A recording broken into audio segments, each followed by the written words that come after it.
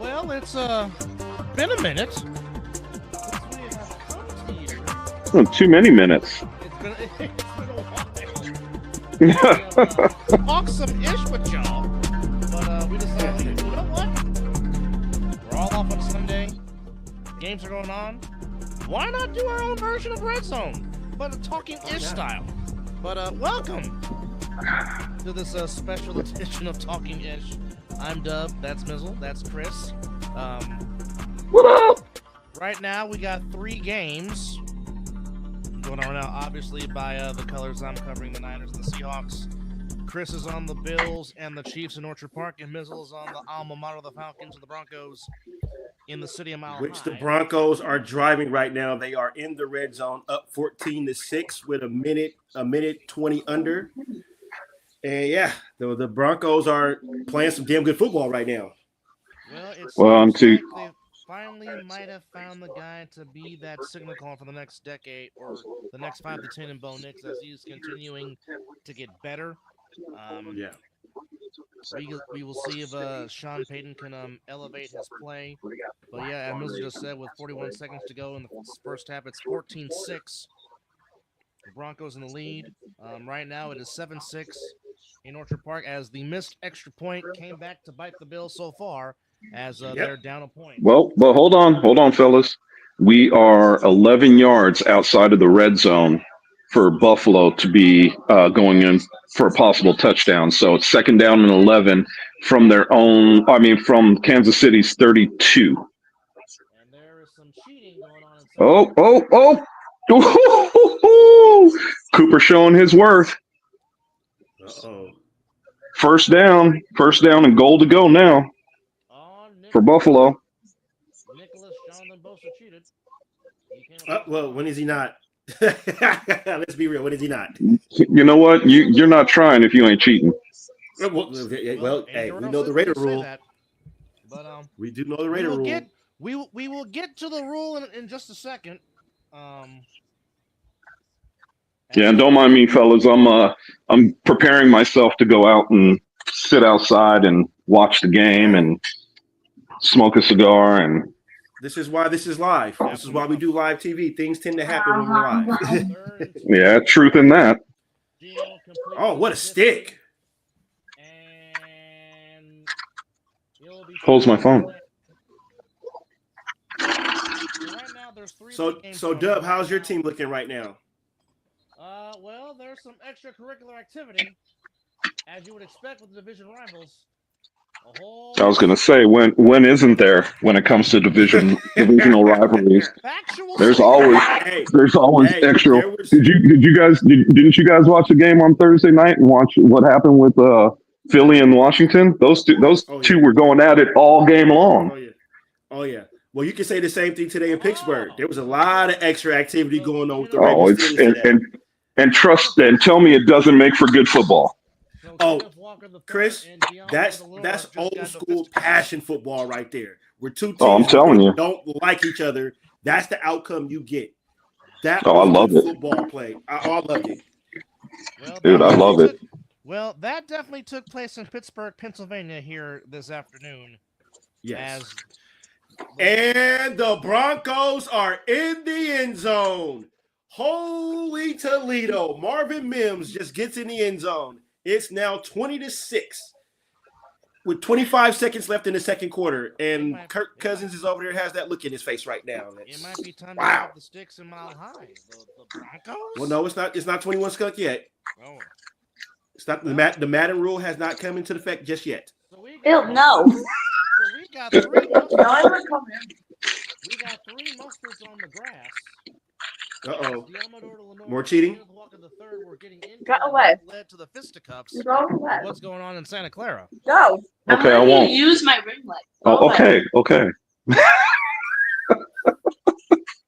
Sorry, I'm laughing because my daughter's got she dyed her hair, so she's all mad at me because I was going to show her on camera.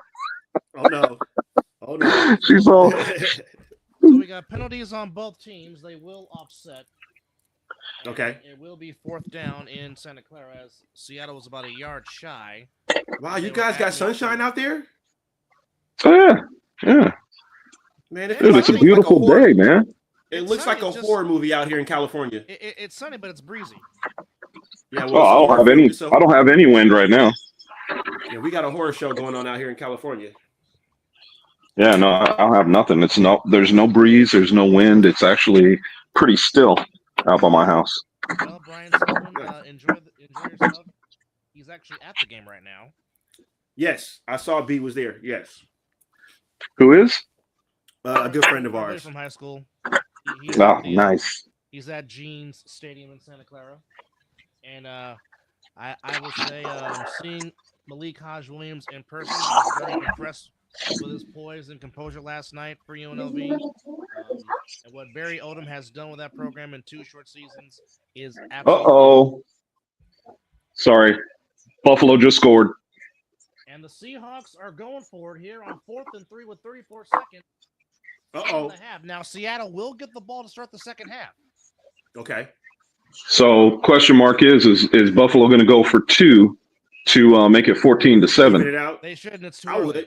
It's too early. Yeah, it's too early. I'd kick the field goal. I agree. It's too early, but you know that 1 point is going to come back to bite them in the ass if they don't try to make up for it. Well, they can make up for it later. They don't need to make up for it right now. Indeed. But if you got the champs on the ropes, though, why not take a shot? Agreed. Why not? 4th and 3, play clock down to 5, and looks like they are not going to snap it. They did not. Well, my game is on the commercial as the Broncos just scored. So, sorry, fellas. Like I said, I'm setting up myself for outside. So, Dub, you know exactly what I'm doing. Oh yeah. Hey, sir. This is our show. If they don't like it, change the channel. Yeah, that's the way I feel about it. But then again, that's the way I feel about life. I'm to the age right now where I really don't give a what when people say something about me. Yes. I don't care.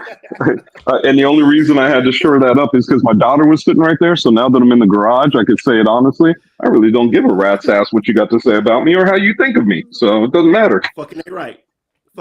The show says Mizzle, Dub, and Chris. Yep. For a reason. Change the channel. Channel. Right. And wait, Bo Nix right now, 17 for 19, 192 yards, 2 TDs with a passer rating of 143.9. That is efficient. Wow.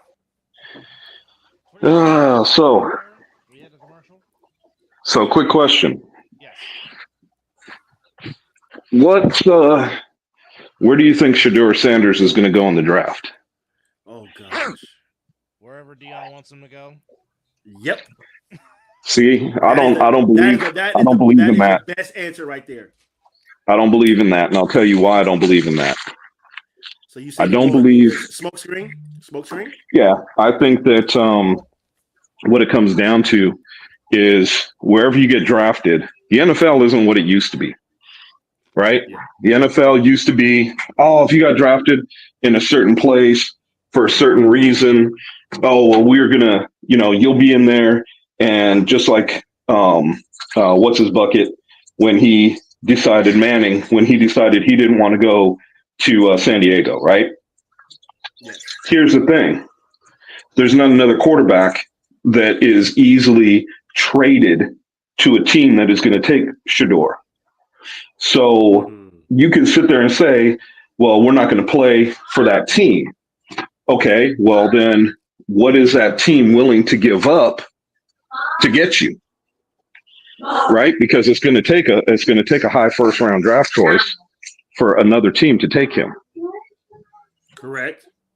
So my point being is it's not like it used to be where there's quarterbacks coming out, especially in this draft specifically, that you could turn around and say, oh, okay, well, you don't want to play for us? Okay, fine. We'll just trade with the first team or the second team on their quarterbacks and we're good to go. Not like that. This is completely different. This is no longer the situation where Dion and Shedeur could say, we don't want to play there. bro, you ain't got a choice. Well, not to mention, they can't get those big rookie contracts they used to get. Now Exactly. Right. Now there's a scale. Right. So there's also that factor to throw in also.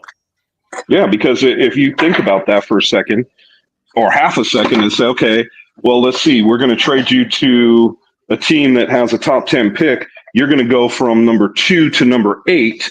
Guess what that is also going to do to you? It's also going to lower the amount of money that you're going to wind up with. And you can't turn around and say, well, I'm a holdout. Hold out for what? It's slotted. Yeah. So what are you holding out for? Yeah, they're not going to give you any. They're not going to give you more money because, like you just said, it's a set scale. There is no I can hold out to try to get more money. You're not doing that. No. That's the reason why they put that scale, so these rookies won't hold out, so they can get their asses into training camp and get acclimated with what's going on and where they belong. Exactly. In training camp. There will be no more of the Jamarcus Russells. That's not going to happen no more. No, they're not doing that. Especially with guaranteed money. No. Yeah, they're not doing that no more. Ooh, Chris is pouring up that good rum. I can't wait to come taste that. Third most penalties in the NFL just gave the Niners a penalty. 18 seconds to go. Purdy over the middle pass. Looking for Pierce. What was the flag? Wrong place at the wrong time. Where was the flag? Or was you about to say hands to the face? Because I didn't see no damn hands to the face. No, I don't know what.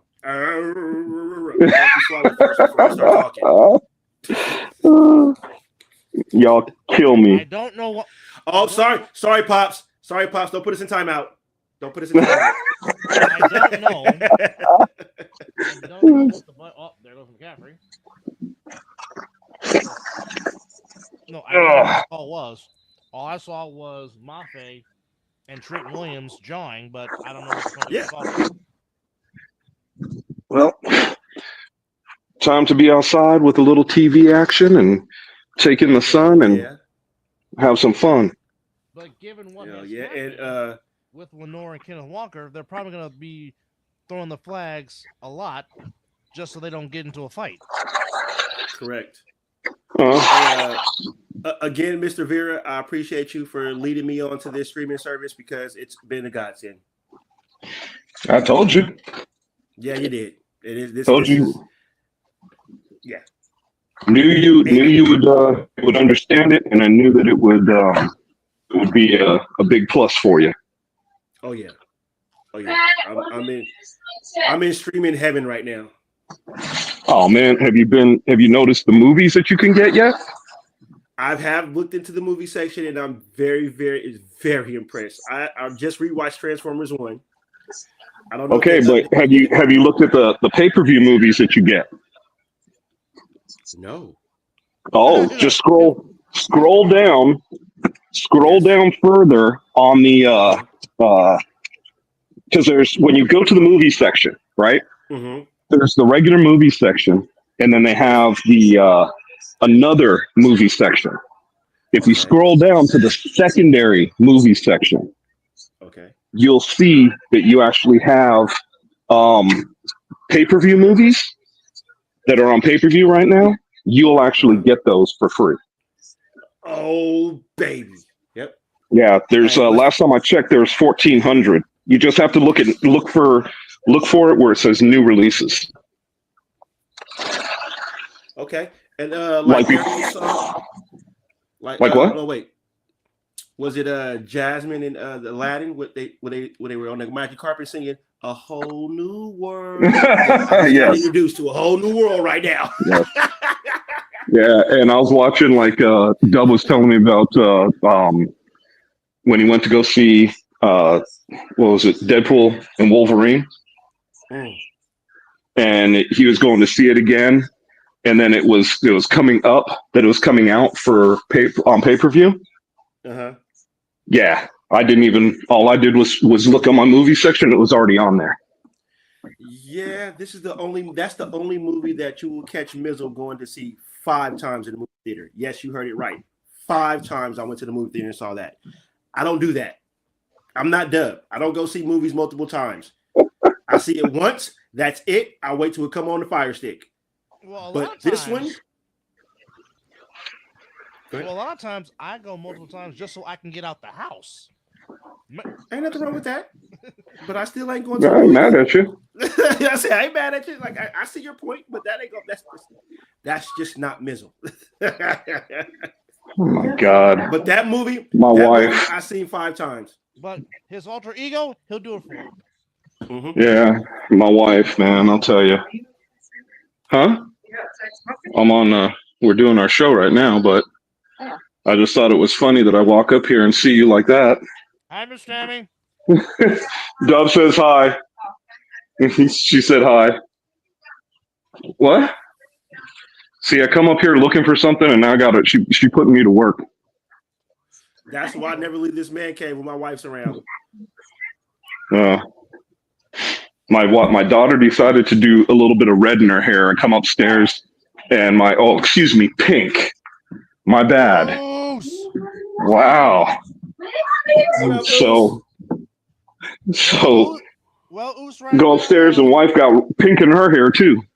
Oos, now the Broncos are doing you a solid with handling real solid right now, Oos. Yes, indeed. There's still a chance for the Buccaneers to win. Wait a minute. What the heck just happened? Curtis Samuel. Okay, so I told you guys that Buffalo just scored, right? Correct. Guess who's got the ball back? The Bills? The Bills. Yeah. Oh, I'm on it right now because the game I'm supposed to be watching is at halftime. Yeah, but I'm on the Bills at halftime, and the Niners are at halftime as well. Okay, so we're all on one game right now. Yeah, and I don't know, my boy almost went flying right here. Watch this. Whee! Anyway. Yeah, it was 3rd and 11. It was 3rd and 11. Now it's 4th and 3.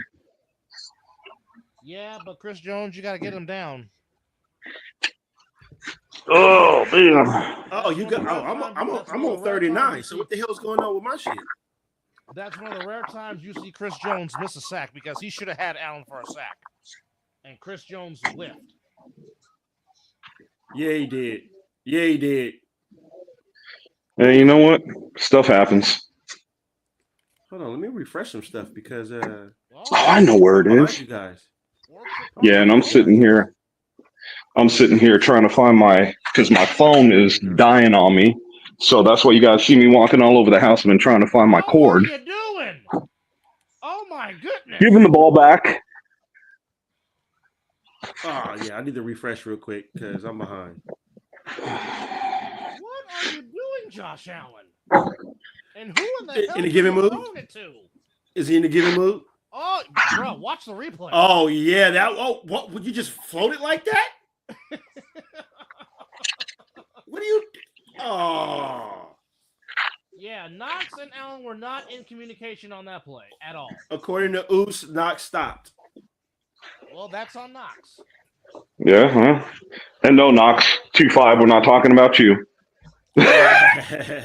let's make sure my boy doesn't think we're talking about him. Yeah, we cannot blame Josh Allen on that. He was going with the feel of the play. He thought Knox was going to keep running. Well, it is Knox, not NOCC. True.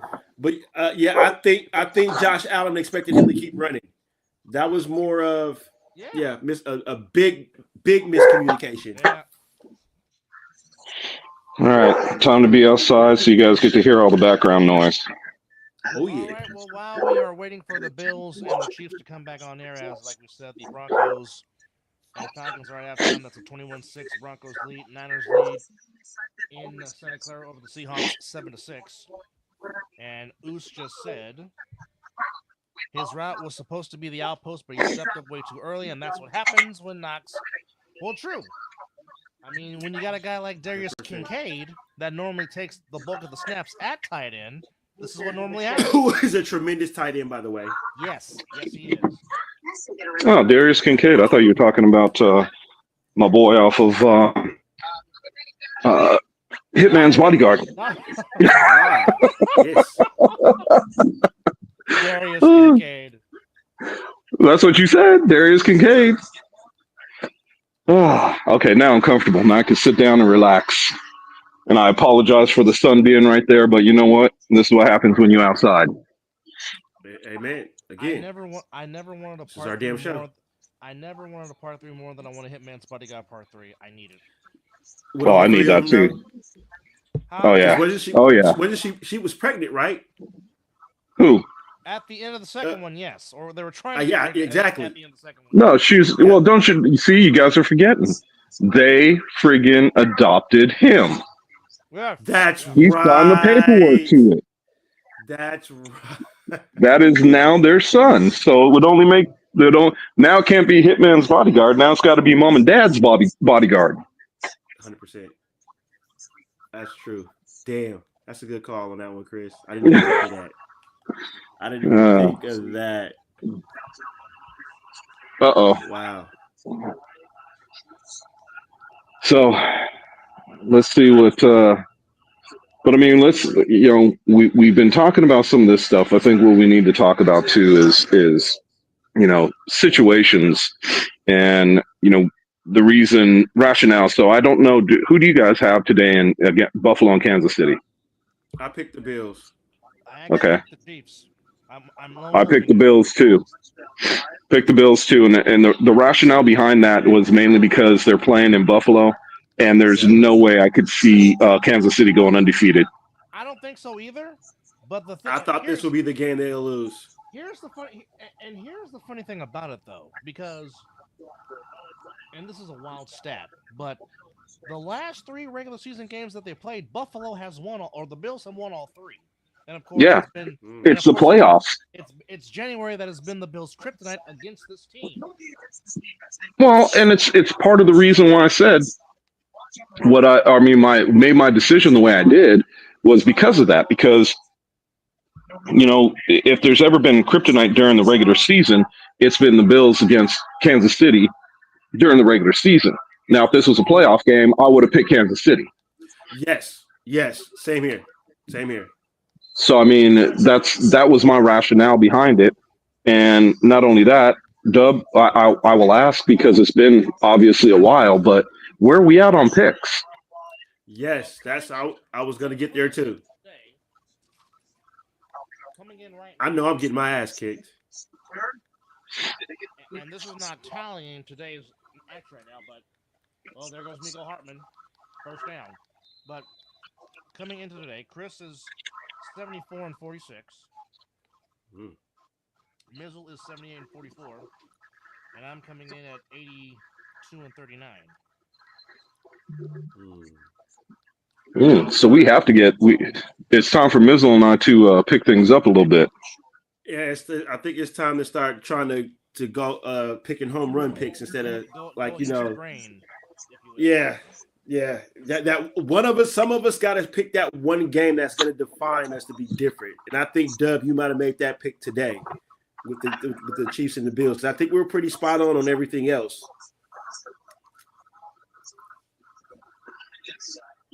Because I think I did pick the alma mater. And we all picked the Dolphins. Yep. We all picked the Steelers. Yep. But I went with the Jets instead because I thought they had a chance at home. There's that. So that was your home run pick right there. that was your difference maker pick right there. But believe it or not, I took the Colts. One point. Yep. The difference in that damn game. Yep. I asked Dub about that too. Just like I asked with the with this Chiefs and Bills game, with that 1 point gonna make a difference. That was a smart play. It always does. Yeah. The thing that's gonna have me with some fun with this is when Coach Wallace calls me for us to start coaching and I want to get really deep into coaching. I'm gonna have some fun with it. I want to see where we go. And somehow that ball is caught. As you should. And that is, I want to say that's Watson on the catch. Which game are you on? Chiefs and Bills because that's the only game going on right now. Mm-hmm. I dipped out. Yeah, they still have 3 minutes 33 seconds to go in the second. So and looks like Kansas City is threatening. First and goal. Ball is at instead of play the drive. Ball is at the 2-yard line. Yep. And to commercial we go.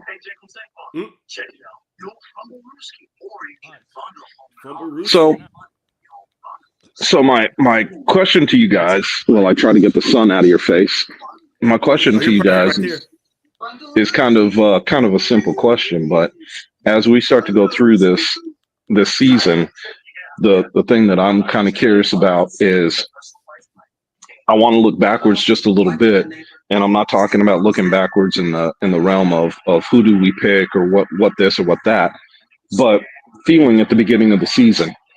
Did anybody feel that Washington, the Commanders, were going to be where they're at? I know I didn't. No, absolutely not. Absolutely. Did anybody feel that we're going to have a Kansas City team who is undefeated right now? I know I didn't. No. Not at this point in the season. I don't think them being undefeated is not the issue. It's how they're doing it. It's because they're not scoring at will like they have in the past. No, they're doing it on defense. Yes. Which is crazy to me. That's what I'm saying. I didn't think that they would be where they're at right now. The other side of it is I didn't think that we'd be talking about the Jags the way we are right now either, because the Jags have looked horrible. Absolutely horrible. And I mean, they got lit up today. Yeah. The Lions put up another 50 burger. Oh, what was that? And I think it's safe to say that Jared Goff made up for his performance today from last week. You think? You think? He played outside of his damn mind today.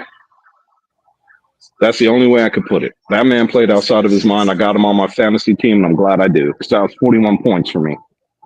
Well, wow. I know who's happy today. Who's that? Yeah, one Derek Duncan. Taysom Hill fantasy owners. Oh yeah. Right? He hit the trifecta today, didn't he, right? He did. Think he had rushing, receiving, and throwing? Mm-hmm. Yeah, but how much you want to bet on 90% of the teams that he is on today? He was on the bench. Agreed. I would agree with that. Yeah, no argument for me. Touchdown for Kansas City. Yeah, at one point. And they got it on third down. Yep. An extra point away from taking the 1-point lead. That 1 point is the only problem. The only problem that I'll say, they left Josh Allen too much time on the clock. Yeah, they're still playing That too. I think this game is going to come down to whoever has the last possession and can get in field goal range. I think that's how that's going to happen. I agree. Well, I think that when I think it's not just that. I think it's also whoever's going to make the most changes in halftime and adjustments, because adjustments are key in the NFL, just like they are in anything else. Because here's the thing, these teams know each other very well, and we can all agree on one big thing, and that is that when you know a team as well as these two know each other, there's always going to be a player or two on offense or defense that's giving away something that the defense or offense can key on. And the one thing that I've never seen a NFL team do, which I wish they would, is play that key on purpose.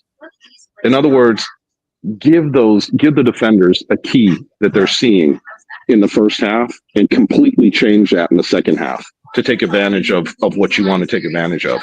I don't see that happening in the NFL enough. Second half about to start here in Santa Clara. Again, Seahawks will get the ball to start the second half as well, the Broncos just received the second half kickoff and a pretty decent freaking kickoff return, if you ask me. They are in the Atlanta territory right now. Damn, they returned it into past the 50? Yeah. Oh, wait. See? 2nd and 7.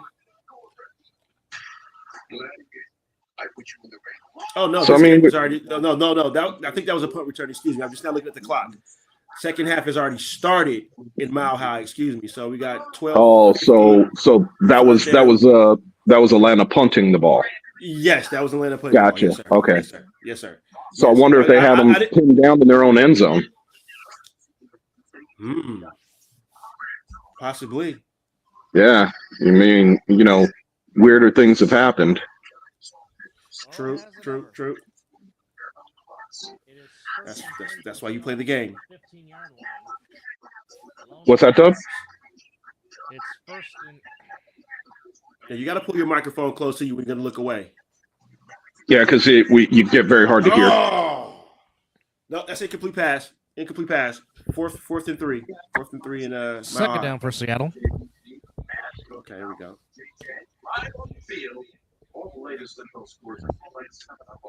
Oh, you got to help your quarterback out and catch that. You got to catch that. Perfectly delivered ball by Bo Nix. So Yeah. I'll ask you guys, did anybody pick the Cowboys tomorrow night? No. Texans? No. I definitely took the Texans tomorrow night. Yep, me too. And it'd just be something like that for the Cowboys to play a damn good a game and win it. It's just that. Isn't that how it always happens? It's just how that should go. Isn't that how it always happens? My goodness. And I'll tell you my feelings on that. It's not going to happen. And the reason why I don't think it's going to happen is that McCarthy has lost his team. Okay.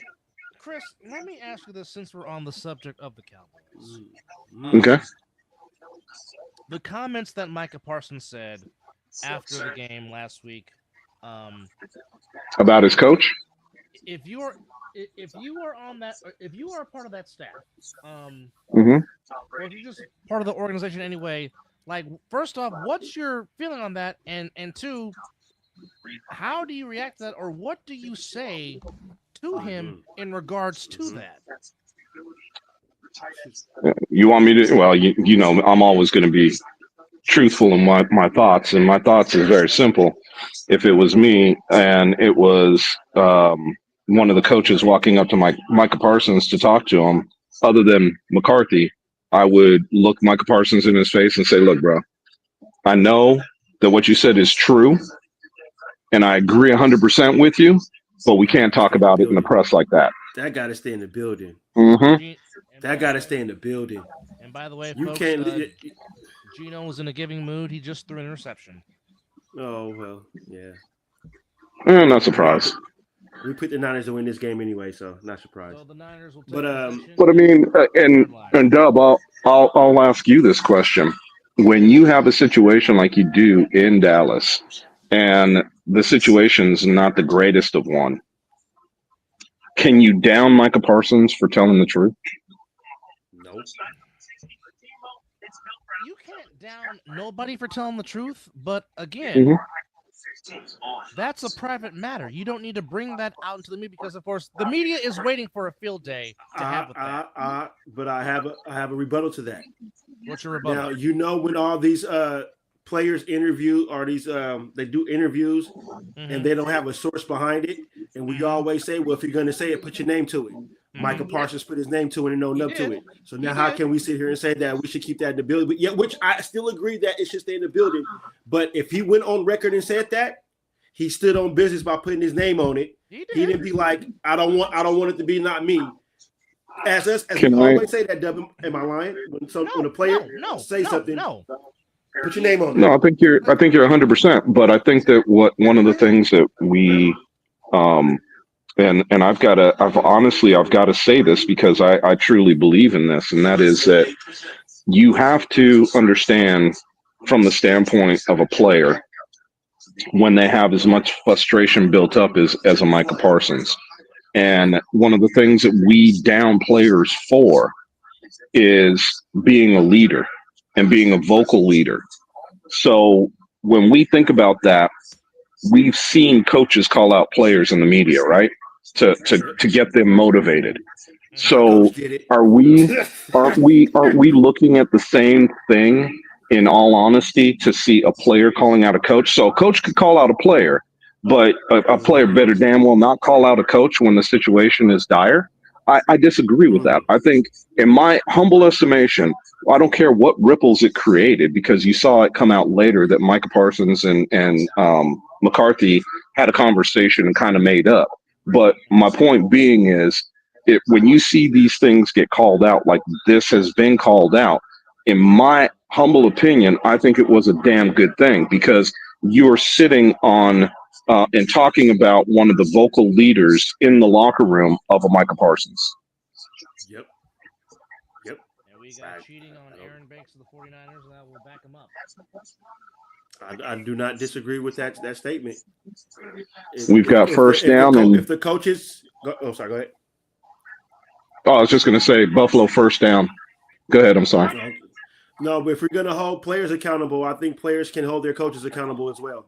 It goes hand in hand. Absolutely. I mean, it goes hand in hand. If the in all honesty, crap, you're like, hey, the play calling is crap. Yeah. Look, the bottom line is that the Cowboys have been a dysfunctional team ever since Jimmy Johnson left. I mean, I'm going to be very honest and upfront with that. This has been going on for 30 years. And yes, I've been watching this long enough to know to say I agree to that statement. That is facts. So the only time in the last 30 years that this team wasn't dysfunctional and were showing their promise was when Bill Parcells was the coach. Now, people can argue with me all they want. The fact of the matter is, you've never seen a Cowboys team that was less talented, except during that time, that were winning 9 and 10 games and had no business winning those games. Exactly. Because of Bill Parcells. It was football. They were because Parcells exactly, and Parcells wouldn't put up with anybody's bullshit. Oh no. Nope. No. I mean, so the question mark to me is, what do you need to turn a Cowboys team around? A, you need a disciplinary that's not going to put up with anybody's shit. It's going to be my way or the highway type of coach. You also need Jerry to take a step back, let Will McClay cook the way he can. He should be, in my estimation, he should be the GM in all remnants of this thing. And I think that they need a hard-nosed defensive coach that is going to be willing to meet a player as he's coming off the field, grab him by the face mask and ask him, what the fuck are you doing? 100%. And I think that's what needs to happen with this team. And I think that if they can make those changes, you see a team that is very talented, not this team right now, because they're not, but they need to get a few players to put themselves in a better position to win. Now, when you have PFF giving the Cowboys a ranking of 32nd for separating at wide receiver, you've got to ask yourself a question: is it a lack of talent or is it a lack of want to? Well, you got CeeDee Lamb, and they're still ranked 32nd in separation. So the question mark is, where is Dak throwing the ball? So when all these people are talking about these interceptions, it's plain and simple. He's throwing into smaller windows because these guys cannot separate. Yep. I mean, what is he supposed to do? I think they've dropped the league's most passes.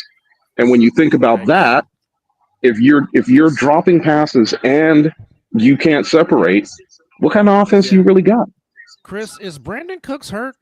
Is he out for the season? No, he should be back, I think, next week. He was on the IR for 4 games. He takes shots in his knee, one of his knees. I guess he's got a degenerative problem, and it got infected. So he's draining fluid. So the fluid's being drained. Yes. Okay. That's nasty. So then all you have is 2 low round picks to back him up, and then they just traded for Mingo, whatever the hell the kid's name is, but he's a big receiver with speed. Can you coach him up? Is the question. Sometimes, you guys know this, sometimes a change of scenery for a player can be a good thing. And we have Marvin Mims in the end zone again. Oh, no, this is Troy Franklin. Excuse me. So, Bo Nix has now thrown his third touchdown of the day, as it is now 27-6 in the third quarter. Time with to give up the 9 minutes sticks. and 5 seconds left. Now, Give up the sticks. Yes, Dub, it's Madden. Second, The Madden rule. second and 10 for the. Ooh. Well, now it's second and 12 or third and 12. And the Niners That's the same play that they ran with Marvin Mims. Yikes. The Niners are killing themselves with penalties. They now have 7 penalties in the game. And now it's a third down and looks to be about 15 here in the third quarter.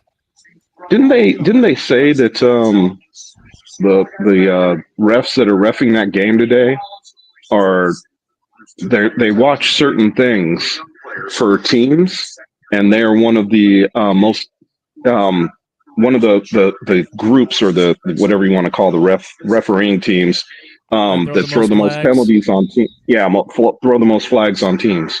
Yeah, I read something about that earlier today. 3rd and 15 from the 21-yard line. The Niners need the 7 for a first down. 3rd and 11 for Buffalo in the red zone. And Jake Moody just kicked a field goal from 33 yards. And the Niners extend their lead to 10-6. So it is 4th down and 11 with 5 seconds to go before the half, with the Kansas City Chiefs leading Buffalo 14-13. Now they're putting in their kicker to try to take a 2-point lead going into halftime. Oh, here we go. 33-yard attempt. And come on, snap the ball, fellas. Here we go. Bad snap. Buddy put it through. Bills going to halftime, leading 16-14. All right, so we got the Broncos opening up a comfortable lead on the Falcons in Mile High. Bills going into halftime, leading 16-14 over Kansas City. And Jake Moody just hit a 33-yard field goal to put the Niners up 10-6. Here, and I'm switching over to that game. Here to week 11 here in the NFL. The rule still stands. We keep saying on our show, don't go against Mike Tomlin. Well, despite the fact that the Steelers did not find the end zone at all today, all on the leg of Chris Boswell. But again, the Steelers defense holds down the Ravens as the Steelers go to 8-2. Baltimore goes to 7-4, as now the Steelers open up a 2-game lead in the AFC North. And oh, by the way, they get to feast on the Cleveland Browns on Thursday. Good luck. Jeez. Right? Wow. Man, we're gonna have some. They're gonna have some Haitian food. Stop it.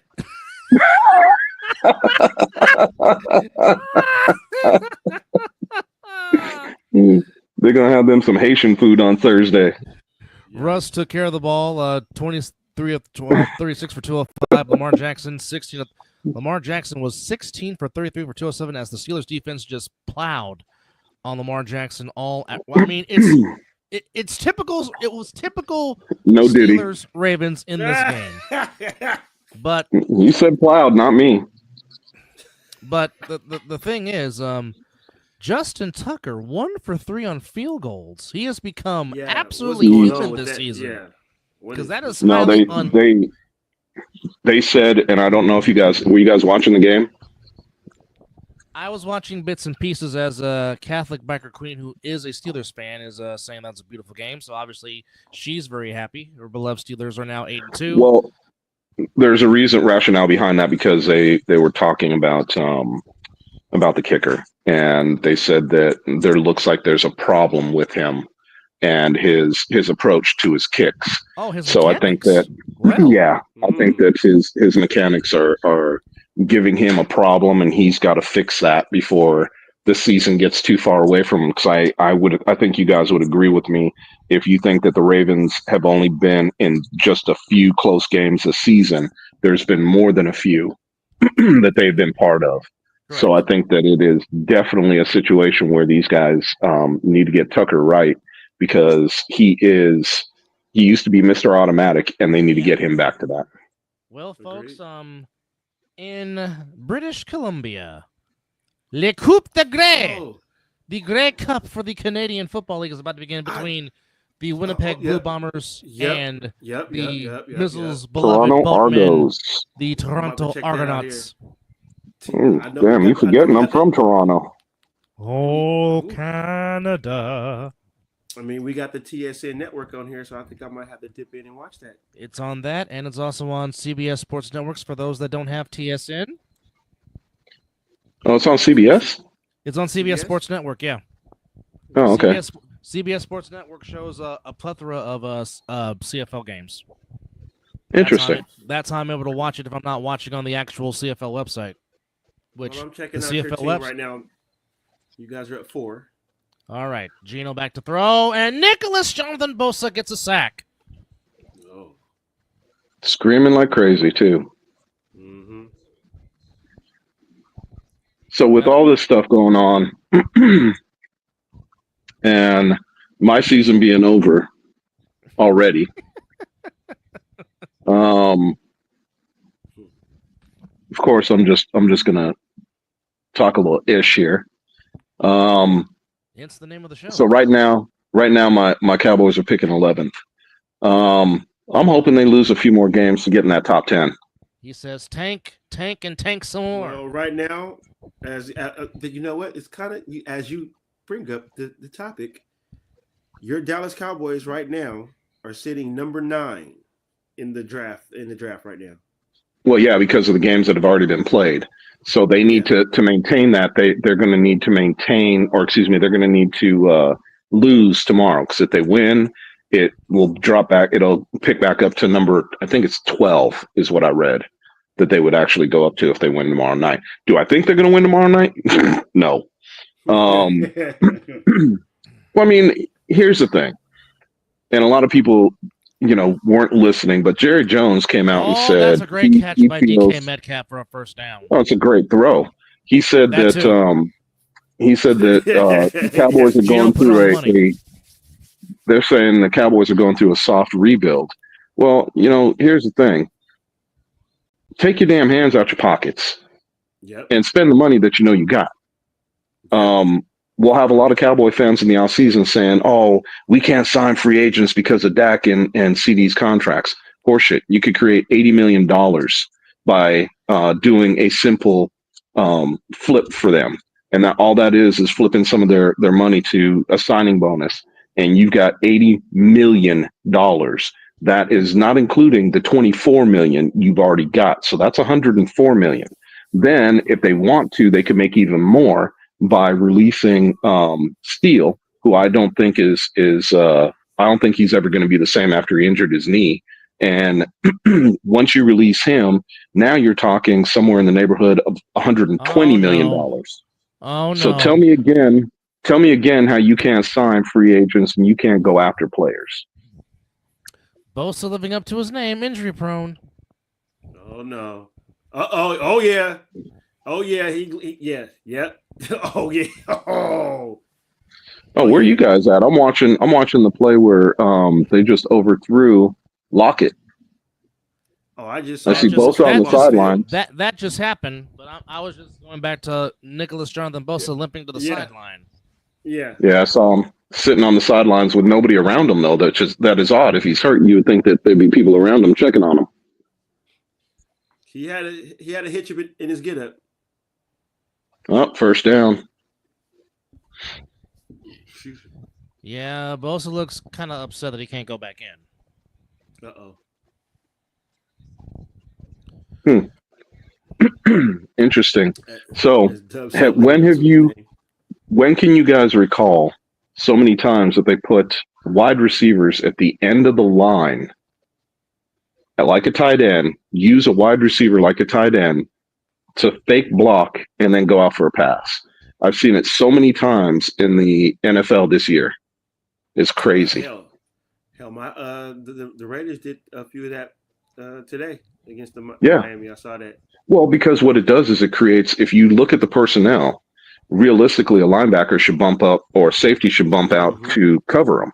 So Yep. it's either one when you're talking about a wide receiver, and really he's playing in the slot position. It creates a mismatch. Mm-hmm.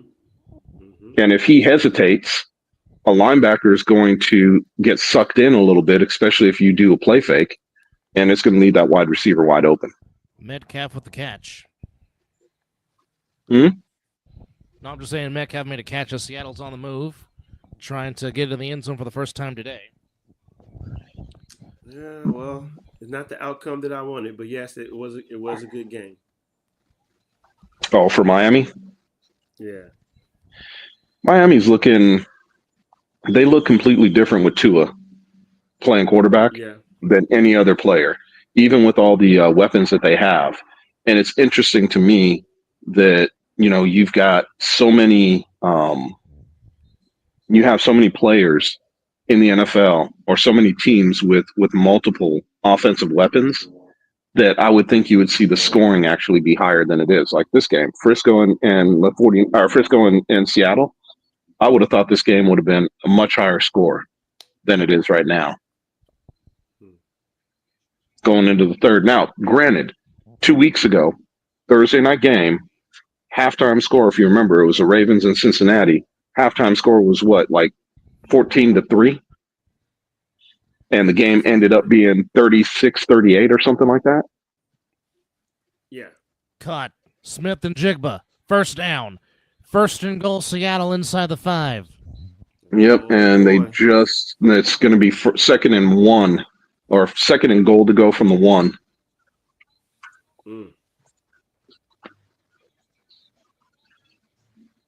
But man, I'll tell you, this as we go through this season, it's getting more and more interesting because to me, the team that started off hot as hell, Minnesota, has cooled down tremendously. But they did what they were supposed to today. They did get the win over the Panthers, which they were supposed to do, 23-13. But yes, Sam Darnold has indeed come back down to earth. Touchdown. Kenneth Walker III. Of course, that guy. The player Dub did not want to see twice a year. No, and I might start feeling the same way about Blake Corum in Inglewood with the Rams. He's a big back, man. He's a big back, and it's tough. He is. He's a little bit shorter in stature, but dude, he's what, 5? I want to say he's 5'10", but I think he's 225. Always trying to tackle somebody with low pad level is not fun. And Kenneth Walker has very low pad level, and not to mention, the only thing you could do is dive at his legs. Yeah, you could dive at his legs, but dude, you're risking concussion. Yes, if he hits you with a knee, you're done. Because his legs are so doggone strong. It's like trying to hit Roger Craig in his knees. No, don't do that. Yeah. Yes. And that's a business decision. Bosa is not looking real happy over there. Yeah, definitely. Bosa might not be back in this game. Extra point is good, and the Seahawks lead by 3. But you know what? I'll say it, and I'll keep saying it. For whatever reason, your 49ers have a knack for keeping games close, but also winning the close games. This is true. Well, it was that way when Harbaugh was there, because Harbaugh, as he is doing in England, they play these 20-13, 20-10, 17-10, 17-13 type of games. That's how they won. And like I said, you're starting to see that again in Inglewood. And I think it's 8 straight games the Chargers defense have not given up 29 points or more, which has been very impressive. But them winning is not surprising because, again, wherever Jim Harbaugh goes, all he does is flat out win. That's just what he does. I mean, J.K. Dobbins has come back to life, which we knew the talent was there. He just couldn't stay healthy. He comes to California, and J.K. Dobbins is doing what most of us expected him to do because we knew he was that guy at The Ohio State University. Then you bring in Gus Edwards from Baltimore, who is playing very well in the Charger run game. Now they just got to get somebody to complement Ladd McConkey, which Johnston is starting to slowly do that, which I still believe in his talent. the second-year wide receiver from TCU, which of course Jim Harbaugh knew all about because he saw him live in person torch Michigan in the Fiesta Bowl when TCU went to the national title game before my Bulldogs romped them. So, well, and I saw one. He didn't win the one when he was there because they were not ready to play against the Ravens. Nope. And then the other two times, Kaepernick turned the ball over, and they couldn't convert against third down in the Kyle Williams game.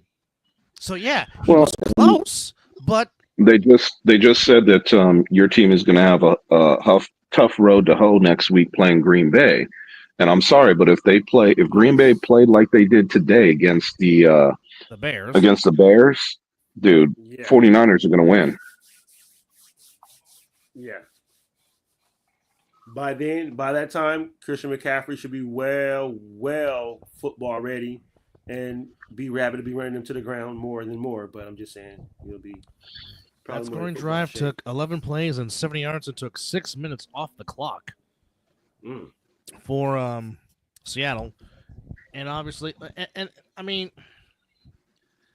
Seattle might sling the ball more because, again, if Bosa can't return, that's going to be less pressure from the front four, and that's going to give Geno time to find Smith and Jigba, to find Metcalf, and to find Lockett.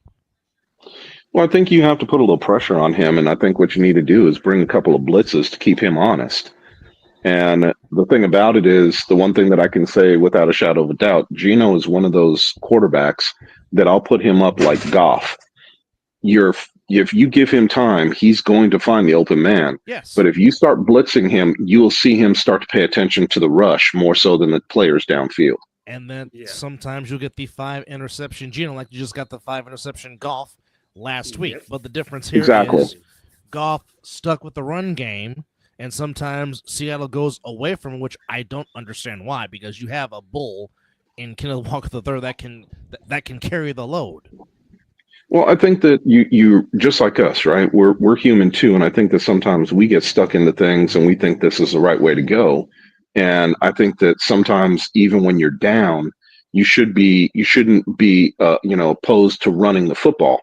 Now, that has been a 49ers crux for a while because you know as well as I do, Dub, being a Niner fan, you've seen it in Super Bowls. And they go away from what's working. Every time they go up 10 points, I'm like, oh, here we go. Here we go again. It's like I don't understand the philosophy with the 49ers sometimes, because it's like you have the game in hand and all you have to do is keep doing what you were doing. Why are you changing? Juwan Jennings again, another first down. 6 catches, 55 yards. And, I think that one of the things that we don't pay attention to all the time with Juwan Jennings is how important he is to Purdy. Well, again, he is his safety blanket. I mean, you could say all you want about your tight end and say no. Jennings has been, and I think always will be, Purdy's safety blanket. Well, again, for those that have paid attention, we saw Juwan Jennings do this at Tennessee in college. So yes, this is not surprising. The man can play. No, yes, very much so. And I'm sorry, you guys are going to have to tell me what's going on because I switched back over to the Buffalo game. Well, right now the Niners are on the move. They are in Seattle territory as McCaffrey catches the ball on the flat and gets a first down. As the Niners are trying to. Well, Josh Allen, that was a very bad pass. Well, Daryl, I'm pretty sure Mr. Frank Dukes will fight with you in the Kumite. My money's on Dukes, even though he's old as hell. Anyway. Hey, I'll take that bet. He'll make him say Mate. Oh, yeah. Make him say Uncle. 6 out in Mile High. Toss to McCaffrey. And a good tackle by Jones the fourth, holding him to a 1-yard gain. Punt by Buffalo. Officially, Nick Bosa is questionable with a hip injury. So he's probably not going to return. Hopefully it's not a hip pointer because he could be out a couple of weeks.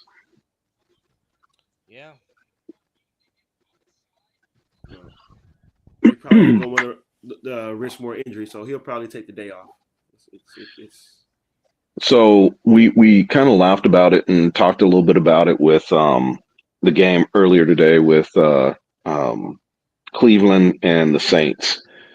Did you guys happen to catch Jameis Winston's his stats for the game?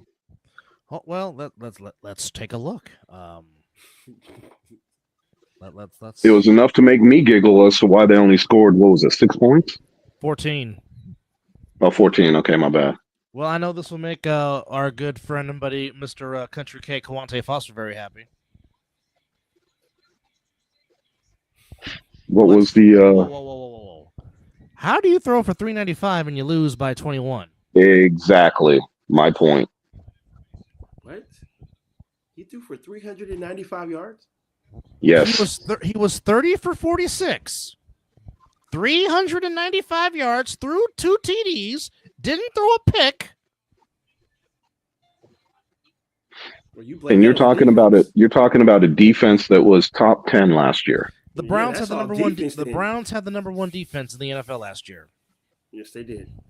That's the defense. Who did they? But and also, who did they lose? Well, they just lost Darius Smith to the Lions. Lions. They lost Darius Smith, but they were still not playing that great with him. I can't remember who else they lost. But then again, they pretty much came back with the same squad from last year. The Browns. Okay, and here's even a more the Browns ran 12 more plays than the Saints. The Browns ran 70 plays to the Saints 58. Total yards was in favor of the Saints, 473 to 443 for the Browns. But here's the kicker. The Saints ran for 214 yards to the Browns 66. The Saints were 5 for 10 on third down. The Browns were 3 for 13 on third down.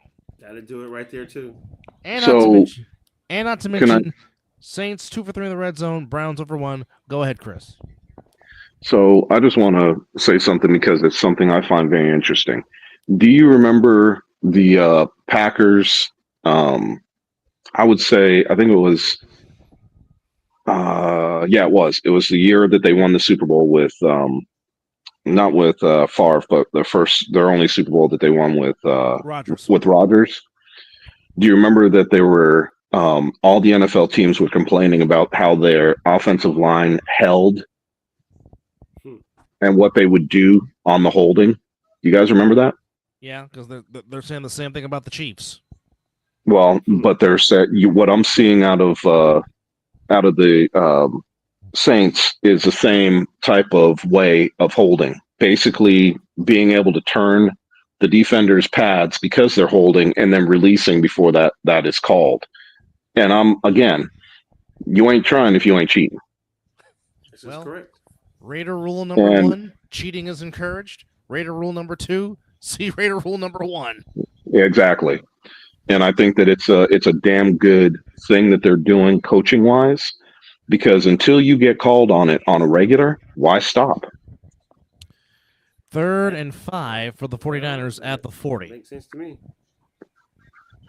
Yeah, Buffalo just held Kansas City on a 3rd down and 1. And Kansas City just punted the ball back to them. We got so 2nd real and quickly, 6. As we just said, the Saints. Saints. Oh, what a catch! Saints beat the Browns 35-14. We just talked about the Steelers beat the Ravens 18-16. Lions took care of business over the Jaguars 52-6. Did they? More than take care of again, business. the best O-line and best running game in the NFL lies in Detroit, Michigan. 59 or 59 yards rushing for McCaffrey. Purdy back to oh boy. That was disaster, but fortunately for Brock, it fell incomplete as the ball was deflected. Rams come back to beat the Patriots 28-22, but I will say this. Drake May continues to get real better deal for New England. Real deal. He should have started the season. If he would have started the season, I think their win-loss record would be much different than it is now. This pains me to say this because I can't stand the Patriots, but I think they're in good hands with Drake May. It was a good pick, man. It was a good pick. I think that they wanted hurts, Daniel, and it but to pains get me to Zing is not a bad thing. pains me to say that. Yeah, just get him a couple of receivers, maybe a solid tight end, shore up that offensive line. Great job by Julian Love to stop Debo, and it's now 3rd down. Stafford efficient as usual, 18 of 27, 295, 4 touchdown passes. Puka Nacua has 7 catches for $123 and a touchdown. Cooper Kupp, 6 catches for $106 and 2 TDs. Yikes! Yikes! I'm trying to remember the coach's name. Kyle Wins, 15 carries, 86 yards.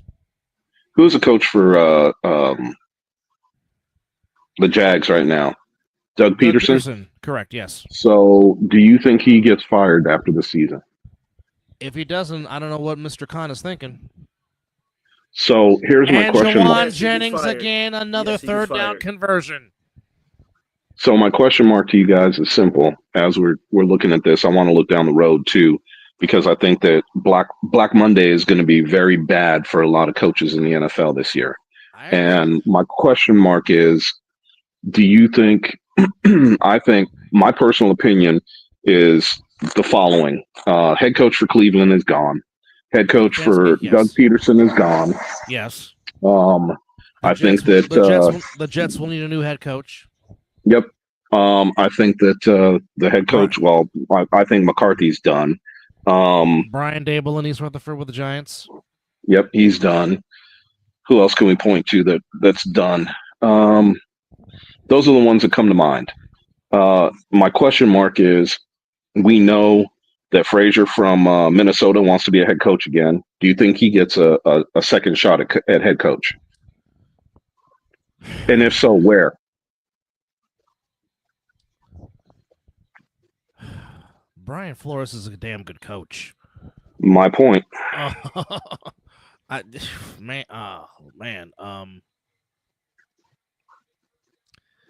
don't know, with the way his style of defense plays, I think his defensive style could fit with the Browns defense. McCaffrey on the screen to the 11. So that was my thought, was that he would be but I also think with the personnel that he has, I think the Jags would be another good choice for him as well. I don't disagree with that.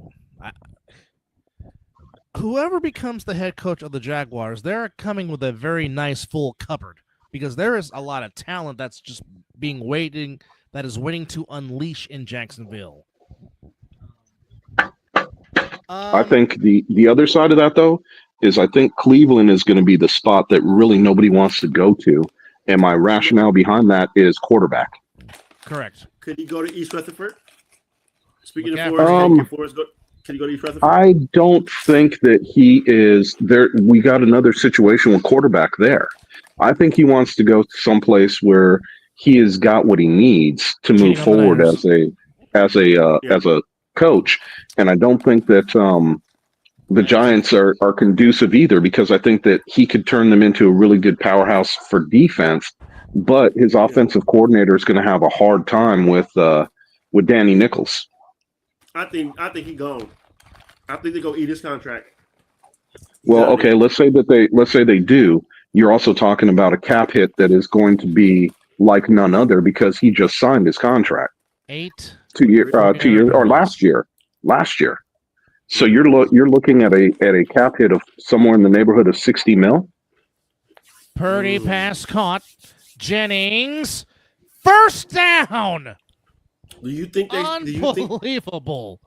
They should have just kept Saquon Barkley. Juwan Jennings continues to find a way. All right, Miz. Yes. I will. Hold on. What? For what? Really? It was short of the first down, and Juwan Jennings just would not be denied. Give me 2 secs. Give me 2 secs. All right. Of course. Well, Juwan Jennings, 3 catches, 30 yards on this drive. It's 1st and goal for the Niners at the 9-yard line. I think I'm just going to switch to that game because the Broncos are handling business. I think they're going to take care of this game. It's pretty much safe to say. McCaffrey with the catch just inside the 5-yard line.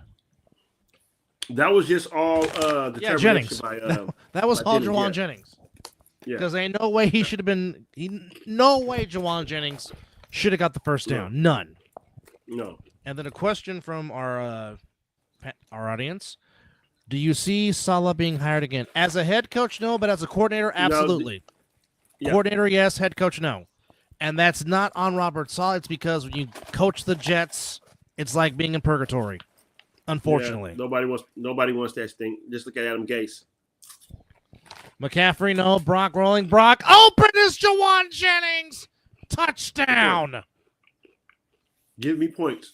So I heard what you guys were saying, and Dub, I agree with you. But if you're going to put Saleh someplace, would you put him with his best friend in Green Bay, or do you think he'll find another spot to be for a defensive coordinator? You know what I would do? If and this is very capable of happening. The perfect setting for Robert Saleh would be to go back home. For the Niners? No. Michigan. Oh, college. No. If Aaron Glenn becomes a head coach, if Aaron Glenn becomes a head coach, he joins Dan Campbell's staff, and you get Robert Saleh, to coach up Zadarius Smith and Aiden Hutchinson. I like it. I don't because I do think Aaron Glenn will get Aaron Glenn's not going to become a head coach. No.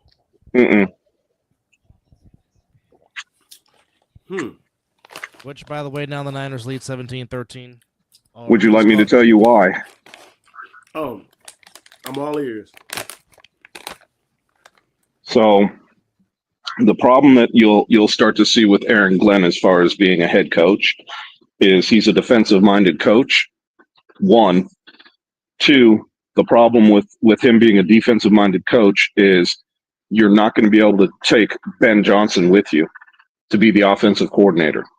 So the question becomes, okay, who is he going to get as an offensive coordinator? So don't forget, when these guys interview, some of the questions that the ownership asks them will be, who is going to be your offensive coordinator, your defensive coordinator?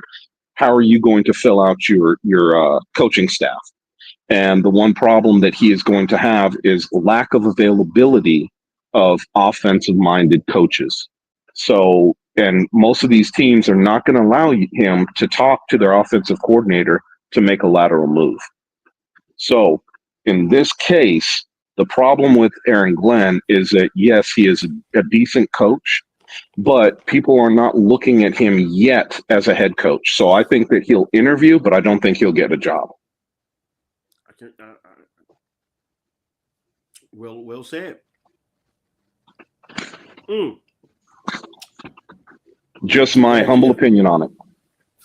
So, where's Bill Belichick going? Believe it or not, I think it's coming. I think Bill Belichick he's got a couple of opportunities, and you guys might laugh at some of the ones I'm going to throw out, but I truly believe he's got a few opportunities. One of the opportunities that I think he's got is, believe it or not, is to go be the head coach for the Giants and go back home. That will be coming full circle. Yes. And so I think that is a possibility. The only thing that you'll understand when I say this, I think that I have to throw the Giants out because they don't have a quarterback. And what's Belichick's worst position to draft up is quarterback. He sucks at drafting quarterbacks. So the only thing that I could see that would change that is if the Giants have a high enough draft choice that they might take Shador. But I think that if they take Shador, he is an athlete that Belichick will not know exactly what to do with on the offensive side of the ball. Correct. So I think that there's a problem there. So that's where I kind of have the problem with saying that. The other spot that I think he could wind up at is Jacksonville. If they release Doug, I think he has an opportunity to go there. But I also think that he has an opportunity to be the Dallas Cowboys' next head coach. That's exactly what I was going to say. Now, Dallas has done the retreads. They've done the older coaches. And I think Jerry is smart enough and astute enough that he might look for an offensive guru like a Ben Johnson to come coach for him next season, because he knows that if he's going to win and win regularly, he needs to put an offensive team out there. But the question is, are they going to let Johnson cook as far as picking his defensive coordinator? And if that's the situation, who does he bring as defensive coordinator? Could you see, and this is just me posturing and throwing it out there, could you see him pick up somebody like, and throwing it out there again, a Saleh to be his? Could you see him tap Saleh to be his defensive coordinator? Before I answer that, unfortunately, Nicholas Jonathan Bosa is done. He is not coming back. He took off the tape. He's done. But I mean, Saleh as his DC, that could work. It could. And by the way, they are now doing the coin toss in British Columbia as the Grey Cup, the 100th and 11th edition of the Grey Cup between the Toronto Argonauts and the Winnipeg Blue Bombers getting ready to go, which, of course, you can watch that on our neighbors to the north in TSN, or, of course, on CBS Sports Network.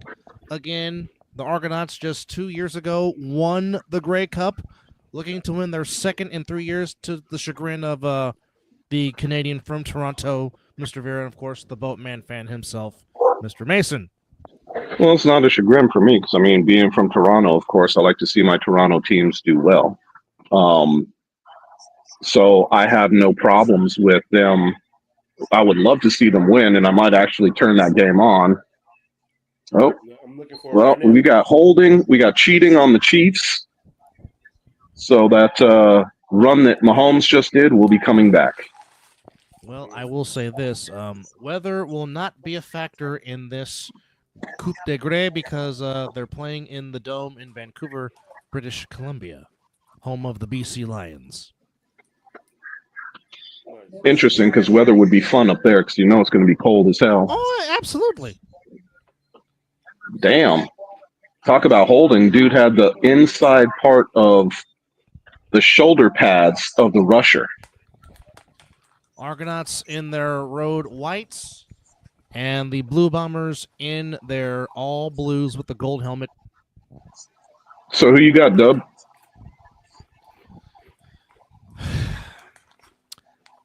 I have the Boatmen strictly because of their history in the Grey Cup against the Blue Bombers. And I know the Blue Bombers have been there many times, but... Ooh, oh, shit, I thought he came up with that catch. I was going to say, what a damn catch. But I like the Boatmen. I like the Boatmen over the Blue Bombers. Because, like I said, the Argos have been here before. And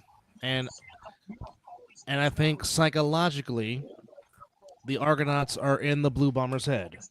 And when that starts to, and when you start living rent-free in an opponent, that's where you be like, you think, can you really beat this team? But I think it'll be a close game, and normally is in the Grey Cup, but I like the Toronto Argonauts.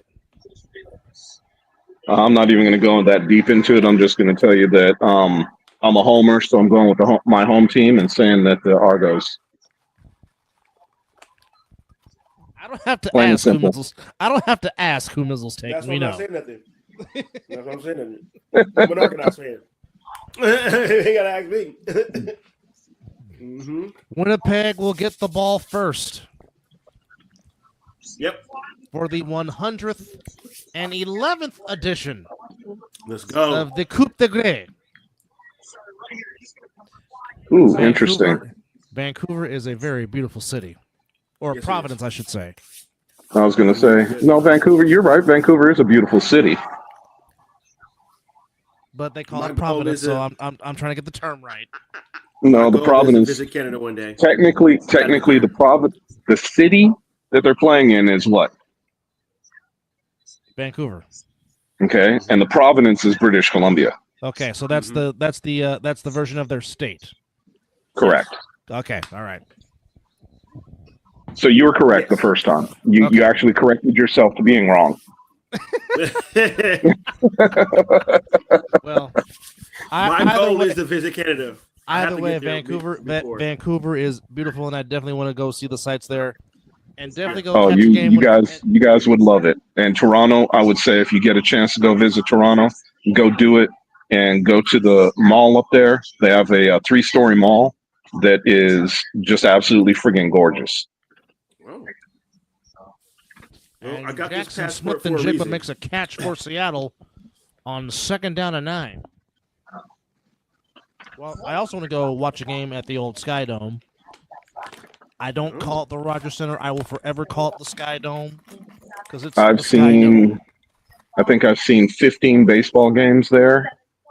Nice. And probably about, I think, 3 football games in my lifetime.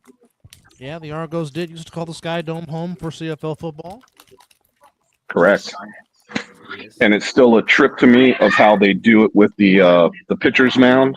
And I told you guys this, that it's floating on water. So it actually drops down, they fill it in, and they carpet over it for the games. Oh, wow.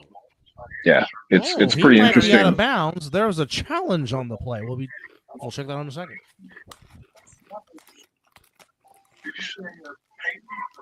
Bills and Chiefs on commercial. So back to Vancouver. Well, no, they're on commercial. And just to give you guys an update. So Buffalo, Kansas City held Buffalo. Buffalo punted to Kansas City. Buffalo held Kansas City. Kansas City just punted back to Buffalo. Oh, so it's turned into a defensive little battle right now. Yes. Nice. Yes. I think that Kansas City would have been okay, but they screwed themselves on a holding call, which brought it would have been 2nd down and 2. They brought them back 10 yards for the holding call. What a throw. And made it difficult for them. Denver has found the end zone again. Humphrey on a touchdown pass. That's why I stopped watching it. That's Bo Nix. What is the score? It is now 37-6. Oh, that game's over. Yeah, that's why I'm gonna connect. That's why I'm watching my boatman right now. That game is over. And now everybody could say what they want about the it ain't over till the fat lady singing, but trust me, that woman's warming up right now. Oh yeah. Don Meredith is about to sing "Turn Out the Lights." The party's over. Party's over. It's over, dude. Meredith's already singing that. Hey, what Teddy P say? Turn out off the lights. Yeah, and light a candle. And Cedric say what? Pull the lights out the you know this. And P. Diddy would say, "Turn off the lights and oil up." Oh, baby. I'm not gonna top that, dude. And to think I had Bo Nix on my fantasy squad at the beginning of this year. Man, it is beautiful out there. Now we got what? the I have to say, anthem. I really do enjoy listening to the Canadian national anthem. I really do. Yep. You know what? Yes. It's a I'll tell you what, man. I've been out of Canada so damn long. I do love the Canadian national anthem. And yes, I was born there, but you know what?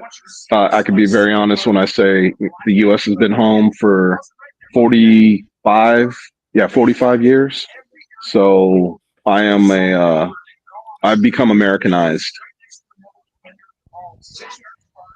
Oh, I love our national anthem too, but it's just nice that you know, to hear others, and I do like Canada's because you know, watching the Olympics and watching all this stuff. I love our land. I love Canada, but you'll never see me and free. You'll never see me go back to Canada as long as Justin Trudeau is Prime Minister. Canada. Oh, okay. We stand on guard. Oh, and this was I don't know if you guys just saw this if you're watching, but that was definitely pass interference. Kansas City's player was tackling this wide receiver before he even got the ball there.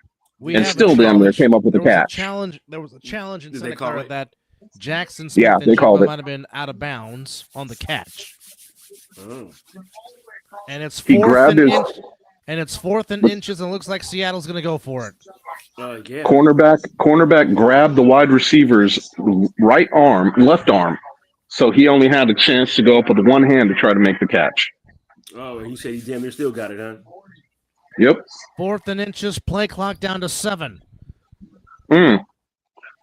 And let me ask you guys, when's the last time you saw Kansas City with more penalties He did not get than their opponent?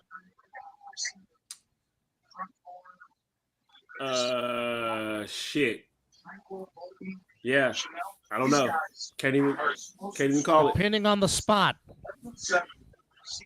They always get the calls their way. Chardonnay. Yep. And being outplayed in the first half, too. Yeah. D. Winters made the hit to deny him. Uh-huh. Oh, here we go. Bubble screen. Shakir takes it. Ooh, they picked his little ass up and threw him down like he was a rag doll. D. Winters made the stop. And the Niners defense holds. We got 3rd down and 1. Minute 20 to go in the third quarter. 3rd and 1. There's a sneak. Josh gets the first down. That's a nice looking stadium in Vancouver. This is the Bombers' 5th straight appearance in the Grey Cup? Yes.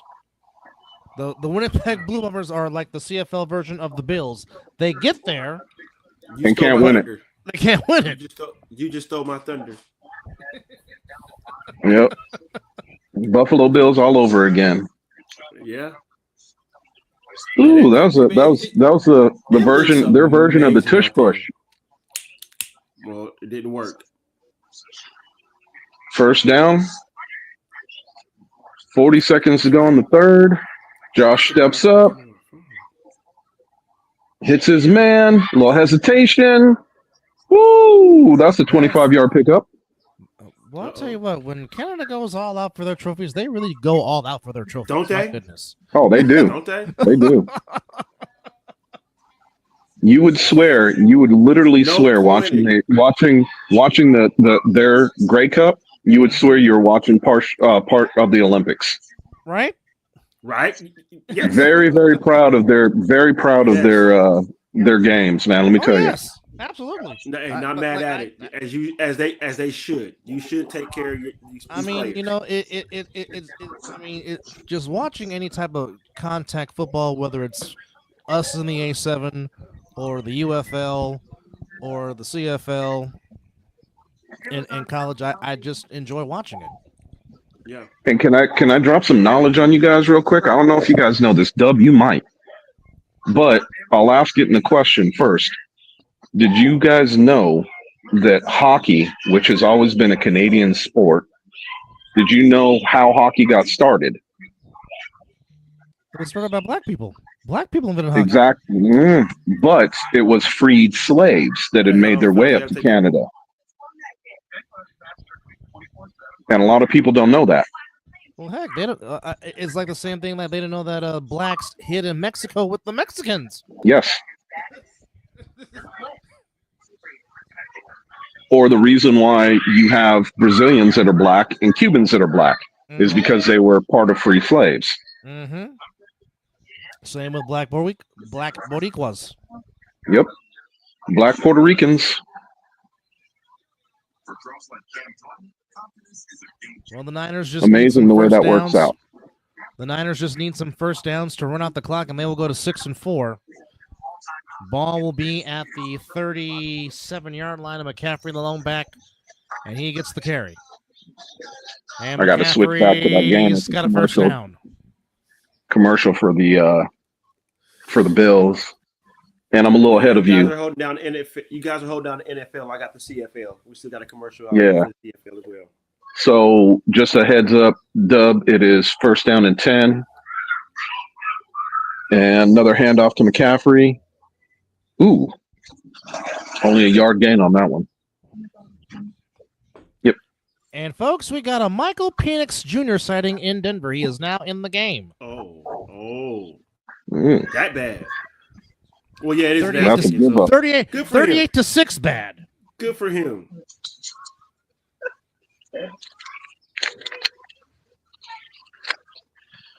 Again, yeah, when you're married, you give up your money to your wife.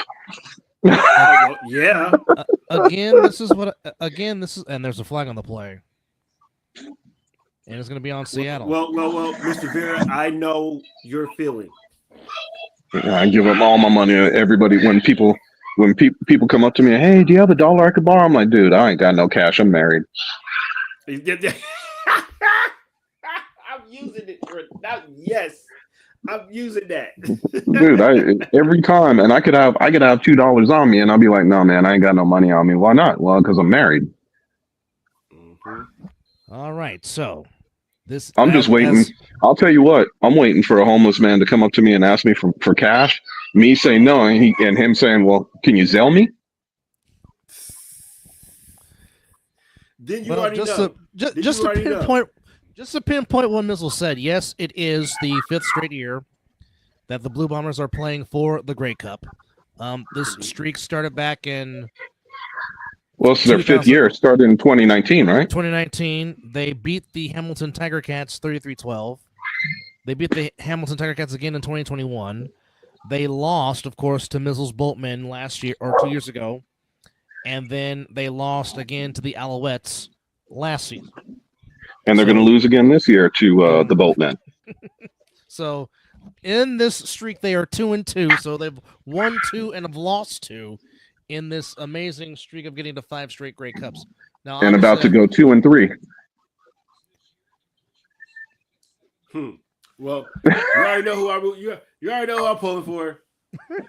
You already know who I'm pulling for too. So, and once the paycheck hits the credit card, I sure will be getting me a champion. Himself a shirt. I love it. Right. I love it. I love it. Yeah, I might have to go. I might have to do the same thing this year, man. I might have to go on cheating. Got some cheating on Winnipeg already. Back him already. Indeed. Okay, so heads up, it's 2nd down and 10 from the Kansas City. Come on, guys, show me where they are. 2nd down and 10 from Kansas City's. Come on, man, pull it out so I can see where they are. They look like they're at the 12. I know they're in the red zone. They're at the 12. They're in the red zone. Yep, 13. They're at the 13. What's that? Nope, they're at the 12. You're right. The offensive lineman in the. Touchdown, Buffalo. He took. Let's go. Touchdown, Buffalo. Dub, Curtis Samuel. Chiefs, right? Huh? Dub, you took the Chiefs, right? I did, yes. Yeah, excuse me. I need to catch your ass. So let's go, Buffalo. Right? And the only reason I'm rooting for him. Now, remember, I did say in parentheses, I really do want the Chiefs to lose. You did say that. You did. Yeah, but you didn't take them. You lone wolfed it. You didn't take them. Well, no, because again, there's the rule that you don't go against Mike Tomlin. This is my rule. If you're undefeated until you are beaten, I'm going to ride with you. And that's the only reason why I picked the Chiefs. That's the only reason. Well, and to give you a heads up. So the inside of me is like, yes, I want the 72 Dolphins to pop champagne tonight, and hopefully the Bills can keep this lead. Oh yes. Listen. He going off now. He going off on the deep end now. Come over to the hey Dub, come over to the dark side. We got cookies. Hey, if you got some peanut butter ones, I'm there.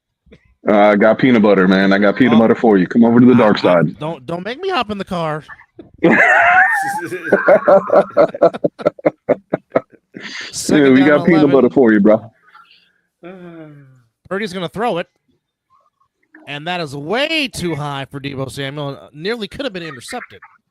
So what you're saying, he needed a rocket up his ass to catch a ball? Pretty much. To quote the great Bob Uecker from Major League Tool. Go. You love that. Go. Yeah, that's what I'm talking about. That was a good Must return. be some good action going on there in British Columbia. Oh, yeah, it's a nice little punt return. Nick Arbuckle getting the start for Chad Kelly as Chad Kelly shattered his leg. You say shattered? He tried to get up and hold his leg in place and fell down. Oh, yeah. Was that? Yeah. Hey. Yeah. Who is this? Chad Kelly, the Argo starting quarterback, Jim Kelly's nephew. It was. Just now? No, last week in the Eastern Final against Montreal. Yeah. So who's playing quarterback for the Argonauts right now? Nick Arbuckle. Wow. Okay. Yeah. Hey, So they're Chris, playing. it was about as bad as Dak Prescott's injury. Ooh. Yeah, but Yeah. that was a ankle dislocation with a break. That is friggin' horrible. Because that means when they go to put it back in, it just keeps slipping out. Yeah. So Well, yeah, he was was holding it his knee? his leg. It was. Like, I want to say it was from the shin down. Oof. Yeah. That could be And he was trying to hold dislocation. Yeah. He got That's up. a first down. He was trying to hold it, and he just fell back down. He just fell back down. No human being leg is supposed to look how his leg was looking. Yes. Oof. Yeah. No, it was bad. Hate to see that, especially in football, man. You just never know. Yeah. So the Niners are going to be putting. So the Seahawks will get one more crack at it. What's the score? 17-13, 49ers. I was about to ask the same question. 2:45 to go. The Seahawks have one timeout. 49ers have two. I'll tell you, man, this game is turning into a game. Let's just put it that way. I mean, right now, so Buffalo just went up. It's 23-16 or 23-14, my bad. So you're looking at a 9-point differential. So this is a situation where I think that if the Kansas City Chiefs score, they don't have to go for two. There's plenty of time, 12 minutes and 51 seconds left to go in the game. But they need to score on this possession. And right now, how big is that missed extra point looking right now? As opposed, you could be up 10, but you're up 9. I would agree with you because, I mean, a field goal at the end could win it for Kansas City. Yeah. But it's also enough time that even if Kansas City was to score, Buffalo could go back and score. Yes, they can. And if they put up a 3 and a field goal, I think it makes it tough for Mahomes because that means he's got to go down and get a touchdown. Now, granted, I'm not betting against Mahomes on that last minute drive for a touchdown either. Not at all. No. Cowboys and Commanders, Vikings and Bears, Lions and Colts. Okay, get rid of it. And the game of the week, Packers in Lambeau against the Niners, and the Cardinals and Seahawks. Check the game in your area on Fox. Well, 2:38, and the Seahawks get another crack at it. They need a touchdown to take the lead. Field goals will not do them good. Nope. As it is overcast in Santa Clara in Silicon Valley. I already told you it's ugly in California. It looked like a horror movie. So what you saying? Michael Myers and Jason would have a field day. And Metcalf makes the catch for a first down. Just minus the fog. We don't have the fog, but it's ugly. There's no sunshine. Man, and Kansas City is actually running the ball pretty well against Buffalo. I don't know why they keep going away from it. Interesting. 12-yard carry by Hunt. I like to ask Kyle Shanahan. I like to ask B. Rabbit that question. Oh! 7 catches, 70 yards for DK Metcalf. Ball at the 31-yard line. And they're going to challenge it. Quarterback. Where's the holding on that, fellas? Another challenge by the 49ers. No, you're going to get intentional grounding. Oh, wait, I keep forgetting. This is Kansas City. They ain't going to do that to Mahomes. My bad. I don't know what the hell I was thinking. Oh. That was intentional grounding through and through. No call. 1 foot in, the left foot out. There we go. That's incomplete. Get upfield. Yeah, let's go. Yeah, that's not a catch. Only 1 foot landed in bounds. The boatmen are doing what they're supposed to be doing right now, driving the ball down. Wow, Hopkins is showing his worth. That's a tight window throw, and Hopkins went down and got it and got the first down.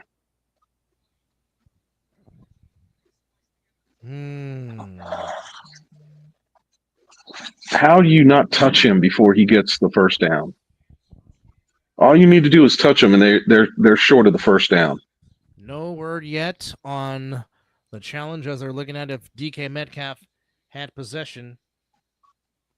Hell of a catch by Watson, first down. Kansas City on a rollout play by Mahomes. That is a catch. Did he control it through the ground, though? Let's see. Hold on. Ball never hit the ground, and it didn't move. First down. So we got a 3rd and goal in you got first down. You got first down and 10 in the red zone for Kansas City.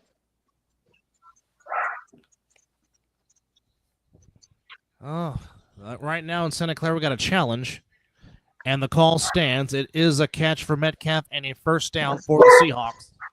I thought you just said they 1 foot in, 1 foot out. No, because when he made the catch, his left heel, or one of his toes tippy-toed the grass. So, all right. So I think it's a very interesting piece that we learned too. That 2 feet have to be your left and right. It can't be one left and one, or 2 left feet touching the ground twice. I think that's interesting. From the 31-yard line. Back and here we have. Gino. Screen. I'll let you make your call. Out of bounds. So we have a. What is this? First and goal to go from Buffalo's 10-yard line. Nope, 5-yard line. First play, fake handoff, throws it into the end zone. We got pass interference in the end zone. This is going to be first and goal to go for Kansas City. That's half the distance. Even though the ball was uncatchable. Pass interference, defense, in the end zone, first and goal to go on the 1. You said 3-0 Boatman, Mizzle? 3-0 Boatman, yes. Okay. Yes, folks. We even talk about the Canadian Football League. So right now it's the Grey Cup in beautiful Vancouver, British Columbia, and the Toronto Argonauts lead the Winnipeg Blue Bombers 3-0 early on going in Le Coupe de Grey in Vancouver, British Columbia. Handoff up the gut. Ooh. Hunt tried to go over the top and got absolutely stymied. I think he could have made this if he would have stayed on his feet, but he tried to go up over the top and got yanked back.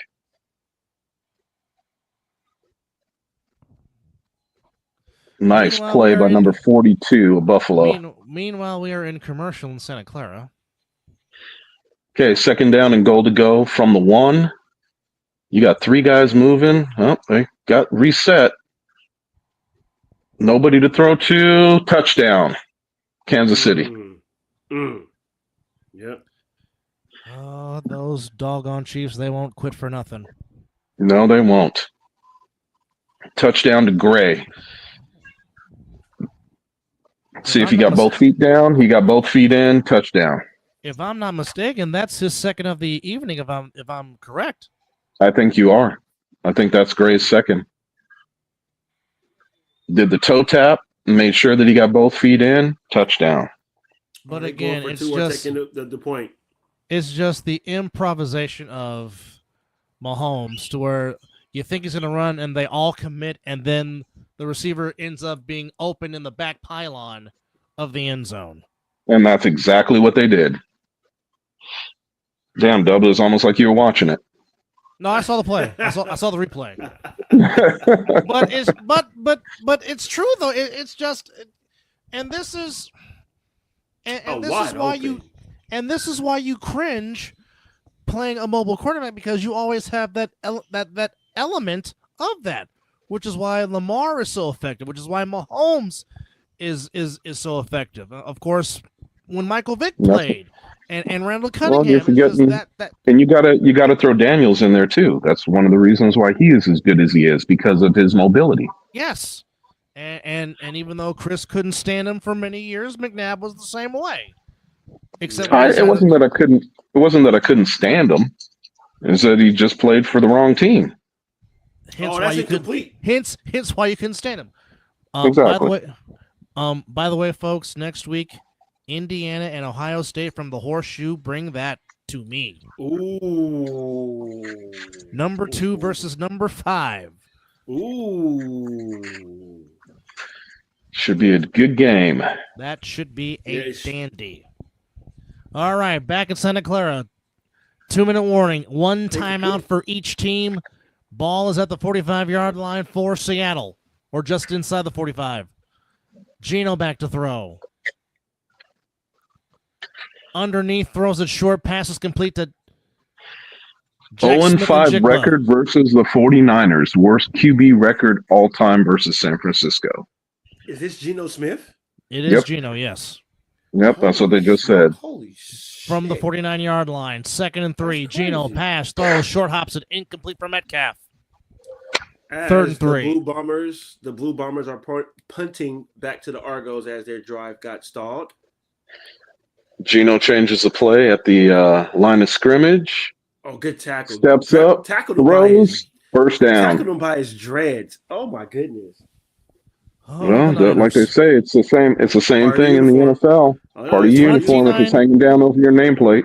29 allowed points in the last 2 minutes of second half. That only is second behind the Bengals for the Niners defense. Wow. Gino back to throw again. Sacked. Which you can't take a sack, Gino. Oh. On that 3rd down conversion, Fred Warner almost could have had interception. Yep. Should have had an interception if he would have just waited half a second before he jumped. Yeah. But now they're in Gino they're back in to plus, throw. they're in plus How territory do you though. let him? Are you kidding me? Leonard Floyd. Your defensive end just hesitated, and that gave him the lane. That hesitation cost him the first down. They're going to show the replay of it, and you can see he comes off, he gets chipped, goes out wide, hesitates instead of crashing back down, and Gino was able to cut it right back up where he was and get the first down. Hesitation will kill you in football. At the 20, Seattle has a shot. With 39 seconds to go. And Bosa Come on, can't y'all. do nothing. And Bosa can't do nothing. But sit on the sidelines and watch. Oh, Leonard Floyd, what are you doing? You see what I'm talking about. Oh, Leonard, you know better. Cost him, gave him the first down on that. First down and from the 21-yard line. Gino's walking up, changing the play. Again, no timeouts now for Seattle. Can the Niner defense make a stop without Bosa in the game? Missed tackle. Go back over to the Chiefs. Wait, what just happened? What did I miss for Buffalo? I see Josh Allen holding his hands up. Nope, that wasn't. He must be saying first down. Oh, yeah. Okay. 7:10 to go on the clock. 21-23. Second down and 11. Good Caught by pass. Smith and First Jigba. down. And Step they're out of short that. the first down, but the Seahawks have got to hurry. Tick, tick, tick, tick, tick, tick, tick, tick, tick, tick, tick, tick, tick. Second and 2. Gino back to throw. Gino's going to step up and run, and Gino's going to score. 12 Geno seconds Smith to go. finds the Wow. end zone for a touchdown. Wow. Your Niners are killing me, Dub. I think we all picked them to win, too. We did. My gut said Seahawks, but I'm trying to keep up with Dub. Floater. Oh, come back for the ball, man. How are you going to – you see the pass coming. Come back for the damn ball and help your quarterback out. That's a long first down. That's a beautiful throw.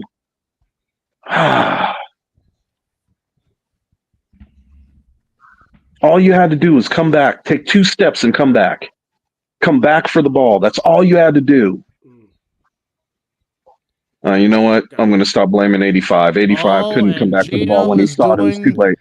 And Gino is doing the Wardell Night on the sideline. Uh-oh. Well, he better hope his defense can hold. Did they call timeout? Nope, they got him. Oh, yep, they got the timeout. It would have been delayed game. I wouldn't be doing There a was night-night. a whole lot of green for Gino to run on that play. As we got a 2nd and 5 for the Argos on the Toronto 30 with 5 minutes and 53 seconds going down. Oh, they're showing the replay of Gino right now stepping up. That would be a first down for the Argos. There was a whole lane of green for Gino to run. Yes, there was, and I see what you're saying. That they caught Frisco in man coverage.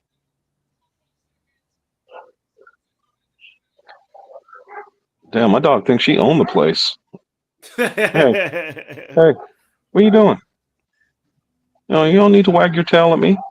How are you just going to jump up on the couch like that? Anyway.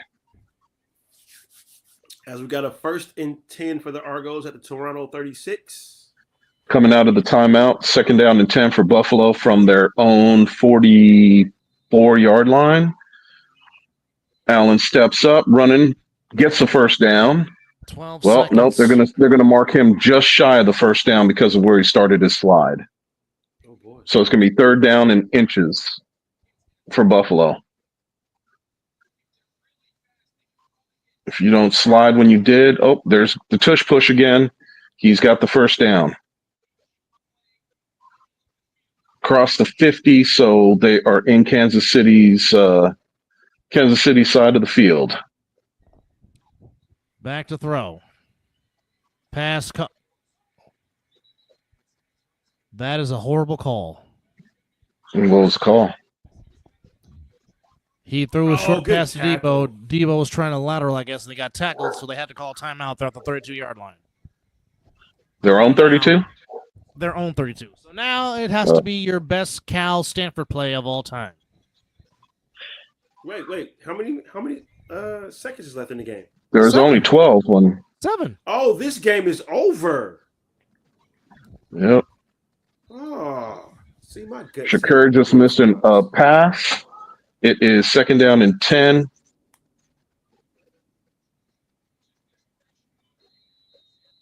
See the sidelines. Josh, what were you looking at? The man was not open. The Argos just punted, received, sideline, about maybe 5, 6, 7. So we got 2nd down and 10, 5:17 on the clock. We got 3 passes, 3 rushes for Buffalo. Man in motion. A little dump play to Cook. He gets a yard. 3rd down and 9. And the Niners are now in 3rd place. Who's in first? Wow. Arizona. Cardinals. Oh, you got to be kidding me. No. Wow. No. That's crazy. Yes, River. Well, the Niners are 1-3 in the division. Yes, Mama. I'm sorry. The Niners are now back in last place in the NFC West. Oh, yeah, because they were. Yeah, they were tied. Yeah, because the Rams. Because they're 1-3 in the division. Yep. Yeah. Yep. Ouch. Ooh, 1st down, Shakur. Oh, he's hurt. He took a whack to the back. He's hurt. He's down and he ain't getting up. Way to hold on to the ball. He's up. He's good. Well, everything changed once Nicholas Jonathan Bosa got hurt. And that's when the Seahawks scored their touchdowns. Shakur is going to be pissing blood in the morning. Ooh. That was a big hit to the back. You never want to hear that. Good God, that was a big hit in the back. You never want to hear that. But once again, pissing blood? Yeah. Ugh. But once again, the Niners could not get off on 3rd down on defense. The Seahawks were 6 for 13 on 3rd down. That's never a good thing. And what's even more messed up is the Niners were 7 for 11 on 3rd down. So Buffalo first down and 10 on Kansas City's 34. let's just call it the 35. Fake little screen to Knox. Takes it for 5. 4, my bad. Last 4 matchups in the regular season, all 4 games decided by 1 possession. Kansas City and Buffalo. It is 2nd down and 6.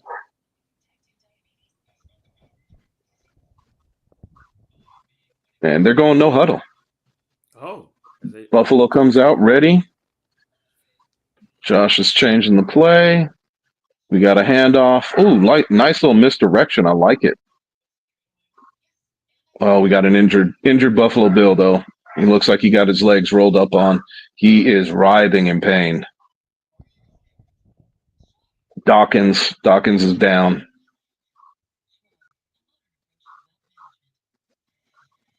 So we got 3rd down and 2, 3 minutes to go. Buffalo's chewing up some serious clock on this drive. They would want to. Yeah, I mean, it was 7 minutes to go when they got the ball back. So if they put this back up to a 9-point lead, it'll be very tough for Kansas City to come back and win this game, especially if they take about another 2 minutes off the clock on this drive. This is where you got to ask yourself as a defensive coordinator, do you let them score? Or do you try to hold them to a field goal? Because if you hold them to a field goal, the touchdown wins the game for Kansas City. That is a valid point. Oh. Yeah. Oh. I don't know, man. I don't know. I'm just sitting back drinking.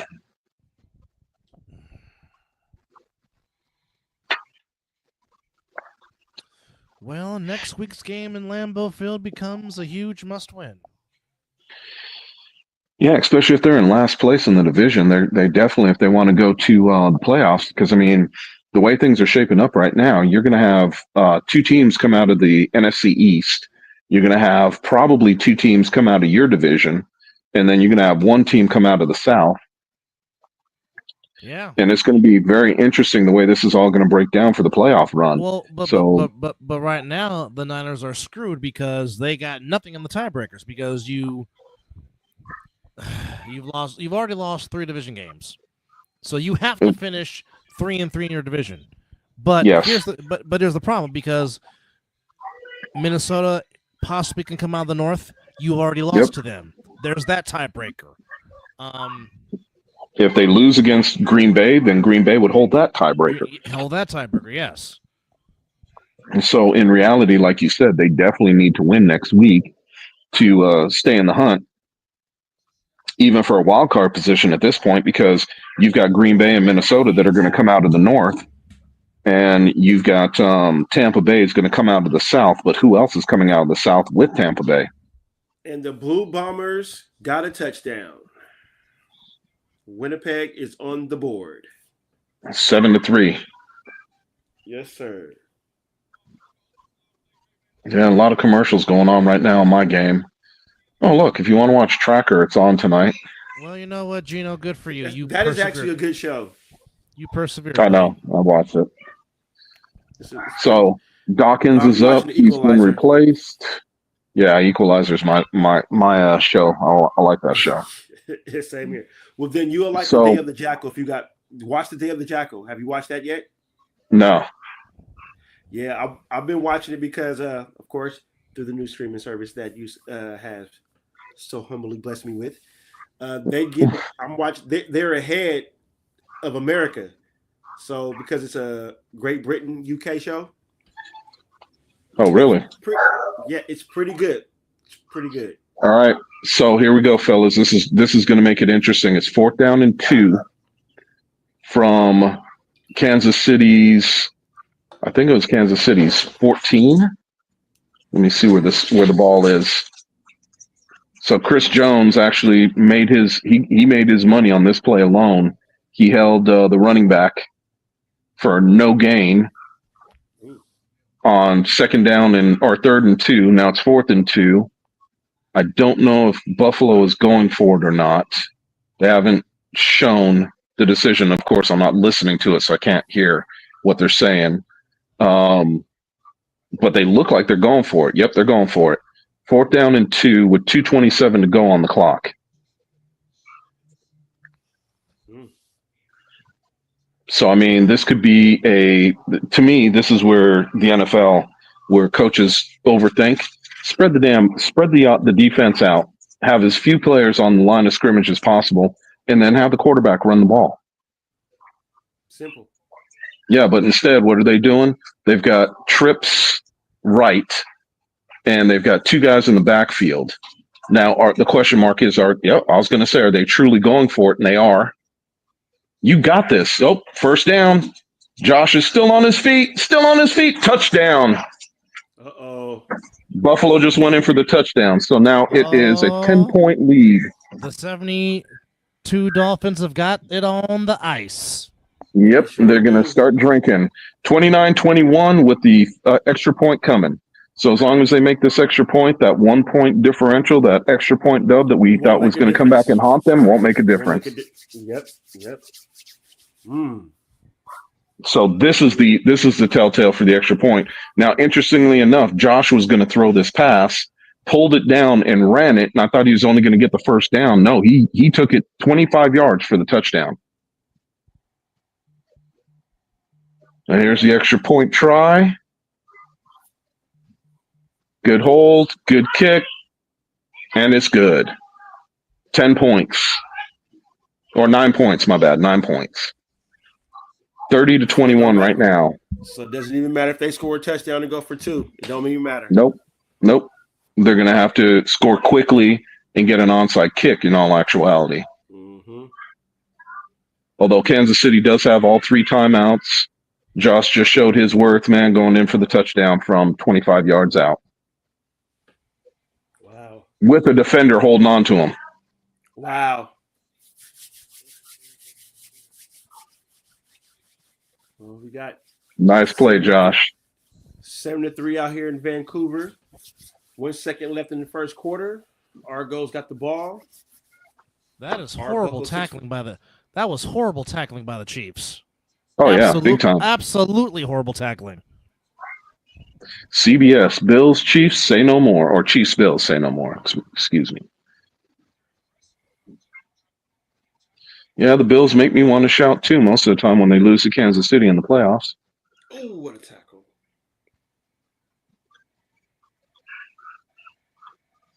So, 2 minutes, 17 seconds to go. The kickoff is deep and uncatchable. Kansas City will take over on their own 30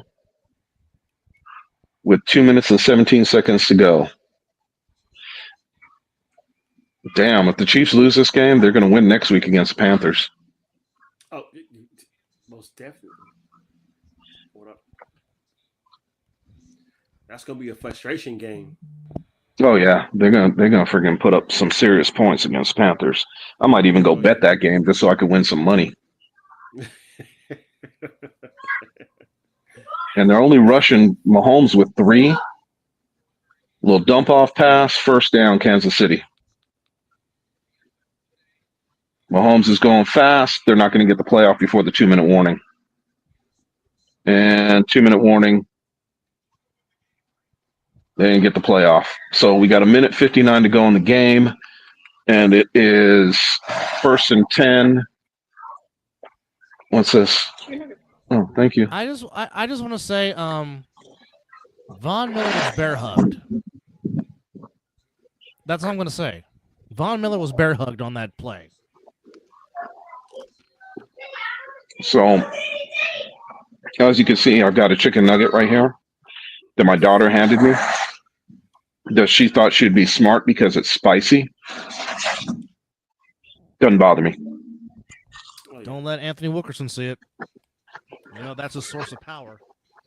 Oh, yeah. The power. Pellet power. Exactly. But the funny thing is, she handed it to me. And as soon as I took a bite of it, looked over and saw her staring out the window. I knew what she was doing because it's spicy. It ain't that bad. From Wendy's? I don't know where they went. My daughter wanted to go to the park, and my wife took her to the park, and then they're stopping and grabbing some food on the way home. So I know she's sitting there looking at me right now, wondering if I'm gonna be like, "Oh, it's hot." They're not that bad. Actually, I could eat a few more of those. They're not bad at all. So we're on commercial right now. Yeah, I got commercial on. Well, yes, but I dipped off to check out the rest of the Chiefs and Bills game. It looks like the Argonauts were getting the better of the team, but the difference is the Argos kicked a field goal and the Blue Bombers scored the touchdown. Oh, well. Folks, we will be getting some passion very, very soon. Why is that? I'll just post the comment for you. Yeah, I can't see comments, so on my phone. On my way. Uh-oh. Yeah, Ruh-roh. He's coming to Casa del Mason. So he's gonna be sitting next to me, giving his passion. Ooh, this should be good. The one thing I could always do with Josh is get him fired up. Yep. So I'm gonna have to. You won't need to. B Rabbit B Rabbit has already gotten him fired up. Yeah, I know. Right, so, I could always get him fired up because he and I will always disagree on stuff, and I know that he doesn't always want me on the Joffos because of that, which I think is funny. But that's all right. Let's see. Ooh, little dump down. Ooh, good play by the defense. Let me get it set up in here. Hold on, I'm gonna rearrange the man cave. I'm gonna be on mute and off camera. I'm gonna be on mute and off camera for a second while I rearrange it. All right, we got 2nd down and 13. Kansas City goes no huddle. Easy day, Chris. Kansas City goes, almost picked. In and out of the hands of the defender. 3rd down and 13. 1 minute and 32 seconds to go. I'm smelling the fact that the Chiefs are going to take that first L. And as JP says, nah, Chris, you're always welcome. We don't shout. I appreciate that, JP. JP, you know I love you, man. I got nothing but love for you, brother. I just like getting you fired up from time to time. That's all.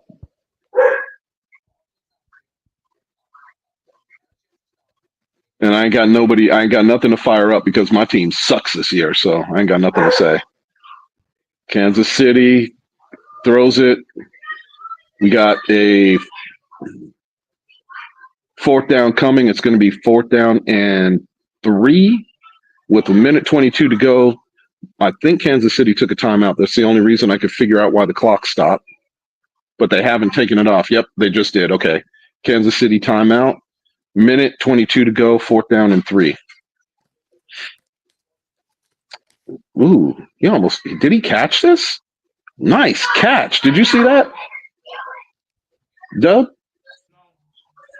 Look at this. Oh, he did not catch that. Watch this. He did not catch this ball. Watch it hit the ground. He did not catch that pass. When they come back, from that timeout, it's going to be 4th down and 13. He does not catch this ball.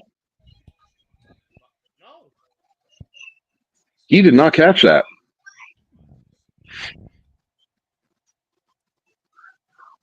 Are you watching the Bills game, right, Dub?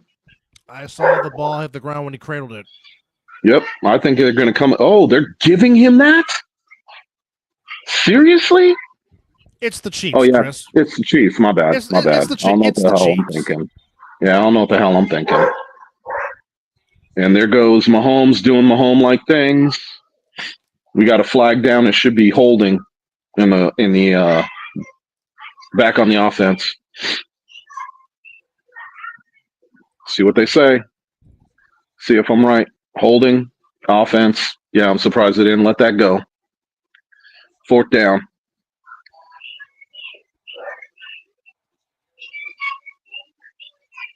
But I mean that is classic holding right there. When you wrap a man around the backside of his head, look at this. Yeah, you ain't going nowhere, bro. Love you. Just giving you a hug. 4th down and 13.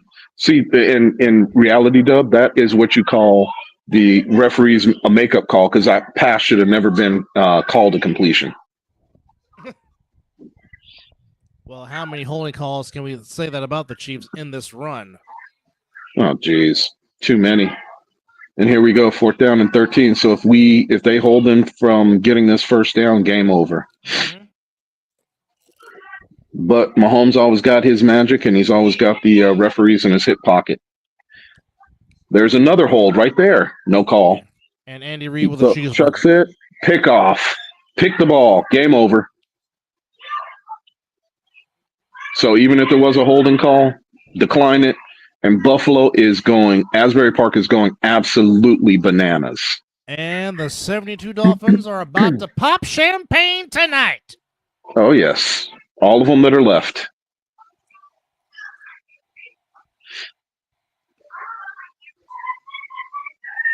Chiefs 9-1. It's still not a bad place to be. No, not at all. He steps up, delivers a pass, and just a outstanding play by the defender. Outstanding. That's a wide receiver catch right there. Mm-hmm. Catch him with your hands. Very well. Mm-hmm. He read that all the way. He read that very well. Game over. No point in even taking that last time out. Game over. Well, Dub, thank you for taking that L. Anytime. It creeps me closer. Wait. Did you say, Dub, did you say I had 74 wins or 78 wins? 74. Damn. So I'm 6 behind you. So at least I gained 1. No, I didn't, because you. Right? No, you were behind me. You had 70. No, Mizzle's got 78. Ah, damn it. I picked one up on Dub. I think we're all pretty spot on everything else we picked. Well, except you guys both took the Colts and I took the Jets. Oh, that, yep. All right, well. Can't down me. I thought the Jets actually had a chance because they were playing at home, but I won't make that mistake again. The best formation in football. Hell yeah. Well, Bills Mafia? Get Congrats. those tables. Break some tables. Well, hey, at least they're not like the Eagles. Then we'd be talking about them eating some horse shit.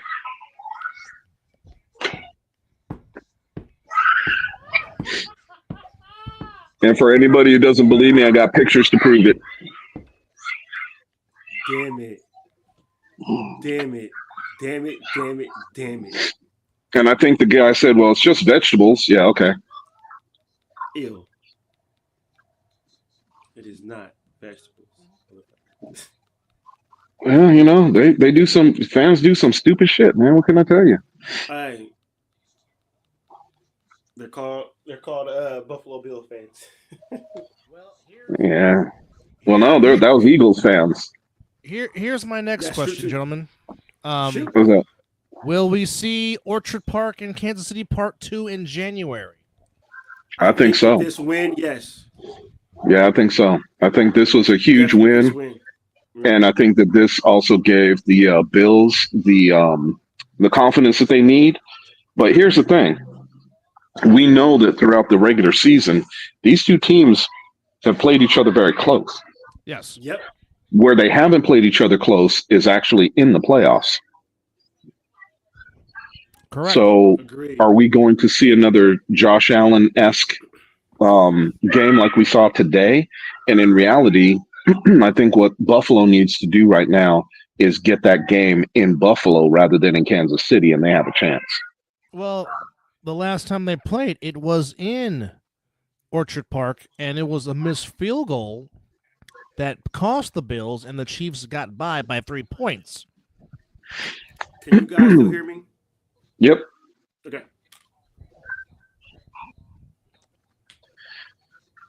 So this was an interesting game. I got to say, this was a game that I kind of foresaw, I guess.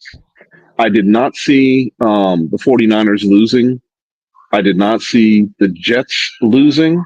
And I think those are my only two losses so far this week. Well, we know. Well, here's the thing. As we all know, division games are always 50-50. They're division games. But here's my problem. Here's the problem with my team. Yes, they're missing 4 key starters. But the minute Bosa went out the game, it's like they've forgotten how to play defense. Well, I mean, you have your, and let's not play it down, or downplay it, I should say, because I want to say it right. You have a San Francisco team that Bosa's their emotional leader on defense, and when he's not their emotional leader. He's their best player, but the leader of that defense is still Fred Warner. Well, no, and I agree with that. But what I'm saying, Dub, is he's the emotional leader on that defensive line. He sets the tone for the defensive line. Correct. And when you have him go out, Fred Warner could do all he wants. But the fact of the matter is Bosa is the tone setter of that defensive line. And when he went down, it's almost like that it was almost like, it was almost like they said, well, our leader is gone. What are we going to do? And in reality, what they should have done is be able to step back and say, okay, we got to pick him up. Instead, what they did was just let him down by not playing up to their the snuff that they could play up to that situation. But also, here's what also hurt them today. What's that?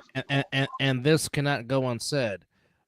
They were penalized 9 times to Seattle's 4. So they kept shooting themselves in the foot when Seattle did not. Well, I mean, we all know that penalties can cost you games. We know that. I mean, one of the things that was not talked about and was swept under the rug when I said it in our A7 championship was when I said, look, I think that penalties could be the difference in this game. And guess what it was? Yes, we know it was the extra point, but at the same time, we could also say that penalties cost BIC heavily in that game, because it did cost them a touchdown. So when you think about those situations, football is football. I don't care what level you're playing at. If you are shooting yourself in the foot with penalties and it costs you points, that's when, I don't care if you're playing defense and it's a defensive penalty, or if you're playing offense, it's an offensive penalty. Whenever you have situations where it costs you points, that could always cost you the game in the end.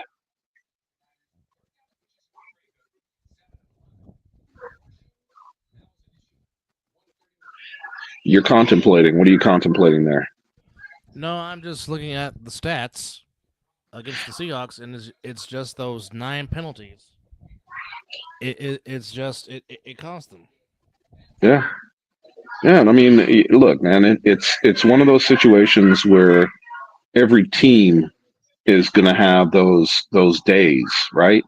And the great teams can overcome it, but when you're struggling like the 49ers are, especially with all the injuries, it's one of those situations where it becomes amplified and you can no longer overcome those situations. And I think that's what happened to you guys today.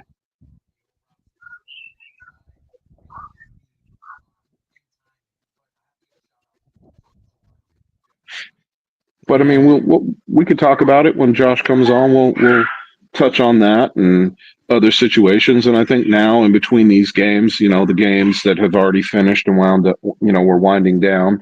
And before we get to the 5 o'clock game, I mean, it's, these are things we could talk on, and we can touch on some other stuff and some other goings on, if you will, within the NFL.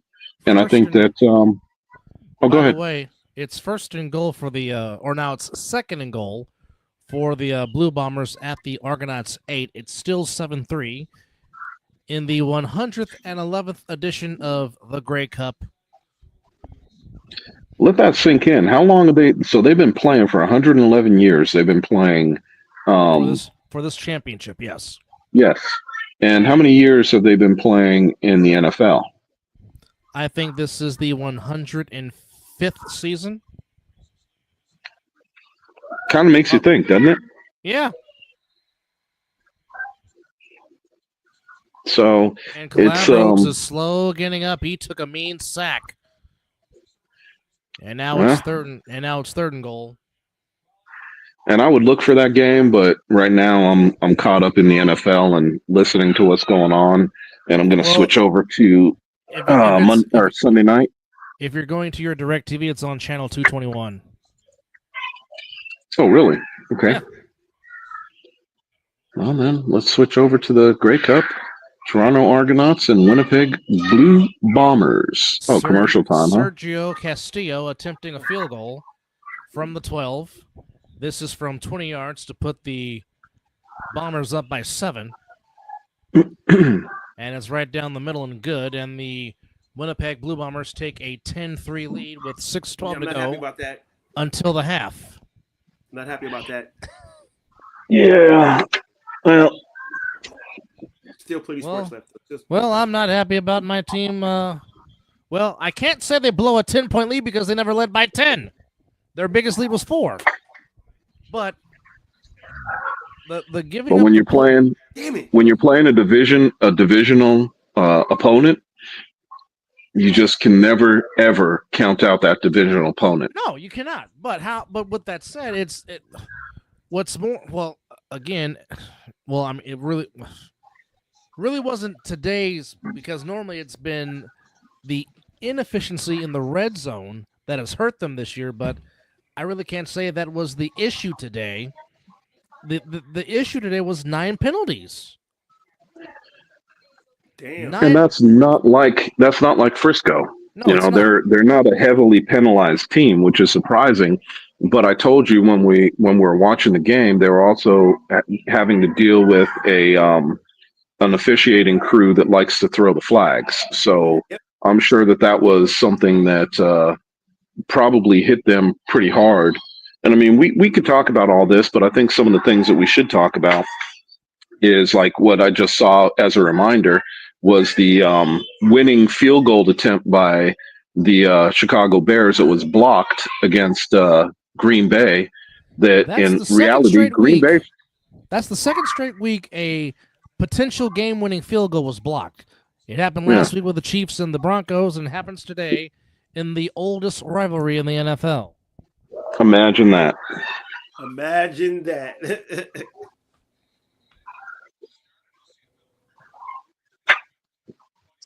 Man. The Grey Cup is on a commercial break. Actually, they're just coming back right now. Oh, okay, I must be just a tad. Oh, they got a penalty flag. Must be a false start, but they're allowed to run towards. That's something I have to get used to. They're allowed to run towards the line of scrimmage. Yeah, they just can't pass for the start of the play, which I'm gonna have to get used to because I think you could do that in arena ball too. Oh, yeah, exactly. Yep. So I've got to get my wide receivers ready for that. And in the XFL. Well, UFL now. Yes. Well, no, the XFL is still. Nope. UFL. They combine USFL and XFL combined. But what I was saying was when it was strictly the XFL was doing that too. True. With nice little pass. With the head start. He's down. Man, I like them baby blue helmets from the Argonauts. They are nice. Right? They are nice. I like that. Well, the Argonauts... Some nice little hesitation and throw by, what'd you say the quarterback's name was? Arbuckle. Oh, so they're playing. I see what they're doing. They got it on TSN, Toronto Sports Network. Yes. That's what I'm watching it on. Yeah, simulcasting the game on here. Ooh, nice catch. That should have been a pick. I wonder if he's related to John Arbuckle from Garfield. Here you go. It's his nephew. Garfield! Garfield! It's his nephew and Garfield's cousin. That's great. Nonetheless, folks, thank you for hanging out with us on this Sunday, our own talking-ish version of the Red Zone. And I don't know how he didn't pick that off. Or at least get a hand on it. It went right over his hand. But Polk will say, thank you very much. I'll take it. And a first down. Right? Yeah, this run game from the Argos doesn't look very good. No. Garbutt. Names you won't see in the NFL. Why? Who knows? And did you see that other one, Vandal? That's a great last name for an offensive lineman, Vandal. He vandalized his defense. Right. But I'll tell you So, what, Miz, Josh is supposed to be over at your house today? Yeah, he should be arriving within any minute. And here's the pass. Nice catch. although I will say this, that was just a. although I will say this though, Jefferson, number 5 on Winnipeg, he has been a good player for a damn long time. He has. Well, look at this. Hold on. Look at Arbuckle's pass and an even better catch, just as a block out, just like a rebound, just going up and getting it, high pointing the ball. Oh, And if that defender comes back, that is a beautiful spiral. yes, it is. And if that or cornerback comes back for the ball, he can actually knock it down before the receiver had a chance to catch it. That is a beautiful throw by Arbuckle. Oh, great protection by the O-line. And you have spoken him up. He has arrived.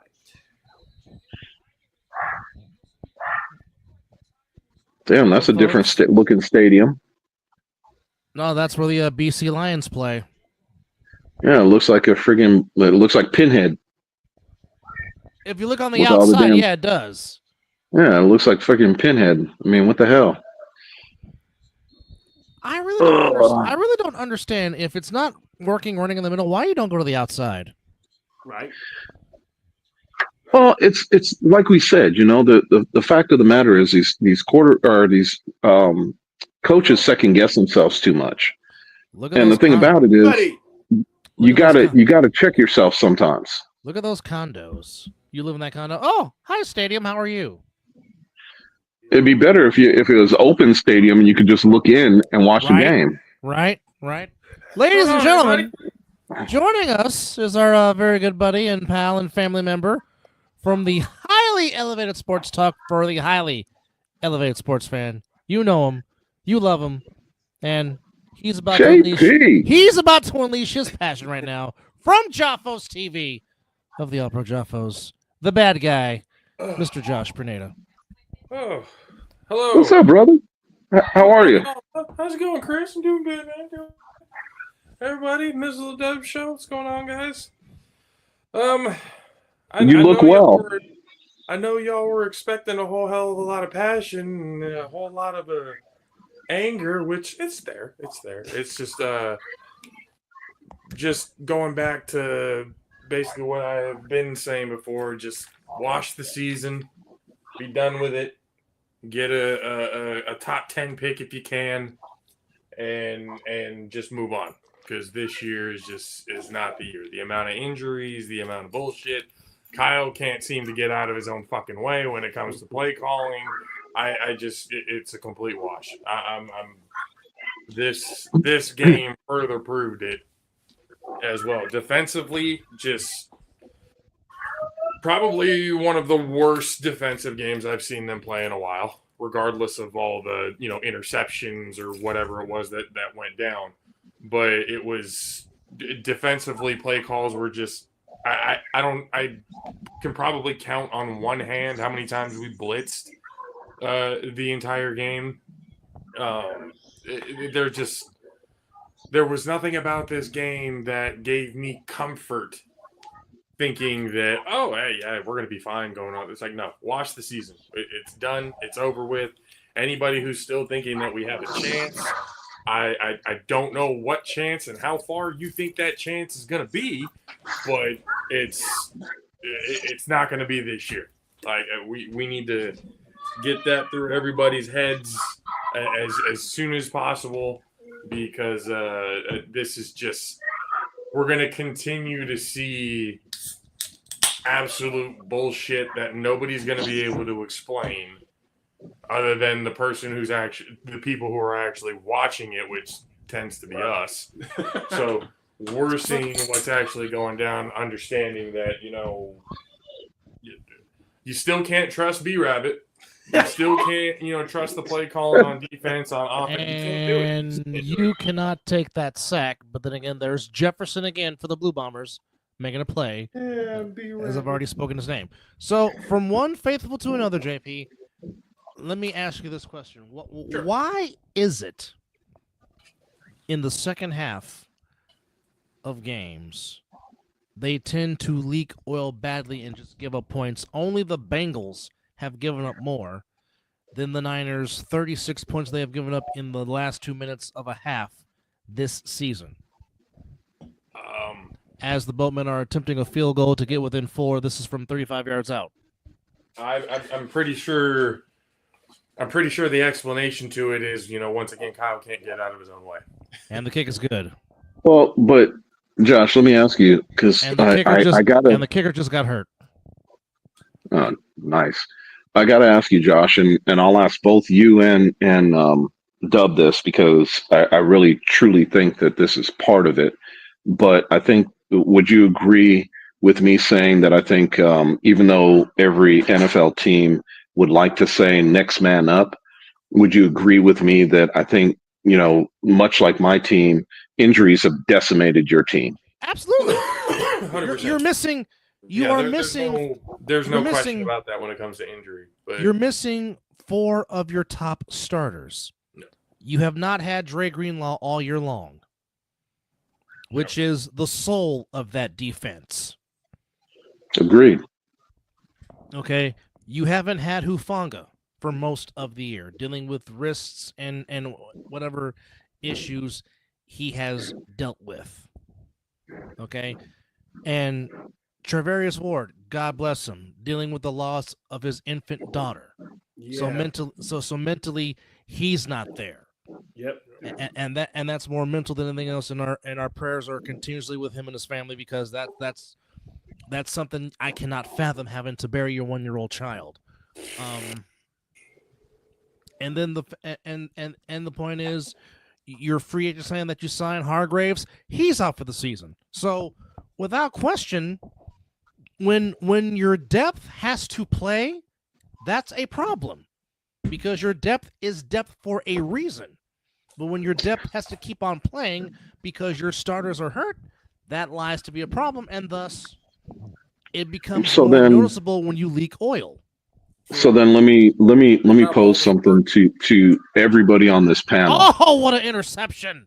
Let me pose this to all of you, and I really, really want your feelings on this. So, as you guys know, the NFL wants to go to 18 games. Yep, Roger Goodell. They want to lower the amount of preseason games. They want to add another game. Well, hold on. Let me finish with what I'm about to say, because I really want to get you guys' feelings on this. So there's 2 things that they haven't mentioned. 2 of the things that they haven't mentioned is expanding the game day roster and expanding the overall roster. So in my humble opinion, right now your game day roster is 46. A lot of people don't understand that. They think it's 53. No, your regular roster is 53. Yes. So here's my thought.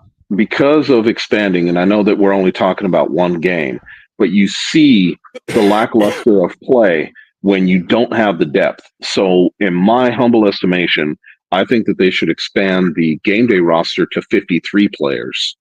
And I think they should expand the regular roster to 63. And the rationale behind that is, when you do that, it allows your team to pull in players that they don't necessarily want to cut, but they have to because they have no place else to put them. And then they're hoping to get them on the practice squad, even though these players could very well be backups for your team. And I think that in my humble opinion, I think what they should do is exactly what I said. And I would like to get your guys' thoughts on that. Now, remember, back in 1993, if I'm not mistaken, they did this 18 games season, but there were 2 bye weeks, if I'm not mistaken. And this was back 31 years ago. I agree. Now, considering. Yeah, has to be. Has to be now, 2 bye.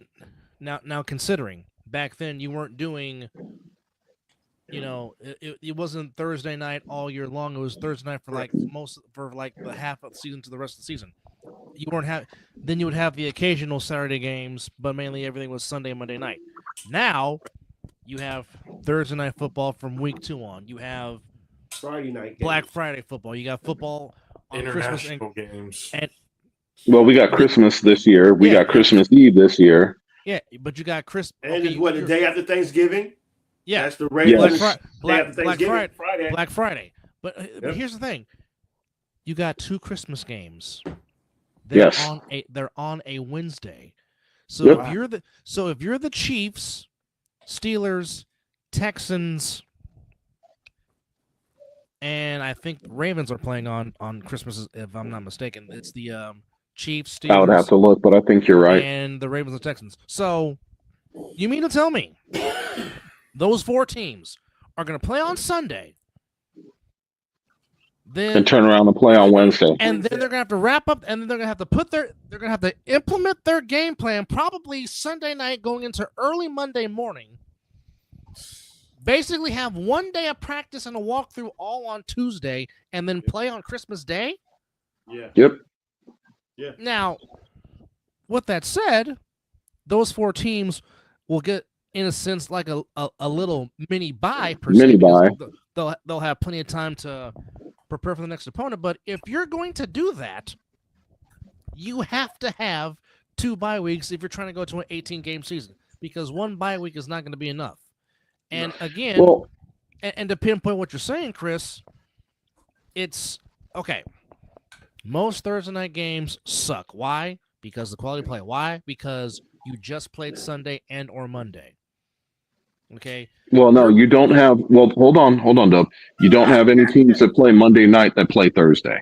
Okay. The NFL does not do that. So it's Sunday and then Thursday. But I agree with you because basically what you're just saying is basically what's going to happen because you're playing Sunday and then you're playing Wednesday. So that's why I'm saying if you want to continue to grow the NFL the way the NFL wants to, you need to expand both your game day rosters and your regular roster. But I also think you need to expand the third piece, which is your practice teams. And I think that all of those rosters need to expand, and they need to expand not just by a few players, but you need to be able to expand those things by at least 7 to 10 players. Because if you're going to continue to do this, injuries are going to zap a lot of these teams' ability to play week in and week out. Right. And then the quality of play will go down. And then then fans will be even more irate because it's like, okay, well, you're pretty much handicapping or handcuffing my team that I'm rooting for to watch a game. Yep. Exactly. Yeah, we got something going on in Vancouver. So the thing about it is, and Josh, what's your thought on that? What's your thought on the expansion of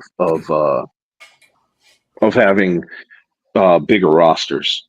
I mean, that's really the only way I see it going down effectively is expanding the roster, adding having 2 bye weeks, expanding the roster.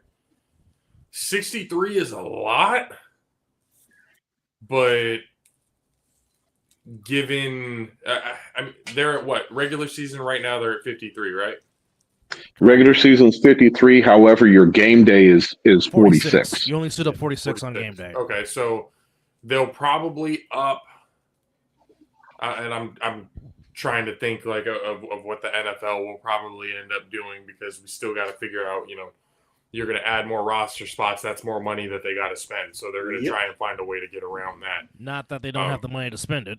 But so what they'll probably end up doing is they'll go from 53 to maybe 58, 59 at the very, very most. And then from, you said 46? Yeah. Yes. From 46, they'll go probably 50. They'll round it up, go up to 50.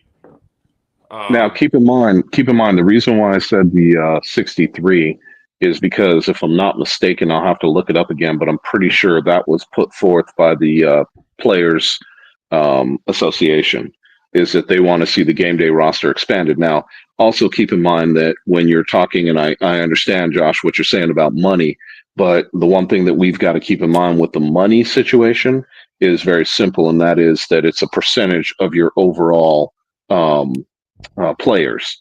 So when you're talking about that, it's not everybody counts like they should against the salary cap.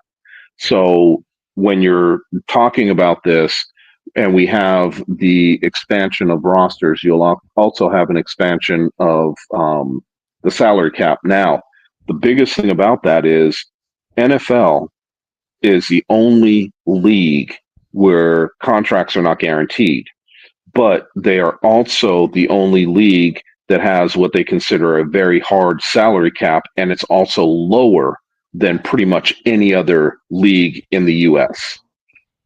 Which, by the way, the Argonauts just kicked another field goal. The score is now 10-9. 10-9. Yep. In the 111th edition of the Grey Cup in the Canadian Football League. So, one question I do want to ask as we are getting close to it.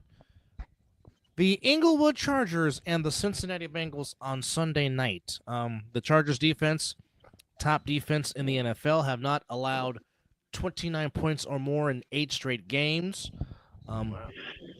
J.K. Dobbins has come back to life. 2 young studs at quarterbacks between Joe Burrow and Justin Herbert. The Bengals, despite the fact that Burrow and Chase were eating against the Ravens, still managed to lose that game. Right now, as it stands, and we're looking at playoff scenarios right now, the Chargers are the 6th seed. Or I'm sorry, they're on the 5 seed with Baltimore's loss today. So right now, Baltimore is 6. 5 seed in the AFC right now? Yep. And right now, they are a winning organization right now. And right now, the Denver Broncos would be your last remaining seed in the AFC playoffs. So, if you're going by seeding right now, as it stands right now at 4:57 p.m. Pacific Standard Time, right now, Chiefs are still the 1 seed by way of their 9-1 record, which the champagne is popping right now for the Miami Dolphins. Yeah. Bills 2 seed. The golden rule of not going against Mike Tomlin has them at the 3 seed. Houston is the 4 seed. Of course, as we know, the first 4 seeds are pretty much division winners. Right now, the Inglewood Chargers would be the 5 seed. Again, Baltimore currently right now is the 6th seed, and the Broncos are the 7th, which right now you have the Colts at 5-6, Miami and Cincinnati at 4-6, still with an outside shot of possibly catching 5-6 or 4-6, and you still have an outside shot is weird. Well, it's how they structured the new playoffs. It's just adding more teams to it makes it easier for a team to be under 500 to get in. Now in the NFC, right now, obviously the number 1 seed belongs to the Detroit Lions, and as I said, home field advantage is for the Detroit Lions to lose because I just don't see how they don't end up with home field advantage. Best team in football, though. I'll stand on that. The Lions are the best team in the NFL right now. Well, like I said, Jared Goff. Those words are being muttered right now are just what dimension are we in? Well, not if you've been watching our show the past years. We've said the Lions were going to be. We said the Lions were coming. We said they were coming. We understand. I'm just saying though. Hey. Minus that, everything that we've witnessed. We are reason why we should be saying these words. JP, we are definitely in bizarre world in the NFL, my friend. Needless to say, but right now, and we talked about it. we talked about it earlier today, is at the beginning of the season, we literally said, okay, who in this, on our panel, who in the world would ever think for 1 second that we would have the Commanders where they are, Minnesota where they are, Didn't see that. and what's that? Oh, I didn't see Minnesota. Minnesota where they are. And the Arizona Cardinals are in first place in the NFC West. Exactly. No. If anybody would have said that at the beginning of the season, we would have gotten laughed at. So, and I just saw the Josh Allen touchdown. Horrible fucking tackling. Yeah. You're hitting the slant machine all day next week. Yeah. Dive. So, All that. in the NFC, 1 seed are the Lions, 2 seed. Chris loves to hate them, the Philadelphia Eagles. Hold on 2 seconds for me. As Chris will come back. So right now, Lions 1 seed, Eagles 2 seed. The Arizona Cardinals are the 3 seed, folks. Only because they're leading the division. Facts, but they're still the 3 seed. Yeah, true that. 4 seed, the Atlanta Falcons. With the L today? With the L, the Falcons are still the 4 seed. The NFC South will forever be fucking trash. Oh my god. Like the whole league has become the NFC South this year. Like it's been, oh my goodness. Yeah, the fucking Saints. The fucking Saints, the fucking Falcons, the fucking Bucks. Who the hell else is in the division? Doesn't fucking matter. The Panthers. Doesn't Panthers. fucking matter. The Panthers. Might as well be a 3-team fucking 4 division. seed. 4 seed, the Falcons. Wow. 5 seed, the 8-2 Minnesota Vikings. Wait, say it again. The 5 seed are the 8-2 Minnesota Vikings. And who's the 4 seed? The Arizona Cardinals. Get the fuck out of here with that. If the Vikings I know were in because the division winner. if the Vikings were in the NFC West, the Vikings would have a 2-game lead on the Cardinals in the division. A 5 seed is an 8-2 team. Well, the 6 seed is the 7-3 team in the Green Bay Packers. And the 7th seed is the 7-4 Landover Commanders team. Wow. Normally that gets you like a home. So Landover Commanders. So you have the whole entire NFC West trying to catch the Commanders right now. That's kind of funny. What the fuck is happening? We're in Bizarro World. You didn't hear? What is... What? Chasing the Commanders? Yep. Commanders of all teams. The Yeah, fucking Commanders. But yet, Wait, here's there's an the 8-2 team yet as a 5 seed right now. yet, An 8-2 team as a here's 5 the kicker. seed. Here's the kicker. Here is the kicker. Everybody in the NFC West is at 500 or better. Oh God!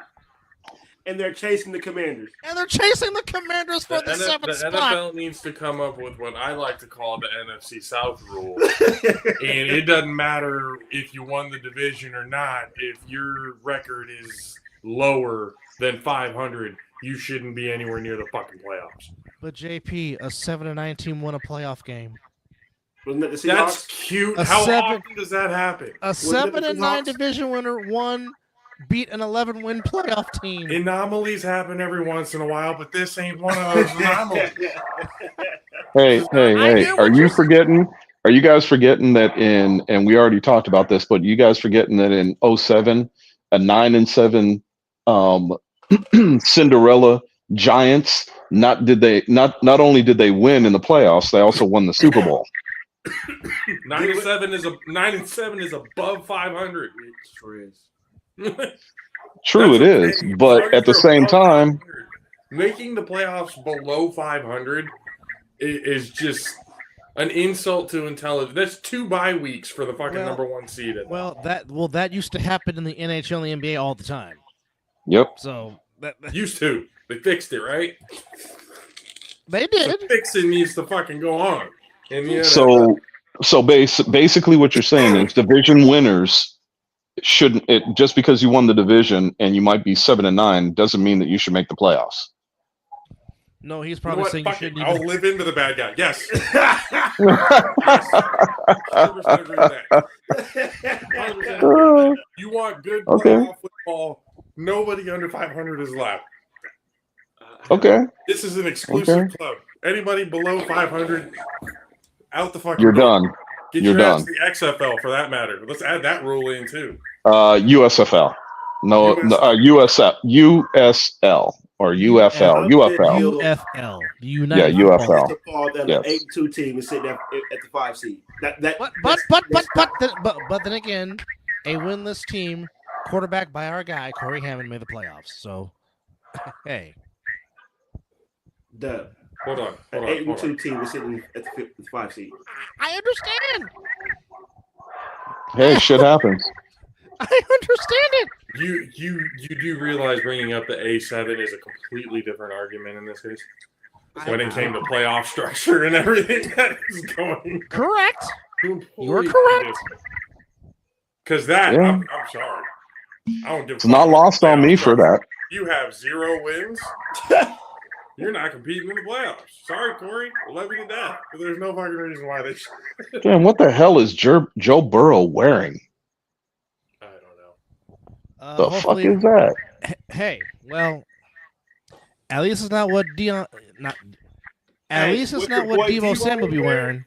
What your boy Debo was wearing that Yeah, day? Debo be wearing some stuff. Zesty lately. Hey. Debo's been walking in with a whole bit of attitude.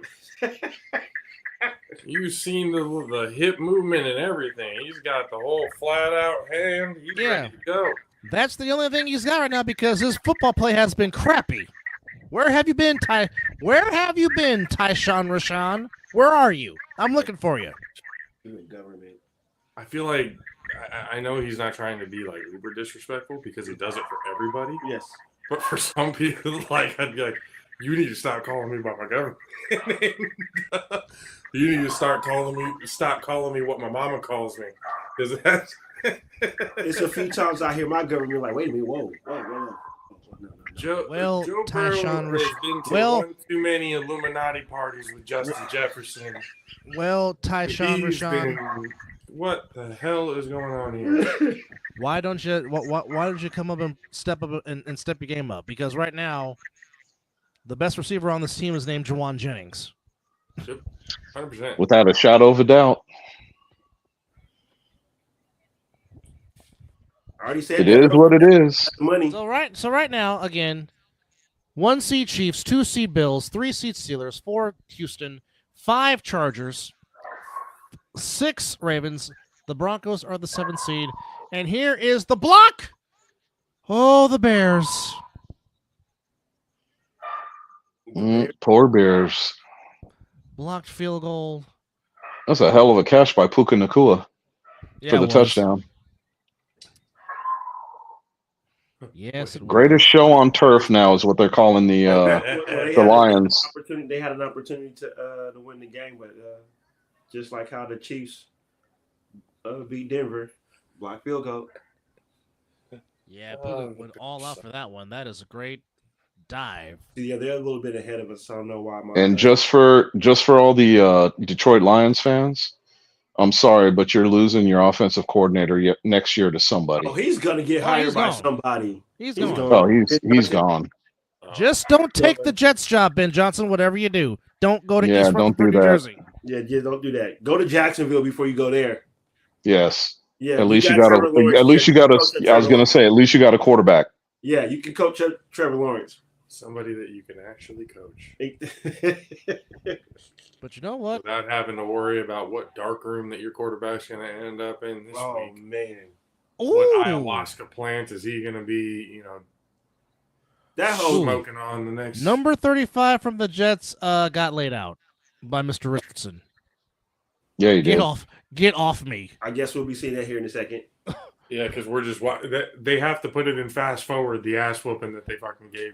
Detroit gave. Just watch 30. Just watch 35 from the Jets when he meets Mr. Richardson. Yeah, number 35 is really laying on the ground right now, going, I shouldn't have done that shit. Is Jared Goff the MVP this year?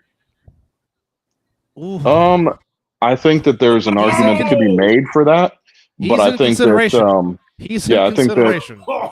I think Mahomes and LeVar would have something to say about that. Anthony Richardson, this is what I said he had to do to gain that trust back. After get out there and work. You get out there and work. Lay your fucking head down and let's go. And go to work. Ooh, little man. Okay. So you guys were just talking about that? Or just seeing that? Go! Get there. Yeah, but not on the second one. He got caught from behind. Only Chris Sims and Rodney Harrison are picking the Chargers. Everybody else is picking Cincinnati. Oh, yeah, he did. And he got hawked. He got walked. Yeah, he got, Is that, we got another white DB in the making? Is that what's happening? Another Eric Weddle? No, Jason Sehorn, baby. Jason Sehorn. I feel like when people talk about it, it's like they forget the fact that, white safeties have been happening all the time. It's the corners that we're talking about that doesn't happen. Jason Sehorn, baby. Come on. Oh, I remember that. That's what I'm saying. Like, up until Cooper DeJean. Hey, wasn't he the Michael Irvin killer? He had his games against him, but I wouldn't call him the killer. I think that Aeneas Williams was the Michael Irvin killer. I was just saying when Michael Irvin was hosted was on the NFL Game Day show. They always show when the Giants played the Cowboys. They always show when Jason Sehorn was matched up against Irvin. Oh yeah, man, they had their battles. But if I was going to say that there's a game or a player to hold Michael Irving to his lowest yard totals and catches, it was Aeneas Williams. Yeah, Aeneas Williams shut down everybody. Well, what do you do to Steve Young? I really do like the Bengal orange pants. Okay. I like the all white unis. The all white with the black stripes. Those are clean. Yeah, those white, are clean. All white with the white black stripes on the helmet. Yeah, those actually might be my favorite jerseys right now. Like well, since you guys are going that direction, I'll tell you the ones that I hate the most, and that's the damn bumblebee jerseys of the fucking Pittsburgh Steelers. Yellow Jailhouse Rocks. Dude, I hate those damn things. I don't like it. I can't stand those damn things. They're ugly as hell. I can't. Although I wish the lines would go. I'll say this: I don't like y'all the Niners black and red one. Join the fucking club. I hated him. Hated him. That is hideous. And I've said this. The only reason why it looked as shitty as it did was because they didn't black out the helmet. Now they kept the gold helmet, but then went straight black and red on the jersey, so it threw the whole thing off. If they would have gone black with the gold trim, with the gold helmet, it would have looked a little bit better. But what they're currently there's a reason why they don't wear those fucking jerseys anymore. Yeah, that's just disrespectful. They were trying to do the black jerseys where like everyone was running into that trend of everybody's gonna have a black jersey now. No. And they tried it and fucking failed. Absolute failure. No reason why. I just really want them to go back to the 3 white striped socks. I mean, that's a minor change that would look a whole hell of a lot better. Yes. To be completely honest, those are nice. It would. I like the old school looks on most of the team, like all the teams, the legacy teams, I guess you can call them. Yeah. I like the old school. Yeah. Sticking with that type, you can modernize it a little bit, but it's still kind of I love the fact that the Broncos finally went back to their old school orange crush jerseys. I never understood why the Tampa Bay Buccaneers wear the goddamn creamsicle ones. I was like, that was a representation of your worst teams in the history of your franchise, and you're gonna just wear that bad juju around like, oh, they looked cool though, right? No, they didn't. They were ugly. They represented the team. They were keeping it real, Josh. They're keeping it real. They represented how ass the team was. The disgusting play was represented by the disgusting jerseys that those creamsicle ones are. It just cracks me up. It cracks me up of the amount of players that were drafted by the Tampa Bay Bucks back in the day that went on to win Super Bowls or play for really good teams. They were just god-awful organization. Okay, well, I'm not going to watch the Jonas Brothers halftime show at the Grey Cup. That's what I'm not with the Three Musketeer pirate. It wasn't even like a. Oh, Bucko Bruce! I think Bucko Bruce was about the best thing. That was about a pretty boy Three Musketeer they had on their goddamn. Bucko Bruce. I'm 99.9% sure that P. Diddy made sure that name came out. And just for that account, it should be thrown out the window. Just for that, it should be out. Oh baby, never again. Because he wasn't. I wouldn't even call that Three Musketeers. I call that a whole nother side of the first team that was definitely supporting LGBTQ. Does it start with a Q? Sun setting in Inglewood, California, for the Inglewood Chargers and the Cincinnati Bengals. Oh shit! I love all you people. Don't worry about it as long as you're doing fuck what you do in your bed. What you do in your own time is 100% on you, and I don't care about it. Just don't try to fucking force me into calling you some shit. That's all I got to say. I love the friends that I have that sit there and talk shit with me. And they go up and say shit. They know I can't say it to them, and it's just hilarious. It's like you got to have a sense of humor in this life, people. Got to have a sense of humor. That's the only way we're gonna get through this life. With as much shit that's going on in this world, having a sense of humor is the only way we're gonna live through it. Okay. Yeah. And like I said, I'm too old to give a shit what anybody thinks or says about me. So this is the bad part of the night now because Mizzle does not like Chris Collinsworth. Oh well, he's on mute right now because we are doing this show. So I don't want to get flagged. There's no way we're gonna be hearing his voice right now. I'll tell you that. Dude, Chris Collinsworth's takes are probably the worst that I've ever heard. Now here's a guy. See, I'm not the only one. I'm not he is fucking when talk about useless. Takes like what do we mean by takes? Just the fact that he, as you say, Chris, yick rides the shit out of Mahomes. Like other than that, like me personally, I've never had a real problem with Collinsworth. I was kind of a fan of the Collinsworth slide, going in there to begin the whole thing. The here's the guy thing at first was cool, but then it started getting played out, obviously. But, I mean, I haven't really had a huge problem with him up until, obviously, Mahomes started getting his, wind on how things. He's not a good commentator. I think the thing that I dislike about Collinsworth the most is that while he played the game, his takes on wide receivers leaves a lot to be desired. And, we got the fact that I don't like, and I agree with you, Josh, I don't like his what's the easiest way for me to say it? The way he rides Mahomes' jock. I hate that. But you can also tell the players that he is a friggin' homer for. And while I don't care usually about the way you have your homer players, he is over the top with the players that he likes. Yep. And it makes for bad TV because they can do no wrong in his eyes. Whereas there's other commentators, who some of their favorite players are, they'll tell you. And you can also see it with some of the way they commentate, but they will also be real when that player is having a bad game. They'll call him out. but Collinsworth, dude, all his favorite players can do no wrong. I mean, that dude might as well be on his knees.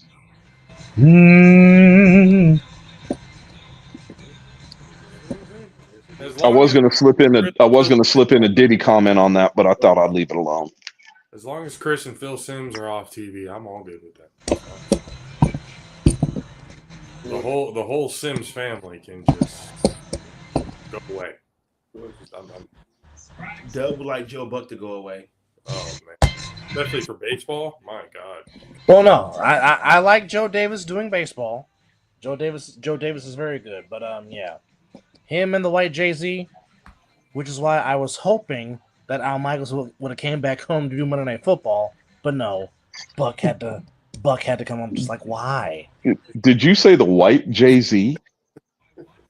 Chris, if I was to show you this picture, just like how you said that, I know exactly what he's talking about. Just You like gonna show me the picture of Troy Aikman? And yes, he is a white Jay-Z. Now you have to.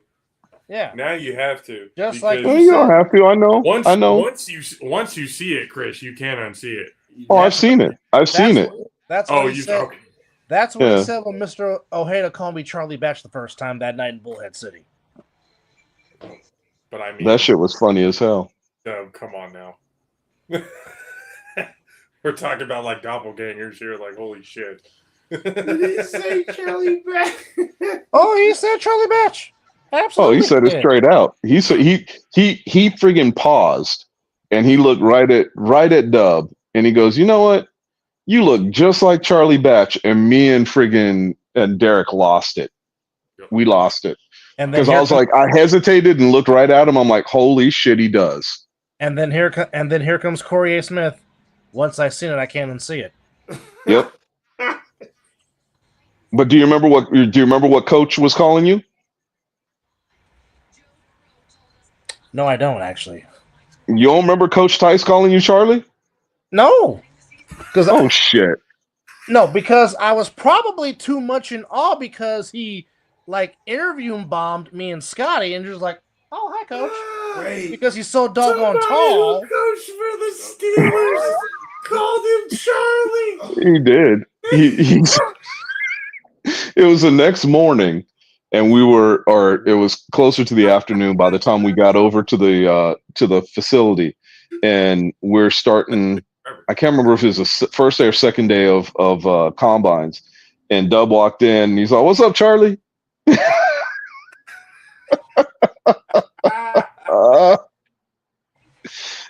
Coach Tyson's friggin' something else, man. I love that dude. I don't care what nobody says. That's a compliment. Oh, That's a compliment. I'm laughing with you, Dub. I'm laughing with you. It is a compliment. I'd rather, you know what? I'd rather be called that than some of the things I have been called in my life. And Mizzle, don't you even dare say them either. And don't you sing it either. Man. Now Mizzle, now you gotta say it.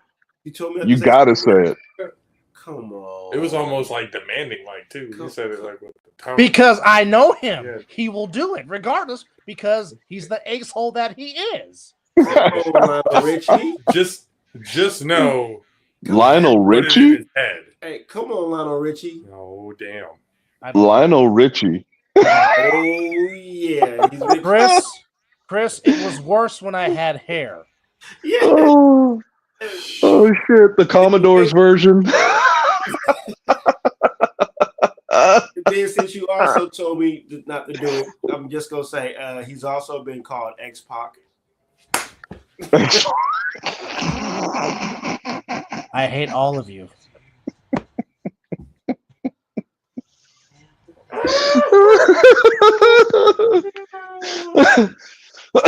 I love y'all, but I don't like y'all right now. Damn. Hey. Or excuse me, Lionel, calm down. I will not calm. Hold on, before or after the Commodores? Well, like I said, it was during the Commodores. Well, like I said, because I ain't doing all that Botox that he's doing now. He trying to look like LaToya Jackson. Oh God. Oh, there's some honesty in that. Oh shit! I'm just Lionel, show me your surprise face. No, I said show me your surprise face. no. Okay, show me your upset face. Damn, they look alike. Just like the Eli.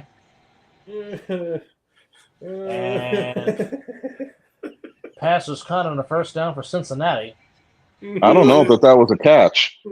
He looked like he only got 1 foot in. I'm just saying, Dub. Had you not Look at the catch. Look at the catch. There's one. There's two. That's not a first down. That's not even a catch. He was out of bounds.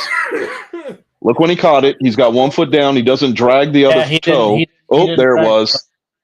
There it was. I did see the beads kick up. That was a catch. I looked and I was like, oh, now he unlocked Pandora's box. They're gonna challenge anyway. 81 for him.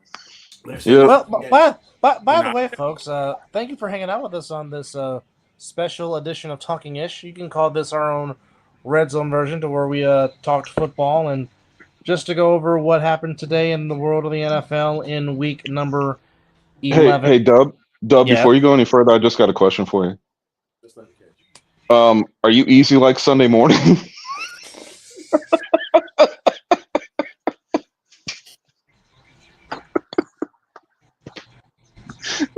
I'm sorry, I couldn't resist. It's hard for him to be on Sunday morning when on Saturday nights he's dancing on the ceiling.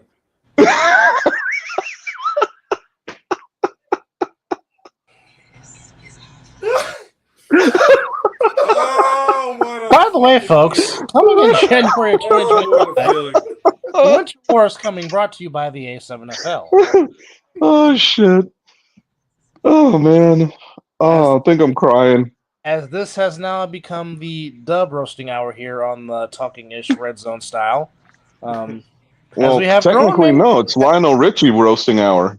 I can see it in his eyes.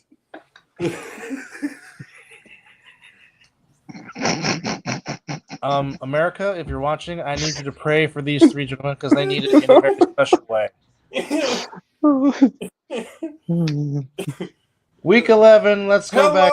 Thursday night, Eagles beat the Commanders 26-18. Is it done you're looking for? Steelers beat the Ravens 18-16. Jaguars and Lions. Lions beat the Jaguars 52-6. Rams beat the Patriots 28-22. Saints beat the Browns in the Jameis Winston Toilet Bowl 35-14. Colts find a way to beat the Jets 28-27. He's from New Jersey.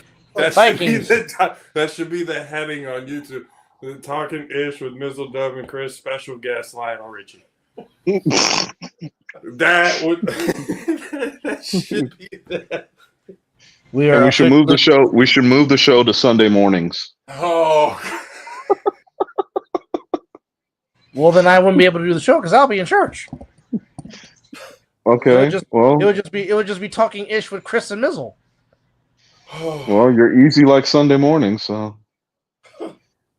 Vikings easy like Sunday morning. Vikings beat the Titans 23-13. Dolphins beat the Raiders 34-19. Packers beat the Bears 20-19. Broncos beat the Falcons 38-6. And the Orchard Park Bills hand the Chiefs their first loss of the season. So everyone has had at least one loss in the NFL. 30-21 the final score. Seahawks beat the 49ers 20-17. And we are scoreless in Cincinnati between the Bengals and the Chargers. And tomorrow... Actually, you're in LA. No, they're in Inglewood. Yes, I'm sorry, Inglewood. My bad, Lionel. My bad. You know what?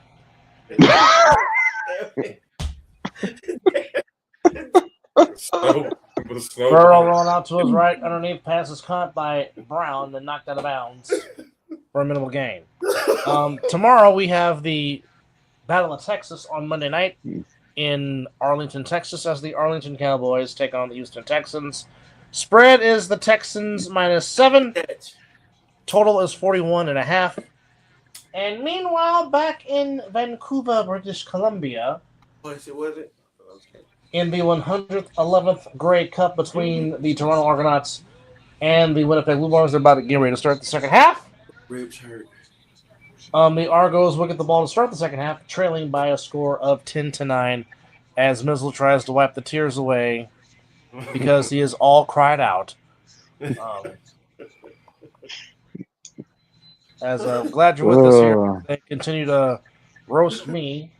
Isn't that Lisa and Cult Jam though? She did. She was the originator, yes, and Lisa can still get it to this day. Absolutely. Kickoff in Vancouver. Oh, okay. And oh no, it's like we can breathe now. Decent return for the Argos. As Arbuckle comes back onto the field for Toronto, down a point here in this Grey Cup after the Jonas Brothers just performed the halftime show at the Grey Cup. The Jonas Brothers? Yes. Wow. Interesting. Okay. Jonas Brothers are at the Grey Cup. They were the halftime show, yes. Are they Canadian? No. At least we won't claim them. I mean, getting the Jonas Brothers to do the Grey Cup? What? Back to back. Caught. Nice catch at the 50 for the Argos. Oh, you watching? Nice. Yep, and this is the first possession by the Chargers. Oh, shit. Yeah, we just saw a punt. And Gus Edwards has been a very good signing by the Chargers, along with J.K. Dobbins, has revitalized this Chargers run game, taking a lot of pressure off of Herbert. Right? They fired their offensive coordinator? No, they followed their offensive coordinator because I believe he was at Baltimore and both the Gus yes, and Greg. Yes, J.K. Greg Roman. That lousy OC is in Inglewood. Yes. Man, Jennings just dropped their Dobson for a loss. Well, everywhere he goes. Oh yeah, Greg Roman follows Jim Harbaugh. Yes. Find a way to win. Oh damn! Grabbed him by his helmet. Yeah, he grabbed that helmet for dear life. Oh, wow. That you got to have strong hands if you can bring him down by the helmet. Right? Not pulling on his face mask. No, just straight not at helmet. all. The back of the helmet. Oh, there's no Yep, penalty side for that. of the helmet. It's like palming his head. Damn.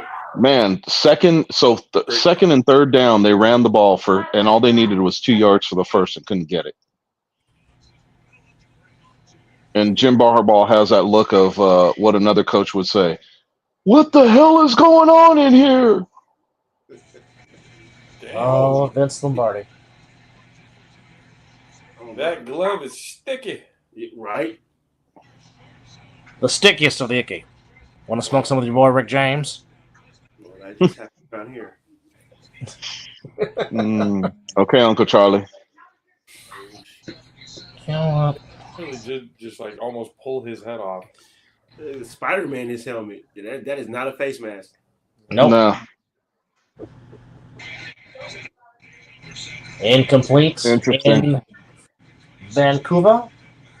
And now the Argos will be forced to punt. What's the score on that, Doug? Still 10-9. 3 minutes gone by, or almost 2.5 gone by here in the third quarter, as Whitehead is about to receive the punt for the Blue Bombers, and the Blue Bombers will have their first possession of the second half in this 111th edition of the Grey Cup to crown the champions. All right, gentlemen. Hold on. My wife is calling me. Duty calls.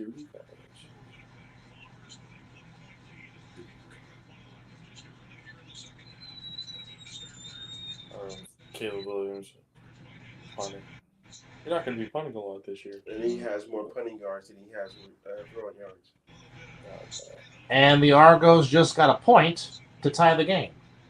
How is that possible? Something about the punt, like if you get the punt inside the 5 or it goes into the end zone and Canadian football rules are so fucking weird. they down it, you get a point. So the game was tied 10-10. I mean, okay, that makes me happy because I'm a fan. But it's like, So you get a point for downing it inside the 5? Hold on, I'll give you the actual answer in a second. Hold on. I was gonna say shit. That would give more incentive to the punting game in the NFL at least. The NFL will never implement that. You didn't think they would get to the kickoff point that they're at, but here we are. Okay, so hold on. All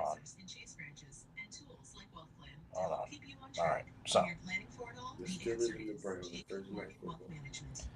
Well, it is called a rogue. That's the CFL's 1-point score. So, in the CFL, and this is from the Sporting News, in the CFL, the kicking team is awarded a rogue if the team either misses a field goal or punts the football and the receiving team does not get the ball out of their end zone. Or a team can score a rogue if the ball goes through the end zone and out of bounds without being touched on a missed field goal or punt. Rogues are not awarded if the ball is downed in the end zone after interception in the end zone, if the ball is fumbled outside the end zone, if the ball hits the goalpost, or if a kickoff goes into the end zone and out of bounds without being touched. Yeah, I don't understand, but okay. It just gave me a headache when you was saying it. I'm still trying to understand. Okay, so he said a fumble, and that fumble apparently has to hit the goalpost. So all you got to do is kick the ball in the end zone, you get a point. And there he is down on the sideline. The receiver has to get the ball out of the end zone. If the team either misses a field goal or they punt the football and the receiving team does not get the ball out of their end zone, that's a point. So like I said, basically kick the damn ball in the end zone. If they don't get it out, you get a fucking point. Which the Argonauts just did, and now we have a 10-10 tie. Wow. What about that? Remember the it's like a screen pass, and then they do that 1 yard little punt and recover it, and now it's a new set of downs. I was like, what the hell is that? I was like, that's a cheap ass way of. To which Mizzle spoken like a true fan. Well, it benefits my team, yay, but no. Yes, that's the best way I can put it. It's like, yes, no, oh, why? Right. All into one. I mean, if it's a rule, then it's a rule. But what? Yeah, that's a weird. That just lets you know that I watch too much American football. I mean, I do know about I didn't know about that rule. I mean, I do know a few of the Canadian rules. I just didn't know about that one. Ooh. That's that. Yep. That's that hip drop tackle that they're flagging. Definitely going to be 15. And the Argos are about to get the ball back as the Blue Bombers are going to punt. Oh, Brad Allen's still kicking around. Yeah, that was. Yep. McManus with the punt or with the stop on the tackle. Oh, and now shit. Punt for the Blue Bombers. Yep. Shit, could have been both. That could have been. Man, it's actually getting kind of cold out here. All that. There's the point. Flag on the play. Maybe not a hip drop tackle because he was. With 11:10 to go. Already. In Vancouver, British Columbia, as Arbuckle comes. Oh, look at those. Look at that beautiful light setting out there in Vancouver, British Columbia. I got to get to Canada.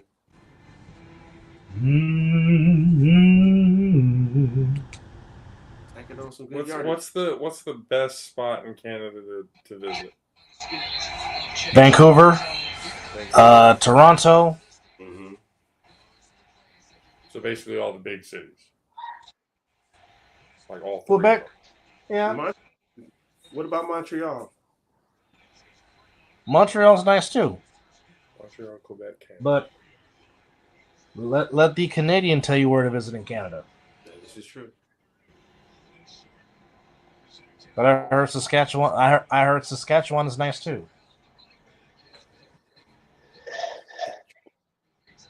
Is it Canada?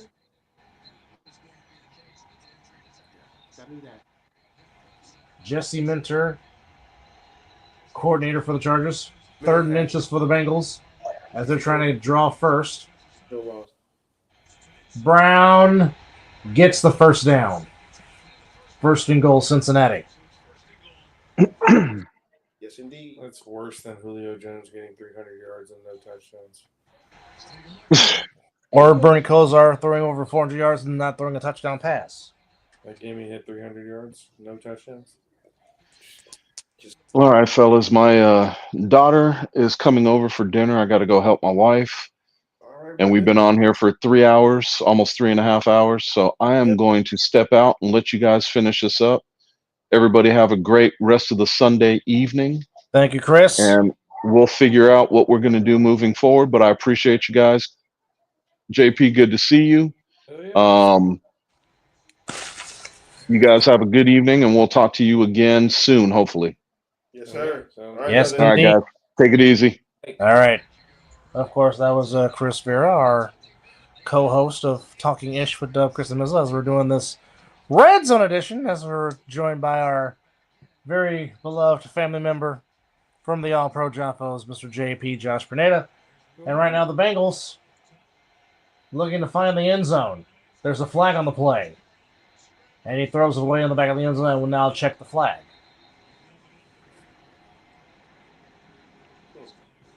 He must be like 1 or 2 plays ahead. Yeah. And it's on Cincinnati. Yeah, definitely. Yeah, because we don't have a flag. Not yet, at least. I mean, they could have threw a flag right there on that play on 1st down. I mean, hand fighting by both of them, you just kind of let it happen. But yeah, you could have called it either way on that one. A push off, or the refs can control this game if they really want to. all part of Vegas is. All right, 2nd and goal from the 8-yard line for Cincinnati. 7:24 to go here in the 1st quarter. Burrow is. I think if anything is going to help the Chargers. Oh, he almost. More room to operate.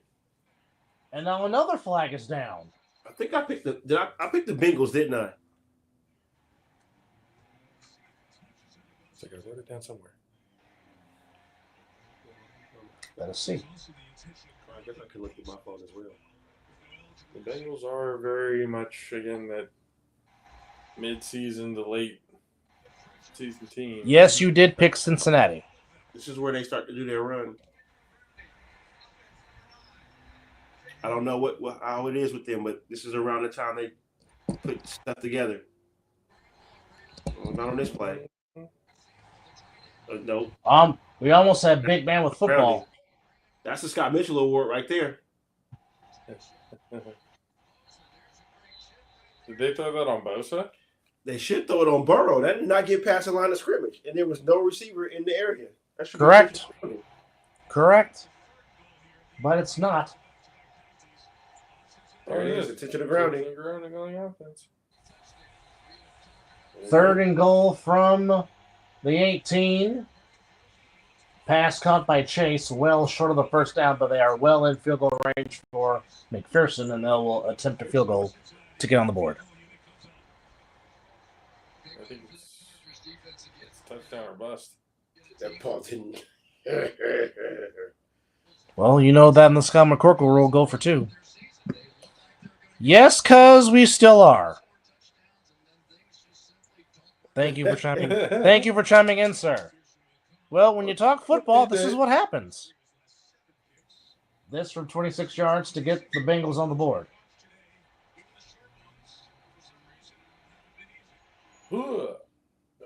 And it's good. So the Bengals get 3 with 6:27 to go in Inglewood, California. Do your job. How's it looking in Canada? As we go back to Vancouver, a flag is down. It's always a flag. Flags everywhere. And it's a penalty on somebody. Offside on Toronto. You mean win it? Oh, yeah, Argonauts. That's right. second down and 8 for the Argonauts in a 10-10 tie with 8:10 to go here in the third quarter. Beating for a. Well, I just found out that Winnipeg made it five straight. 5 straight years? For Winnipeg. 5 straight years, Winnipeg has represented the West in the Grey Cup final. They have won 2 and have lost 2. Shit. And Devin Booker has 44 points in a losing effort. Damn. Right? Like I'm out here like fucking Balling. busting my ass. Was it a close game at least? Yeah, it was a game-winning 3-point shot at the buzzer by Julius Randle. Of all people, Julius Randle. Right, that part. That part. That's bad. That's not as bad. If it's a buzzer beater, like if they would have got beaten by like 10, then yeah, that's a complete waste of time and effort. But if it's like last second buzzer, then that's fine. That's a completely different. Was that a Pepsi commercial? What the hell? Pizza tastes better when chased by Pepsi. Interesting.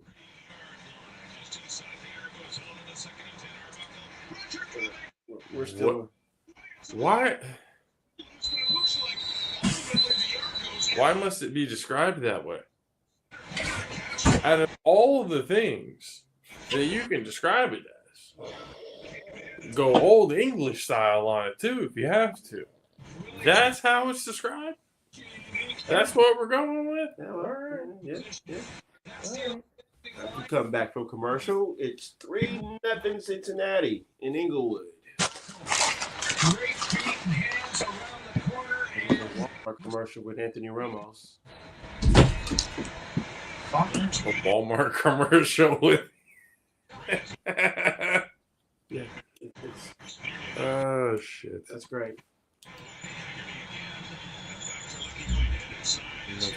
No.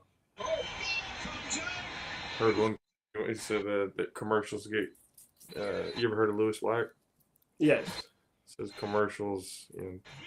There's 2 rabbits sitting on a tree stump. Oh boy. One of them goes home and hangs himself. Moral of the story: buy a bike.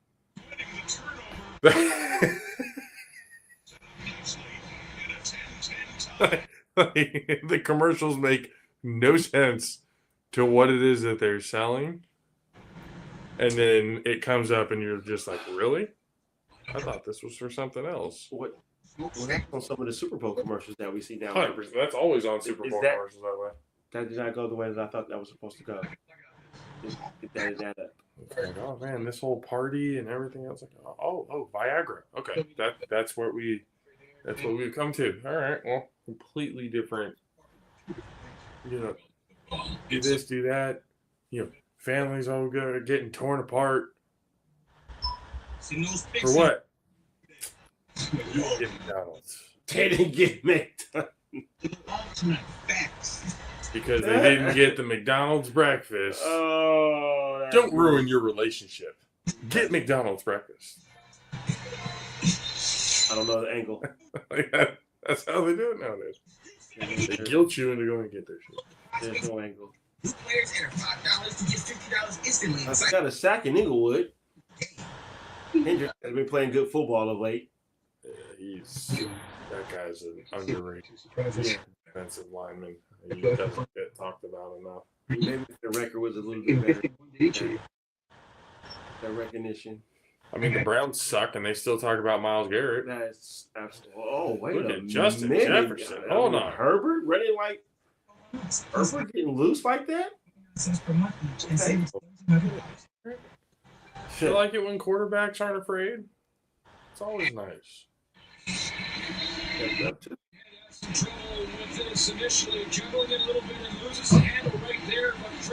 Turn the volume down, Dub. You don't want to get flagged. 21 yards, and then closing quick enough so he couldn't regroup as the ball was bouncing out of his arm there. And then he ran fucking horizontally instead of getting upfield. Right. He got a little more yardage. At least 2 yards. He's a big dude too. It's not like he couldn't lower it. That's a holding on the left tackle. Yeah, Jesus Christ. No? Nothing? Nothing. Wow. Nothing clear as day.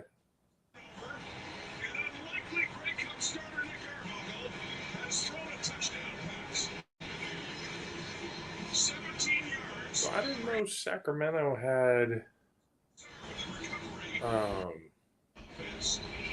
Were they part of the CFL? They were part of the CFL at one point. They were part of the Canadian Football League at one point. They were a team for like 3 years. I'm pretty sure because I know I've seen the footage of this team like playing against Doug Flutie. Yeah, and playing against the Calgary Stampede. I think they did. I don't want to be like, oh yeah, they did. Like I know. It was either that or the gold miners, the Sacramento gold miners. Oh wow! I knew it. Wow! I had looked them up the other day. They were a Canadian Football League team. When Canada in the early days was trying to push for like expansions, more teams. Learn something today. Because I'm damn sure they know that for sure. Yeah, Sacramento gold miners. I've seen YouTube videos of it, but they have the full games. Oh wow! On YouTube. Let me check that out. I looked at it going like, wow! As we have Inglewood with 7 or 6 at least. Yeah, because extra points are not easy no more. Disley, the tight end. Wow, what a Jim Harbaugh with the bifocals, not even glasses. Those are bifocals. That was a throw. Damn. And by the way, the Toronto Argonauts just scored a touchdown. Look at Toronto. I don't know a whole hell of a lot of Canadian football.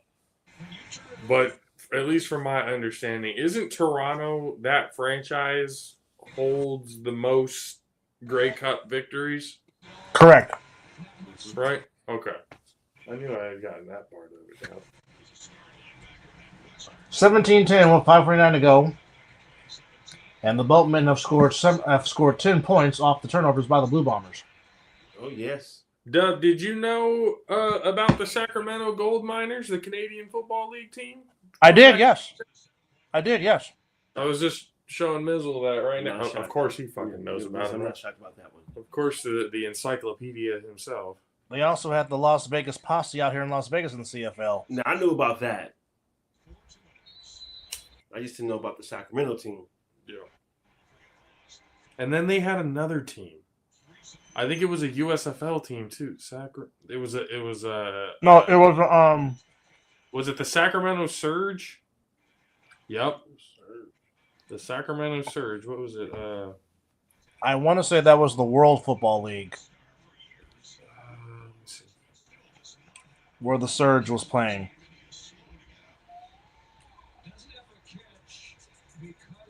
Yep, the World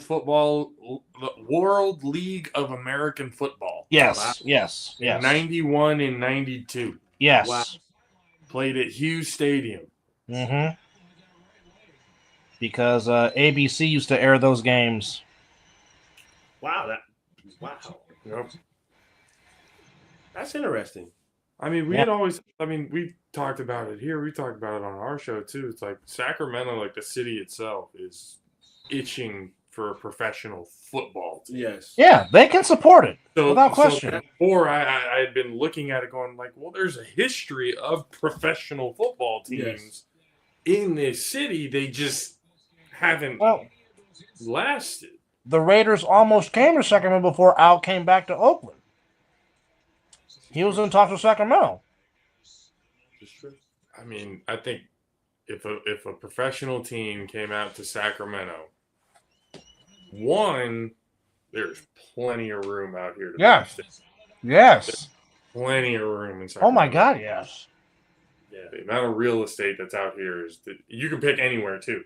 Really, anywhere in like all the outskirts, all the over by Natomas, over here by Folsom, everywhere, over by Ranch in the in deep part of Rancho Cordova. Yeah, like you can find anywhere to put a stadium, and I really do think. I mean, shit. They show out for the Kings. They were showing out for the Kings when they were on their 16-year drought. When they were sucked. Like when they were bad, they were still packing out that stadium. Agreed. And Vivek Ramdamne has the money, so he's not going to ask the taxpayers to build a stadium. He'll pay it on his own dime. He doesn't need to. No, does not. So the Golden One Center's there. It's like, okay, you have a professional basketball team now. Yep. You get a football team here. They got the soccer. That soccer stadium is going to look absolutely outstanding. Oh, I saw the visuals. I'm like, oh my god. Yeah. And deserve it because that team's pretty good. They are. Yeah. That team's not bad. I just can't go watch it because I don't like how close that stadium that they have right now. But once that new stadium is built. Well, the new stadium for Sac State too. Oh, that's if they get. The whole thing is, I don't know if they're going to get that built or if anything is going to get done unless they get the approval from the Pac-12 to go. If they get the approval, then they can get it, 2 years, boom, stadium's done. Correct. Just right where your stadium is at right now, you can build on that, around that, however you want to do it. And that stadium is real nice. Right. So it's not a bad stadium already to begin with. No. So you can do a lot with that. But if they don't get accepted, would they be willing to spend the money really to still be an FCS team? Yeah. I think they're going to need to get confirmation from the Pac-12 or Pac-10 or Pac-2, fucking whatever number it is now. Mm-hmm. But could you imagine the Causeway Classic in that new renovated stadium? Oh. Davis would have to also be a team that moves into the Pac, because you have to bring in rivalries. That's what makes conferences. Mizzle, he's going deep and intercepted by Winnipeg. So like that's the thing about conferences. You know the conferences best by the rivalries within them. So if you currently in the Pac-2 have no rivalries. Pac-2. Who's the only two teams? It's the Washington State Cougars and the Oregon State Beavers. Need I say more? You need to bring rivalries in there. So if you're gonna bring Sac State, you got to bring in UC Davis because the Causeway Classic is something that you're gonna pack both stadiums with every year. Every single year. Every year. Even now. And Mizzle, you should have went to that game. Stakes with the better. You should have went to that game and said you would have not been disappointed. Big run for the Blue Bombers. Which game was the one what was the game you showed me again? Montana State against Davis. In the first, right? Yeah. No, you want to watch the Grey Cup? While this is in the first? Oh, and that one's in the second half? Sounds like Dub's like, this one's a little bit more exciting. When the fuck have I ever thought in my life I was going to say, hey, Canadian football sounds more exciting to watch right now? Colares with a big Sunday run night for... Football. What the fuck? That's how you know this football season is crazy. Hey, I already said it was watch for me. I'm already basketball. At the 35. Oh, he broke. They go back to Colares. Look at the young man rumble. Yeah. I'm a power guy. Get off me. Yeah. Brady Oliveira. Need oxygen. And the last motions and everything is like it's. You just gotta just think arena football, and it's 125 yards, right?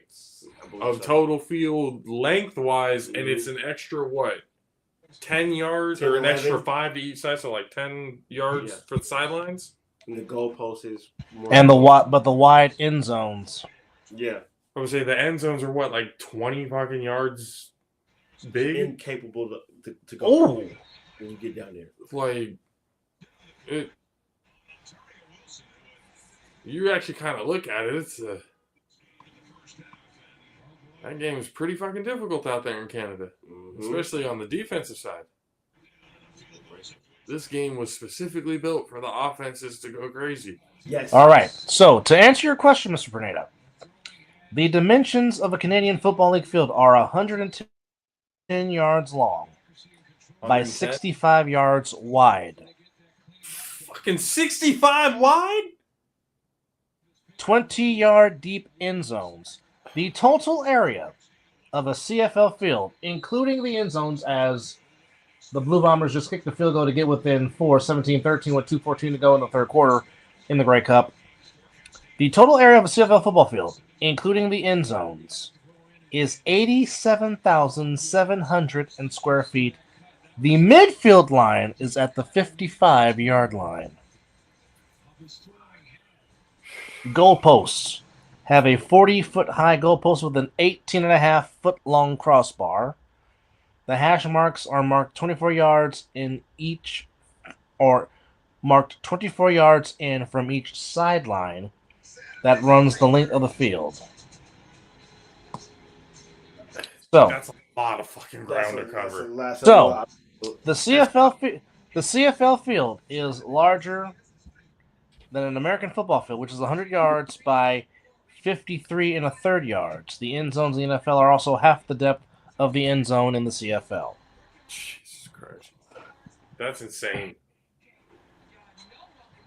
And it's 11 men, right? 11 on 11. That's a hell of a, with the motions and everything. That's a difficult game to play defense on. That's pretty wild, actually. I knew it was like a bigger field. I just now in the dimensions, I'm like, God damn, it's that much bigger. Like it's way bigger. So it's kind of like, really, if you can play in the CFL, I feel like the Canadian Football League would be a good hub to find really good defensive backs. Like, if you can be successful in the Canadian Football League as a DB, you could probably play in the NFL. Or at least a decent chance that you could. And they have a 21-week regular season in which each team plays... Hold on. Wait. They have how many fucking weeks in the regular season? A 21-week regular season, which they play 18 games, but here's the kicker. They get 3 bye weeks. You would have to. 21-game regular season, 21 weeks in the Canadian League. Yeah. 3 bye weeks, though. What's the roster size? I would say the NFL could be fucking taking notes at this point. Like, the interception by Arbuckle on the last series. He gets bailed out by his and I wonder what their like injury ratios and shit like that are. With three bye weeks, that's a good amount of rest. Your body is pretty. And they only play one day, right? They don't have like, oh, we're gonna play on a fucking. Oh, punch blocked. Oh shit! It's like it's not like we're gonna have a Thursday night game, Saturday, Sunday. Like it's all on either a Saturday or a Sunday, right? So. Yeah, I mean, with the exception of certain holidays in Canada, they will do a Thursday game or a Friday game, but mainly it's like 2 games Saturday, 2 games Sunday. Okay, see that's. But you get 3 bye. You get 3 bye. Three bye weeks. That's pretty nice. What's the playoff structure? Or how many teams are even in the league? Because I know Canada's like as big as it is land wise. There's not a crazy amount of cities and shit like that in there. I'm thinking there's only like 20 teams. 4, 5. No, 1, 2, 3, 4, 5, 6, 7, 8, 9. 9. There are 9 total teams in the Canadian Football League, Yes. and they go 21 weeks. Mm-hmm.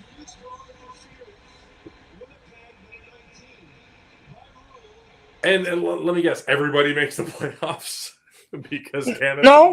No, only the top 4. Mm-hmm. On top. Oh, so it's immediately a Final Four Mm-hmm. and then championship the next week. Mm-hmm. You got one round, then you got the conference final, and then the Grey Cup.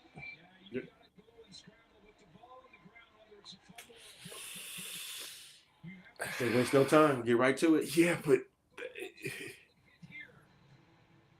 would that schedule be able to suffice with 32 teams? No.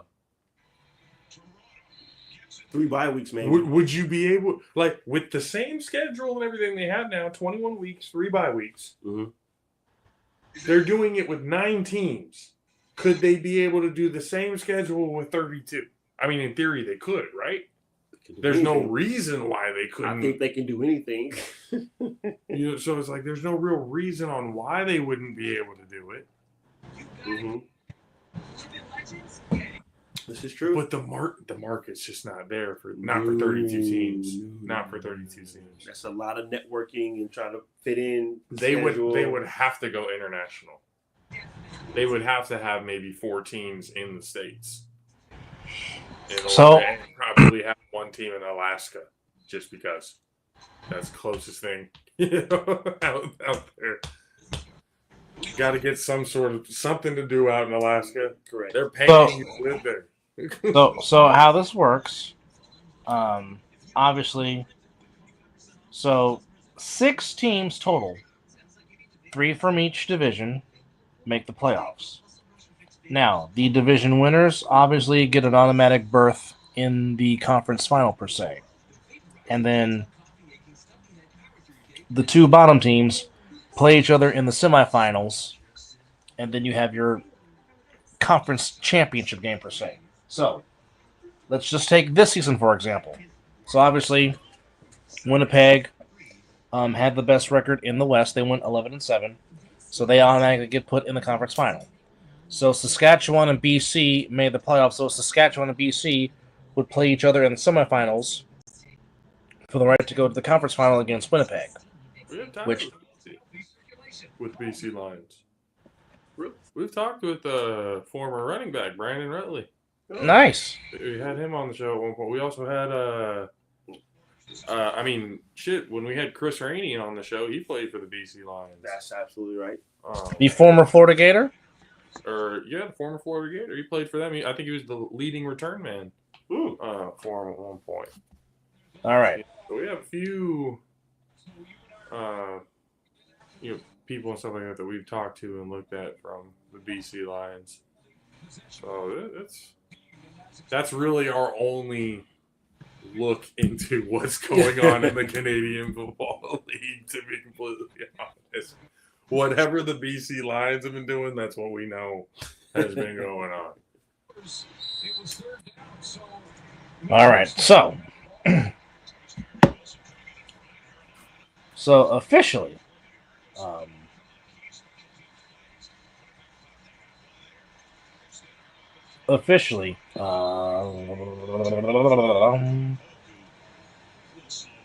don't know what rule just happened, but the boatman got the ball back. Oh, good tackle. Definitely got to know that one hurt though. Definitely got to know these Canadian rules because they were punting and now they got the ball. So I don't know what happened. Well, number one because you only get 3 downs in Canadian. You don't get a 4th down. No, I understand that they were punting it on the 3rd, but now they have the ball.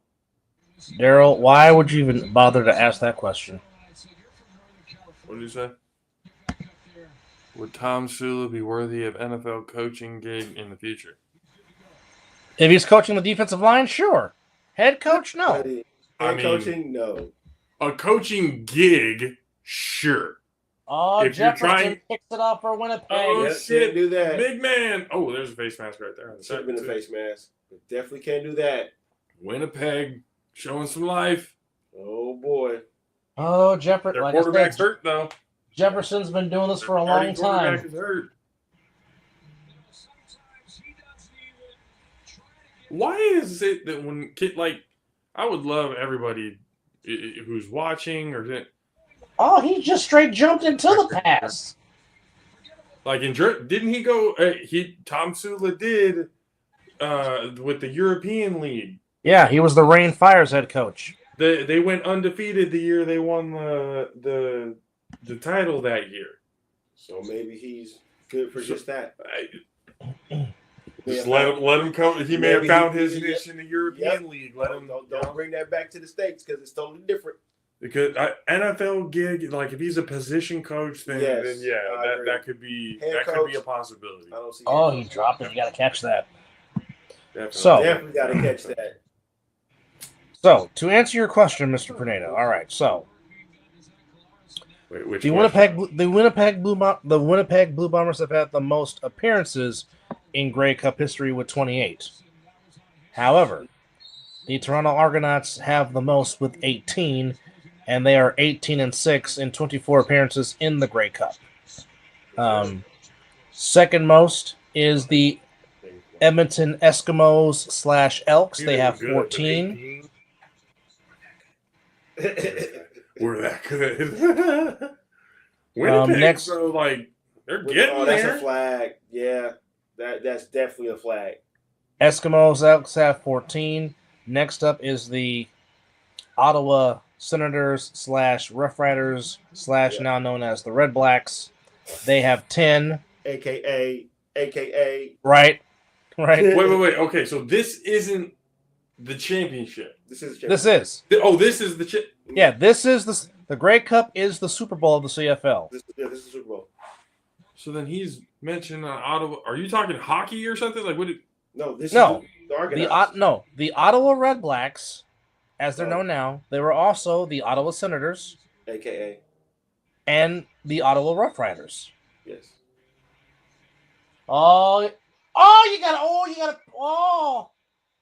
That's one of the easiest interceptions you'll ever have. Yep, you know the rule. You know the rule. Yes. That's why a touchdown's coming. Like you know it too. Look.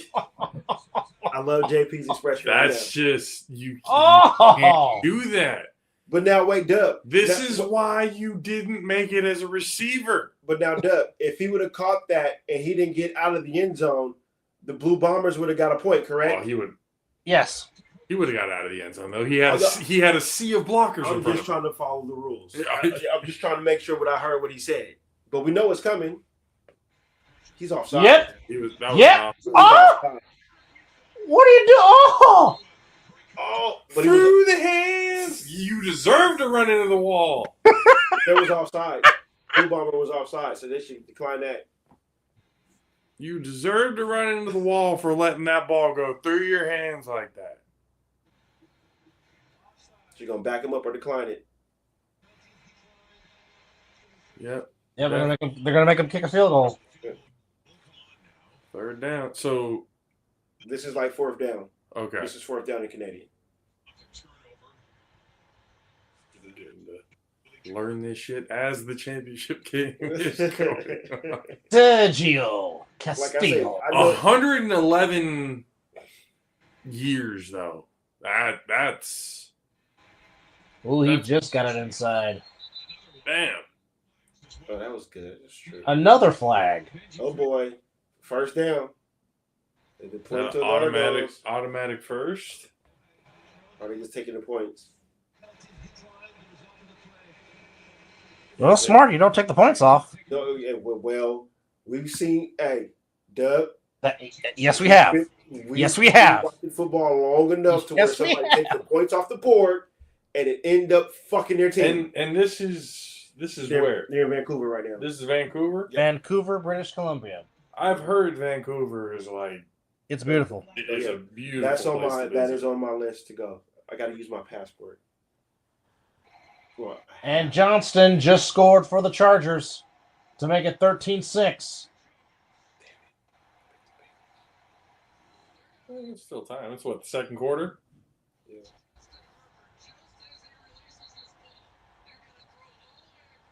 Just the second quarter. Oh. How'd y'all let him get open? And why is there a linebacker trying to cover him? Uh-oh. Oh, that's horrible. McConkey? You said No, Johnson. it was Johnston that made the catch. Talk about a gamble. Extra point is good. 11:02 to go in the second quarter. 14-6. Charges. Linebackers mismatched on good wide receivers and stuff like that. Ooh. Justin Herbert put that right on the money. That game. But when they lined that linebacker up on Brock Bowers when we got that touchdown, that was just matchup night. That matchup night. So he's a problem. I think he was targeted so easy 14 times and he got 12 receptions. Or... Oh, man. One he flat out just dropped. I mean, but he made up for it, right? No, the kid is good. Yeah, he's gonna be. The kid just gotta get him a quarterback. Just get him a quarterback in the running game, and he'll flourish way more than what he's flourishing right now. We'll see who that he's doing this. Becomes. He's doing this without a running game. Think about when you get a quarterback and a decent running game. I don't need the running game to be like Baltimore running game, but just take the pressure off him. That would be nice. Oh, it would be spectacular. Everybody would love it to have like a Niner Baltimore type running style. I mean, zone run is it's not as easy as it. No, well, it is like really like it's a simple concept. Like it really is. It really is. There's really nothing difficult. You get the man in front of you. You know, if you're going left to right, you're basically walling off the person in front of you. Does he use a finger, or has he got a cuff? He's cut. It's bleeding right now. He's got a cut, so he's going to put the glove on.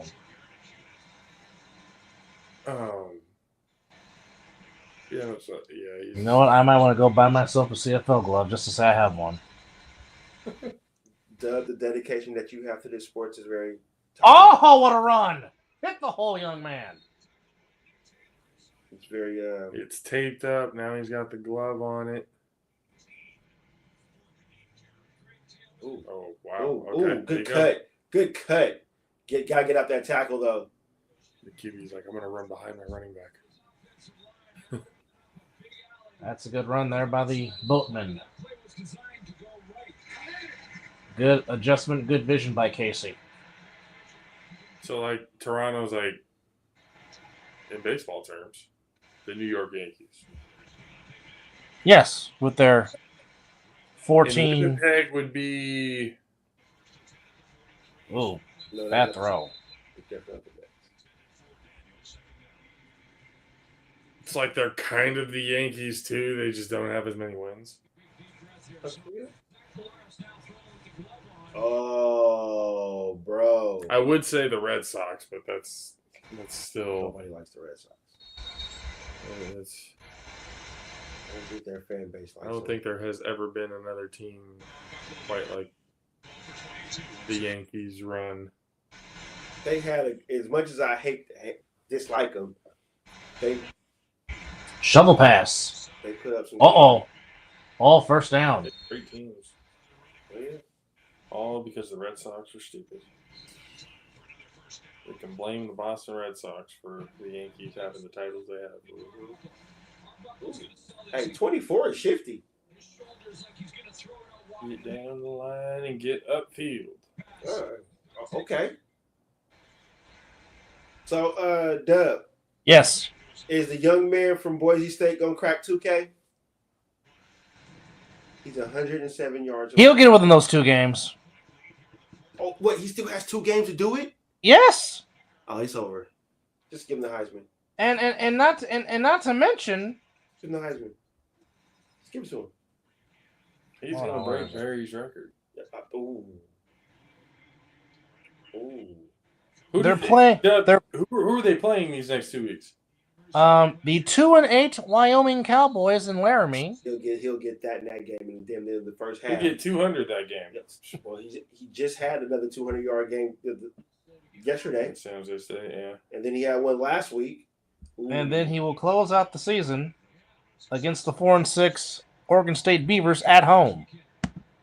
Damn, he might get 500 yards in 2 games. Because Barry's, I believe, is... Boy, that is a nice dome. As we head back to Inglewood, California. His record was what, 2,600? Something like 26 and some change. Yeah, he ain't getting that. And where's Genty at right now? He is at 1893. Well, you also got to count bowl game. Oh, they do count they bowl do games? count that, yeah. They do count that as regular season stats. Yes, they do. They count bowl games, playoffs, whatever it is, however Yes. many games left. Yes. They count that too. Yes. Chance. I think he does. All right. The chance. So, Ottawa has 10. Hamilton, Montreal, my beloved Stampeders have 8 Grey Cups, and the BC Lions have 6. And Saskatchewan has 4. But Saskatchewan has the worst winning percentage out of anybody that's ever played in the Grey Cup. They have been in the Grey Cup final. They've been in the Grey Cup 19 times. Their record is 4-15. Oh, that hurts. Oh, that has to hurt. You, as a fan, you just are sick. And some of those losses were consecutive. Oh yeah. Right now, they went full Buffalo Bills. They went full Buffalo sick. Bills. You're sick as a fan. Now, currently, the longest drought. Good enough to be second place. Oh. Right now, the longest drought in the CFL is by the Hamilton Tiger Cats because they have not won a Grey Cup since 1999. Wow. And just for it to be 9 teams and they haven't won it that long.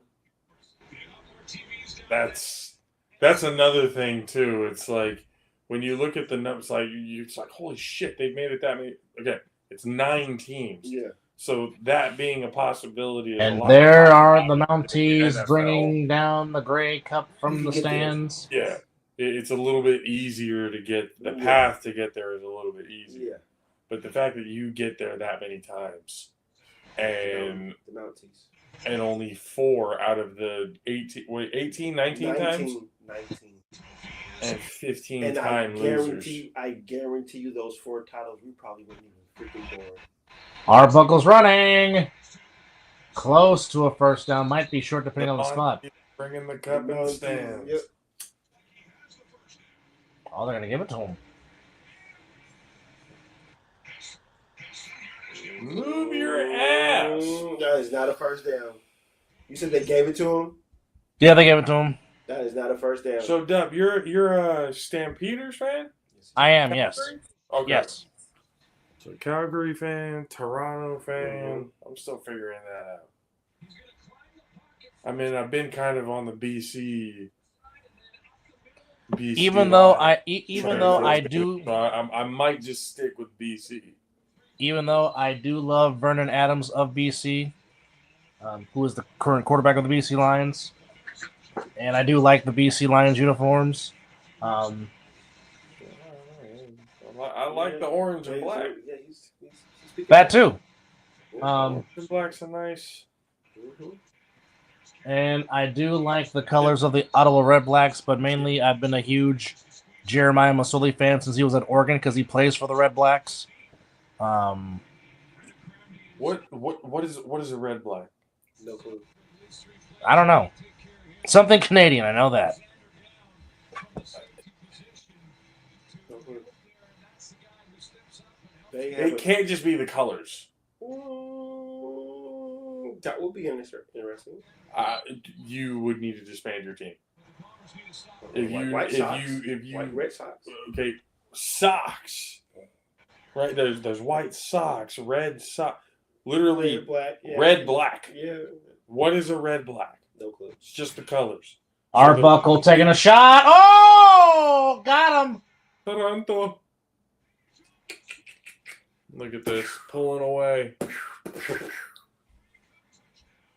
That's good. Good job, fellas. Good job. And the Argos extend their lead. Going to bring themselves another Grey Cup. So would that be what? Not trying to 27? No, that would be their 19th. 19. Oh, 19. Sorry. Yeah, they've been there 29 times. 29 times. Got This it. will be the 19th. Damn. So they took L on 10 of Almost them. 30 fucking times. And their winning percentage is high. 10 Ls? Yeah. 10 L's? 18 so far? Like, damn. This to make it an 8-point lead for the Argos with 7:18 to go. Arbuckle, and you're putting up these numbers and going out there and just dominating. Come on, if you got an Arbuckle, you better be dominating. Right down in the middle. That's the only way it works. The name has to be legendary. Yeah. Arbuckle has to be a legendary human put being that in there, for too. that name to work. He put that in there. That was a small window. Yeah. Good camera view, too. I didn't have to spend my life trying to find Doug, are you watching it on CBS? I am, yes. That's why you're probably a little bit different from us, because we're watching it on the actual TSN network. He's like 2 seconds ahead of us when it comes to the Grey Cup. Mm-hmm. They were like 2 plays ahead of us Yeah. in the Sunday night game. How's that game looking? Let's go back to Englewood. An unworthy game to watch. I mean, I don't care. It is 2nd and goal for the Chargers as they're trying to put up the Madden sticks already. Wow. Not pick the Bengals. That's pathetic. Let me do some research, and because you can actually hit in the CFL. Brady wouldn't want that. What's the question? And no, he did not get in. Oh, Hold on. Is this true? Did this really happen? The South Bay Lakers G League team has waived Bronny James? Can they do that? Is that true? Can they do No that? way that's true. if that was, every single sports alert that I had would have gone off. That would have been every. No, there's no way. That's got to be like some sort of I don't think they can do that. a troll job. It is, because I don't see nothing on the X. I'm looking at it going like, wait a minute. They can do that? Not like the G League I team was said. saying, 3rd and goal. They did not get in. So it's now 4th and goal for the Chargers, and Harbaugh looking like he's gonna go. He's gonna go for it.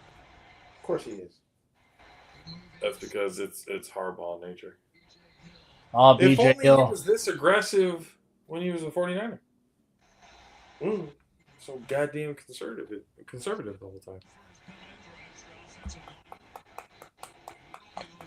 Chargers are 3-5 on 4th downs this season. They have the fewest attempts in the NFL. And they're going to call a timeout, and that's their last timeout of the half. Oh, wrong direction. When you start going directly horizontal, you're in a bad spot. The Argonauts looking for their 19th Grey Cup Arbuckle. 26-36, 252 yards, 2 touchdown passes, 2 interceptions. Hell of a name. I'm sorry. Nick Arbuckle. Very efficient. Yeah. He's in a slight giving mood, though. You don't like that. So the Baltimore Stallions are the only American-based team to win the Grey Cup, as they did back in 1995. Wow. Leave it to Baltimore. We got our Grey Cup and bounced.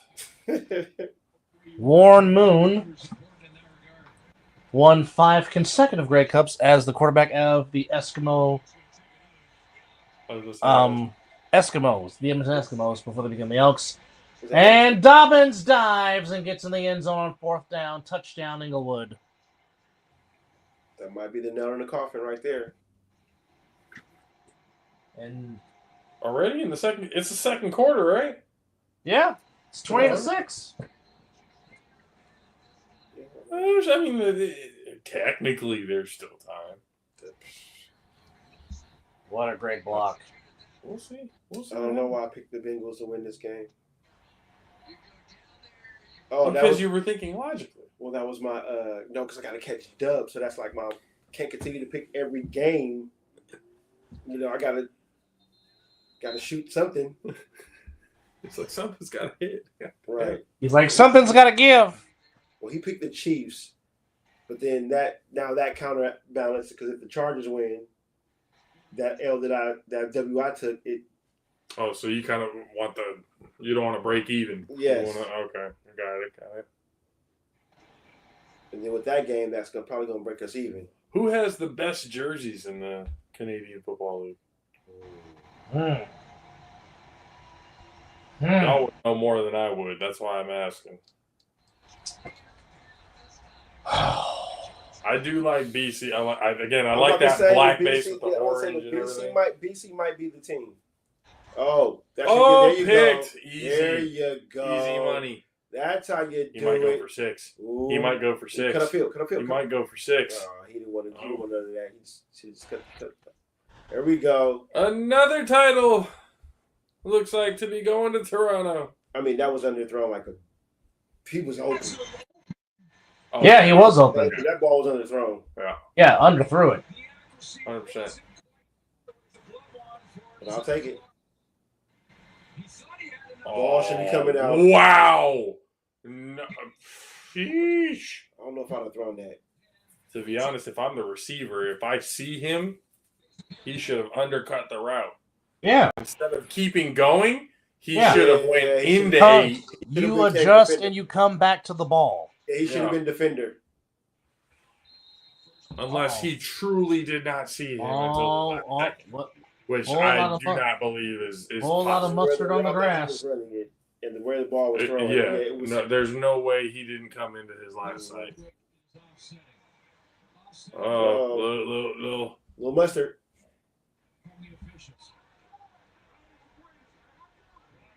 Toronto offensive lineman getting a little chippy. The frustration's starting to set in for the Blue Bombers.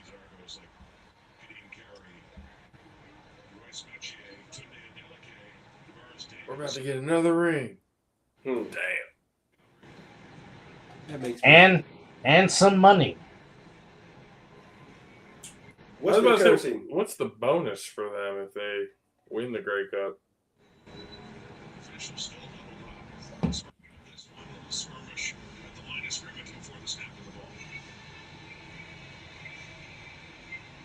I'm wondering what that is. Is it like $1 million a piece, or each person gets like $50,000, or like what do we? I don't even know their payout. Plays as a head coach and OC. And what is their money called? First down. To me, it would be Kadeem Carey.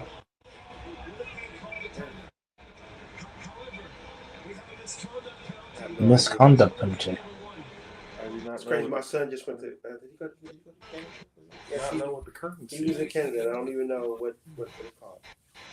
Okay, so. And this is the Winnipeg Blue Bombers that have been the least penalized team in the CFL for the last 2 years. How much do players get?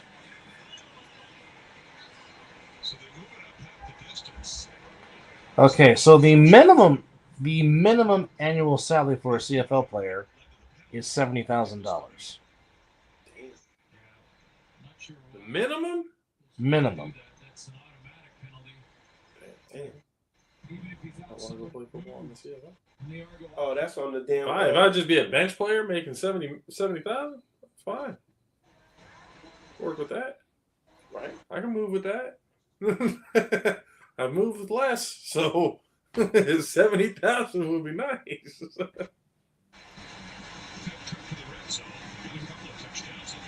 I can't balloon up to 300 pounds though. Yeah. I'm gonna go play lineman.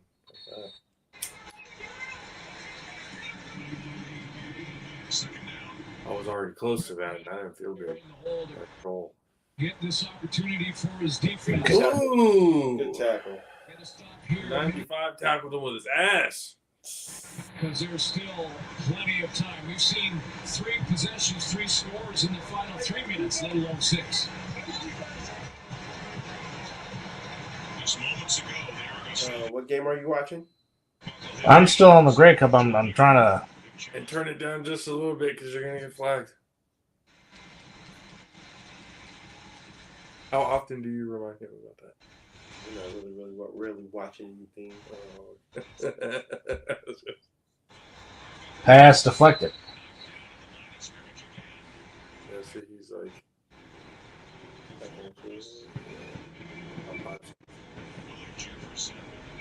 Okay, so the CFL as a whole has a $5.45 million salary cap for the season and a roster size of 56.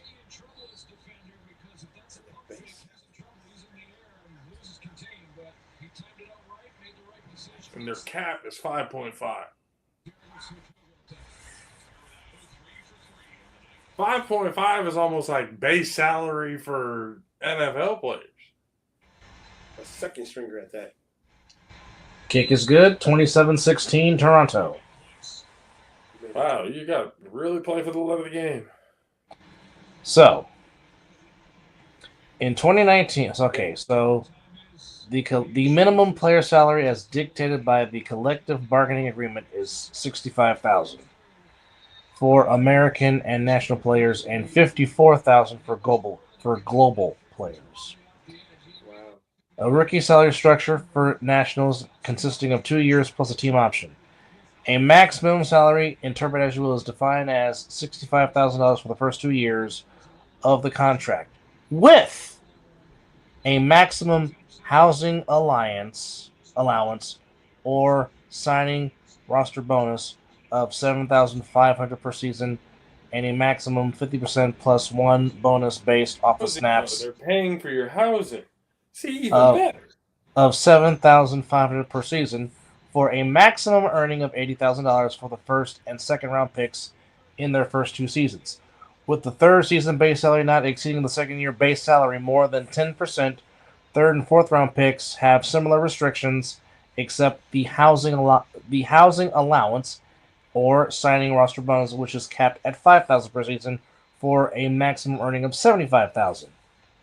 Fifth round picks and higher, along with undrafted nationals, have the same restrictions, except the optional housing allowance, housing allowance, or signing roster bonus for the first 2 years of the contract. They're capped at $2,500, limiting earnings to a maximum of $70,000 per season. There are no restrictions on the amount of contracts or bonuses for American players signing their first CFL contract. See the CBA for that. Base salary plus preseason compensation is paid for over a 5-month span, with playoff bonuses topping off compensation for an additional month of play for teams that qualify.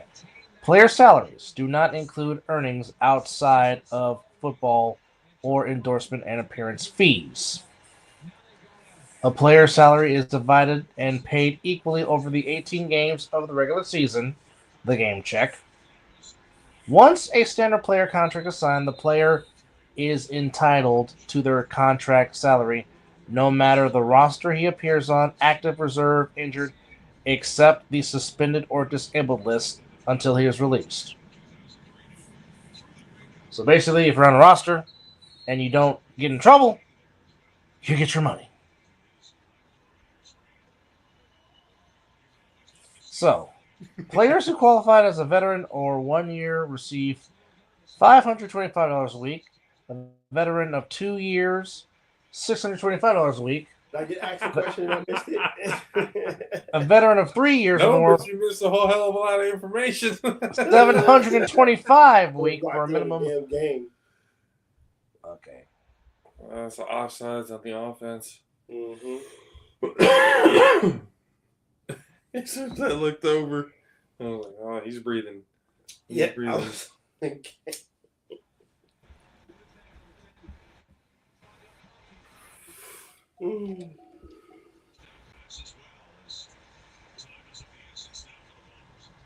A housing allowance. That's not bad. That's not Yeah, bad at all. That's what I'm saying. Like, yeah. you're giving me, you're paying for where I live at, so I can use all the other money that I'm making for other shit. I'll take it. I like that. Second and 15. That's a hell of a deal. Right? While we're not in Canada, I'll never know. Pass caught. It always looks like they're all sides. All right, compensation for CFL games. How much are CFL players paid for playoff games? What is the history of CFL playoff compensation? Okay, for the 5-year term of the 2019 CBA, which will expire after this season, first place standing by $3,400. Second place semifinal participation $3,400. Division championship participation $3,600. The Grey Cup runner-up, which looks like it's going to be the Winnipeg Blue Bombers, will get $8,000. Intercepted, and that's going to do it. He is gone. Oh, damn, that's a 6. That's not six. just a pick. That's a pick 6. Oh. Oh yeah, he gone. Oh, yeah. See, here's my thing. That quarterback is obviously still not comfortable. Yeah. Mizzle, get your card ready. Oh, it has to wait till Thursday. And so 8,000 for the runner up. Yes. What's the champion get? Grey Cup winner gets $16,000. A piece? Yeah. 16,000 a player Yes. for winning the Grey Cup. I mean, Yeah. that's not. Yeah, I don't know what he was looking at. And again, that quarterback, like your hand, it's your throwing hand too. You wanting to go in there and continue to play, you became a fucking detriment to your team because you couldn't make the throws. Yep. All the throws you thought you could have made. Now you just threw a pick 6. That backup would have done a whole hell of a lot of better job. Most likely. He'd probably be able to get it there. And you know the funny thing is. Now, Cuz just said 8,000. What the heck? That's it. Because you got to understand. That's in Canadian. This is strictly love of the game in Canada. Mm-hmm.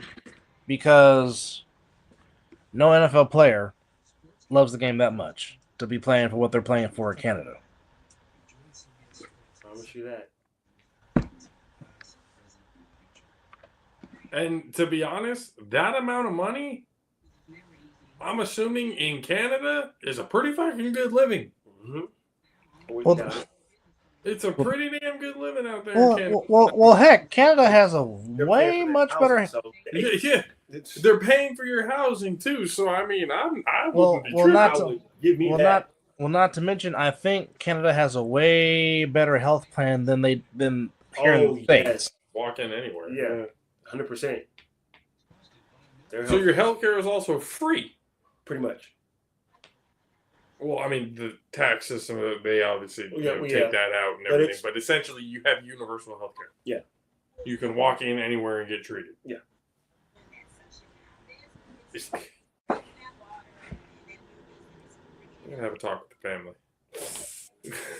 Oh, okay. Hold on. Okay, so Canada's healthcare system is publicly funded and universal, with each province and territory having its own health insurance plan. The downside, snow. That's pretty much it. Snow. Yep. Snow and cold. That's about it. I know, yeah. Cold. Most are not good with the cold, but I'd rather be in the cold than heat. Maybe it's because I'm a December baby. Maybe that's why. Well, I'm a January baby, and I can't stand the damn cold. My birthday's next month. I can't stand it. Climate, tropical, give me warmth. It's fair. Right now, it's goddamn cold. You see my post on Friday. I'm like, I was happy to get off, but turn the damn heater on. Cold is nice. Well, especially me and my wife, we only think cold is nice because we can bundle up to be warm. Yeah. That's the whole thing. Be able to blankets, sweatshirts, and Sweatpants and everything. Like, everybody's getting paid now. See, everybody there's now. I am a basketball shorts and a t-shirt. That is my way. Roughly 70% of healthcare spending in Canada is covered by the government, paid for with tax dollars. Wow. EJ, so then what's the downside of there's not really a downside of living in Canada. I mean, If you can help other it than go. the some of the blatant racism towards the Native Americans or the natives there. I shouldn't even say Native Americans because of Canada, but the natives there. I mean, there's been a you can look the history of Canada and how they treated the natives. Like there's a lot of wounds that are being mended at this point in time. But other than that, when it comes to way of life and everything out there, everything that I've seen, for the most part, Canadians are living pretty good. They just go out, do their thing. Everybody's kind of friendly to each other. And there she is in all her beauty.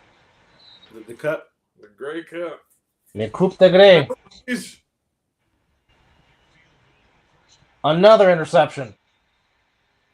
Yeah, that's it. And he's gonna take it all the way. Yeah, that No, he's not. quarterback. Detriment to the team. Oh, man, man. I got tipped Quack, at the quack, line. quack, quack, quack, quack, quack, quack, quack, quack, quack, quack, quack, Fuck quack, it. quack, Mr. Dutchworth. We're gonna get some more. We're gonna get some more. Oh, Tackled at the last second. Oh, come on, man. McManus has been a menace today on the defensive side for the Argonauts. Get that QB out of there. 5 turnovers. You're definitely not Scott Mitchell Award. And 3 of them, like I said, in quack, the quack, last 3 possessions. Right. 3 interceptions in a row in the last 3 possessions. That, I mean. Dub, did you record that? The game is recorded. Okay, so you can get that for the award. Scott Mitchell, 3 in a row, my friend. Elbow. Oh yeah. Shouldn't even be like, holy crap. Shouldn't even be out there. From the 4-yard line, Winnipeg. And that's going to be a 40 burger for the Boatmen. Damn right it is.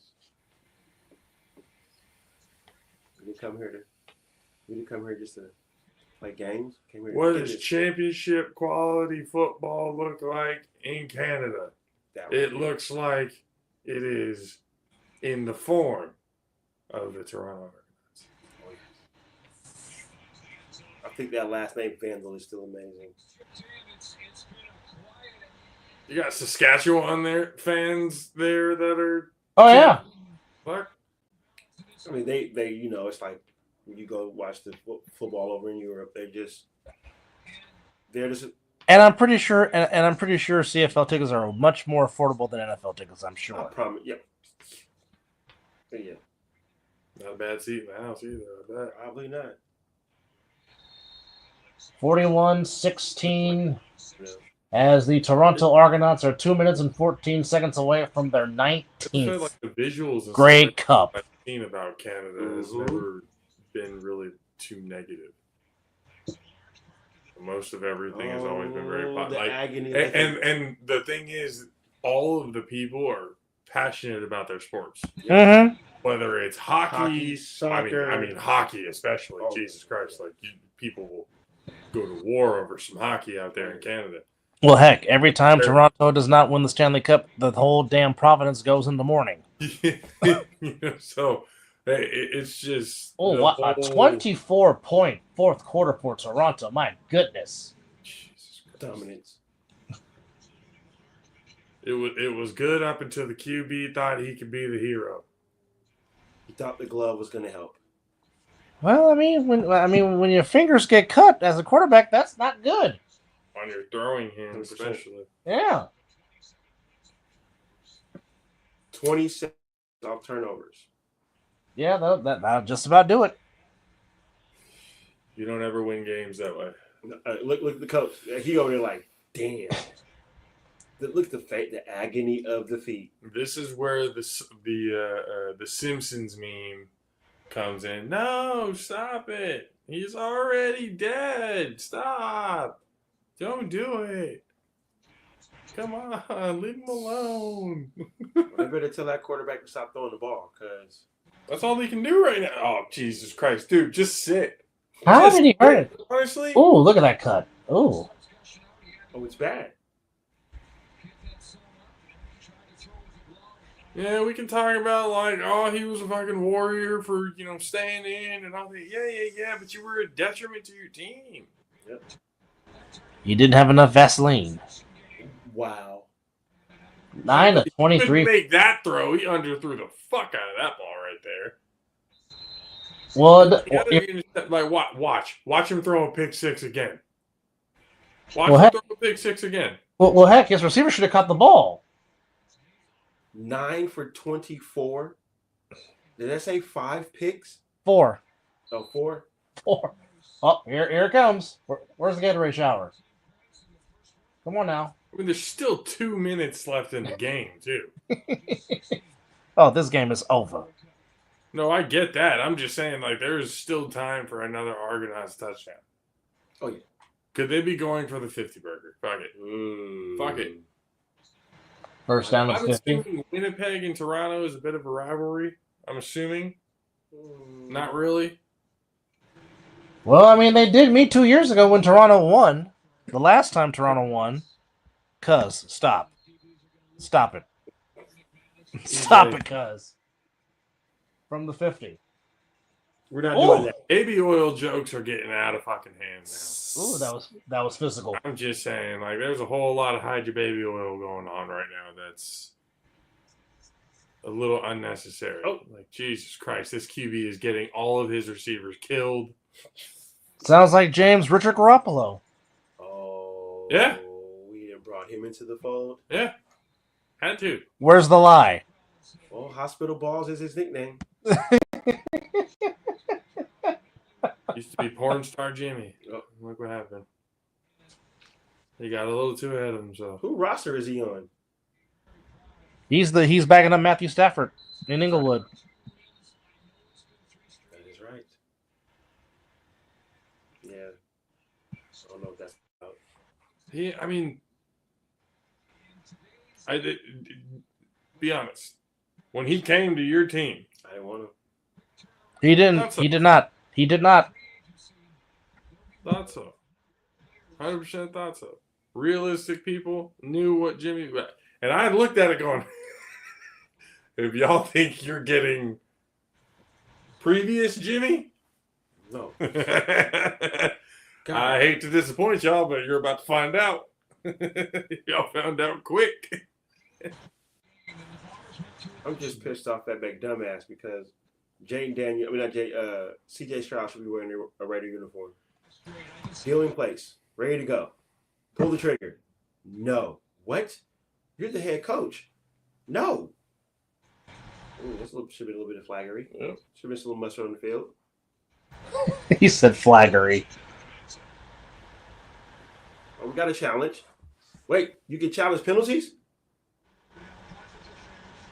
Yes, you can. Which is just going to give Keep him a the little game bit more of a clean. break. It's just Yeah. using another timeout, Of even if course. they don't get it. And it was pass interference. What's that little mustard cheating? Whoa. Wait a minute. What? What? That's caught. The There's Gatorade just- bat- There's a I'm Gatorade just- shower. I'm just gonna send it to y'all. Hold on. Oh, shit. No. Damn! Sit your ass down. Boy, what is he sending? And where are you sitting? Why am I afraid to see what you're about to send?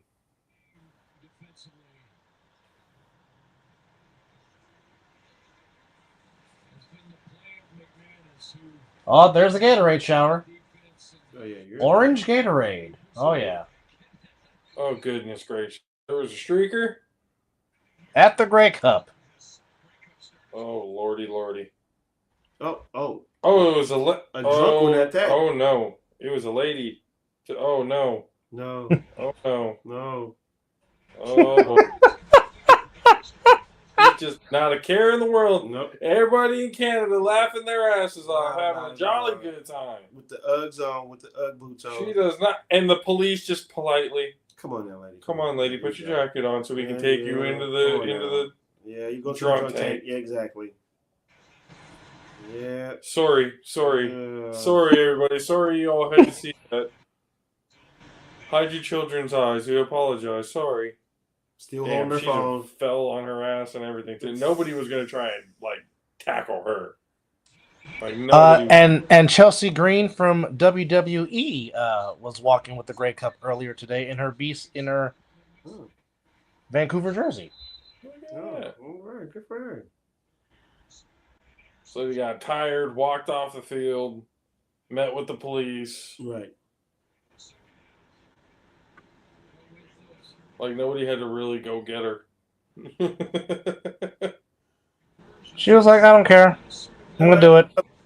Come here. Come on. Yeah, I know.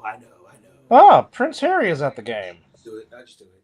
You got The most polite streaker Arrest arrest we've ever, ever right. seen.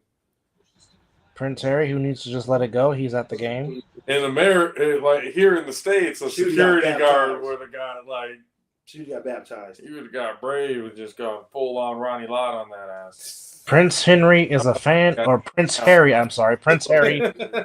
Canadian football, so Prince Harry was at the game. Prince Harry is at Lord. See, the British still thinking they own shit.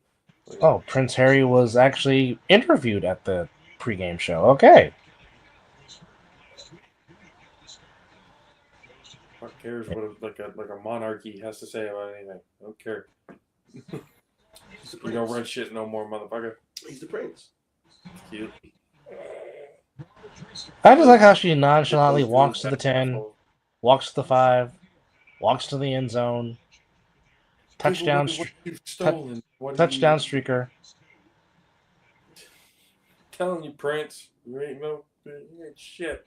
And she politely just puts the shirt on. Caleris, back of the end zone, flag on the play. That's all right. So now he's second in Grey Cup rushing yards? No, for the longest interception. Oh, longest interception. Okay. Oh. See, the wide receivers dropping these easy Pretty touchdowns. decent. Yeah, pretty decent touchdown, yeah. You got to catch that. I mean, yeah, it was pass interference. You're going to get that call. Okay, I would have paid $200 to go watch a Grey Cup championship. That's it? 200? That's it? Yes. Or 200 Canadian, $143 American. Well, we might need to That might have to be on the bucket list. make a collaboration to the Grey Cup Championship. If we can find a way Touchdown. to get media credentials for that. Blue Bombers. Right? That would be great. Watching the Grey Cup from the sideline, taking photos and everything like that. Oh man. I would love to go see it. Or like half of us down on the field, the other half up in the booth, seeing Press box. everything down. Oh yeah. Oh, that'd be great. Man down. So what's the onside kick rule? Good question. I've never thought of it. I don't think they have to ask or let the reps know. No, but I obviously I don't think you need to let them know, but obviously the rules are fucking different in the Canadian League, so I don't know what their onside kick to get the ball back and try another, prayer to. I mean, they really need a miracle and a half answer to come back and win this game. Ooh, look at the faces. Yeesh. Disappointment has set in. They look like Cowboys fans. I like it. That's it, Winnipeg. Take it, Winnipeg. I mean, it's still the same. It still has to travel 10 yards. Okay. Oh, she's a beaut. 47 seconds away from the Argonauts winning their unprecedented 19th Grey Cup championship, as Winnipeg will go for 2, and they'll get the 2 to make it 41-24. The Grey Cup, as a nice trophy as it is, that is great value Stanley Cup right there. 100%. He's saying it's the Walmart of trophies when it comes to the Stanley Cup. Just saying what it looks like. That's all I'm saying. I'm sure, like, they got the names of the teams who have won it on the side and everything, just like that. They got so. Oh, the last 2 years. Smaller trophy. Last 2 years were heartbreak for the Blue Bombers, and then tonight, the Toronto Argonauts just pure domination in the fourth quarter. Damn! So Winnipeg went back-to-back losses. Yep. They've been in the final. They've been in the final 5 straight years. Straight year. They've won 2 and they've won 2 and they're about to lose 3. Still a losing record. Yes, it is. Not good. I'll take it. Of course you will. Thank you. Go online and get those Grey Cup champion hats and shirts. Oh, they're already wearing the hats now. They said, screw it. They're wearing them now. No way in hell, with 47 seconds left. This ain't the A7 where, like, the 3-on-1 doesn't take time off and you can get it by doing that type of shit. Like, that's not what this is. Well, let's see what happens. Bink. Oh. Can we get it? Oh. No! Shit! Did they get it? Oh, wow. Toronto got it. Hey, dude was up there. He had some. Oh, that's a heck of a hang time on the onside kick. Yes, it is.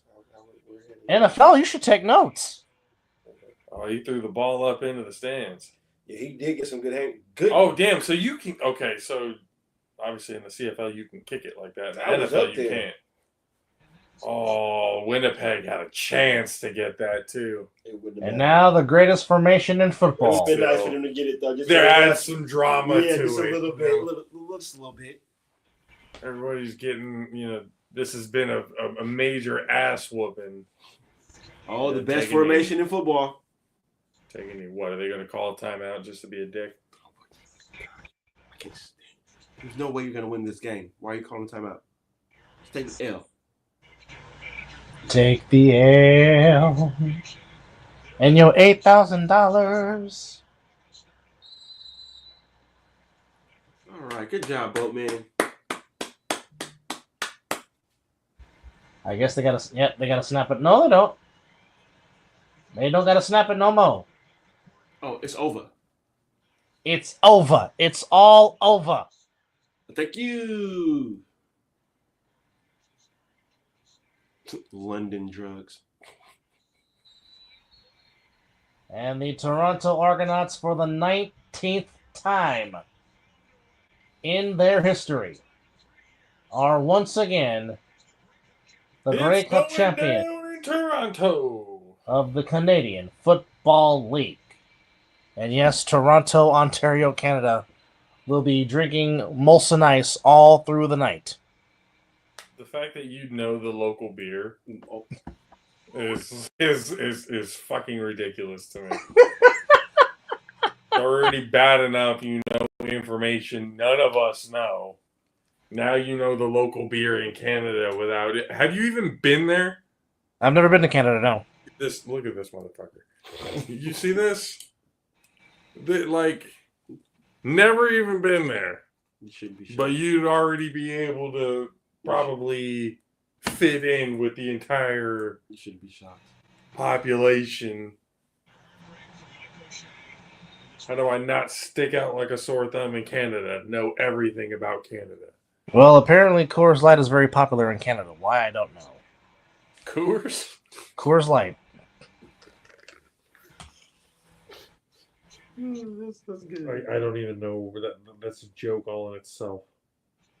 That's No, Arbuckle has dipped into the chocolate world.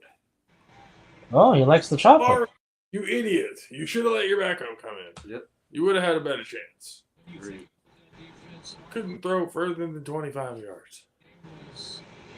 Well, for the Blue Bombers, the dejection and agony of defeat. Oh, he's got a cute daughter. Oh, sorry. Yeah, you're right behind. Sorry we lost, eh? Sorry we beat you guys, eh? I thought you guys had a great game, eh? Dipped in the chocolate.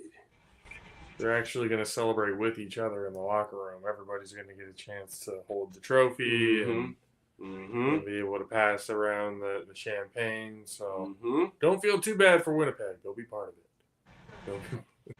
They'll be sharing in the festivities. Everybody's going to be sharing. Everybody's happy.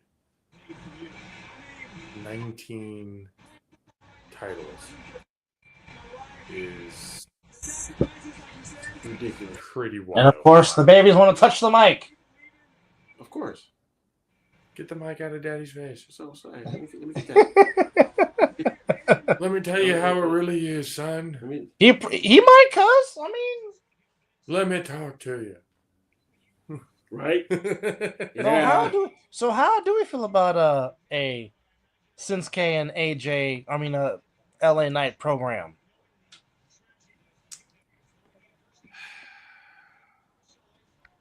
This is their last stretch of trying to get him over. If they can't do it with this, then it's time to move on from Shinsuke. Well, he was over, and he messed that up himself. Well, then this is what did he do to mess that up himself? Because he was mad because the fans kept singing his theme song. That's getting you over, bro. That means you're over. Wait, he didn't want the fans singing? No. That's why he changed it. No. Yeah, he literally changed it because of the fans. Yes. Yes. Yes. Yes. Shinsuke. My guy. Right. Who I like. I've been a huge fan of Shinsuke. Until he said he changed the music because they were singing with him. Like, oh, bro. Because I was at one of your events and I was yelling at the top of my lungs singing the song when you came out. Yeah, yes. The way that Pat McAfee almost got himself happy when he came out and the song was playing. That's he literally changed his theme because of the fans. Yeah, man. You better make something of this one. I agree. This might be his last run. If they can get it going. And they better not put the belt on him soon. I want my $16,000. Yeah. Depends on what he's going to do. Looks like he's coming back as a heel. So here's also a question: is LA Knight a better champion, or is he better chasing the championship? Woo, that's a good question. Ooh. Well, I mean, because I think Shinsuke as a heel would be a better champion. I agree. And then LA Knight trying to dethrone the King of Strong Style, or somebody else kind of coming trying to, whoever it may be. That's how you make the pull. But for LA Knight to hold the championship, I mean, I'm not saying I'm not entertained. Yeah. But what am I more entertained by?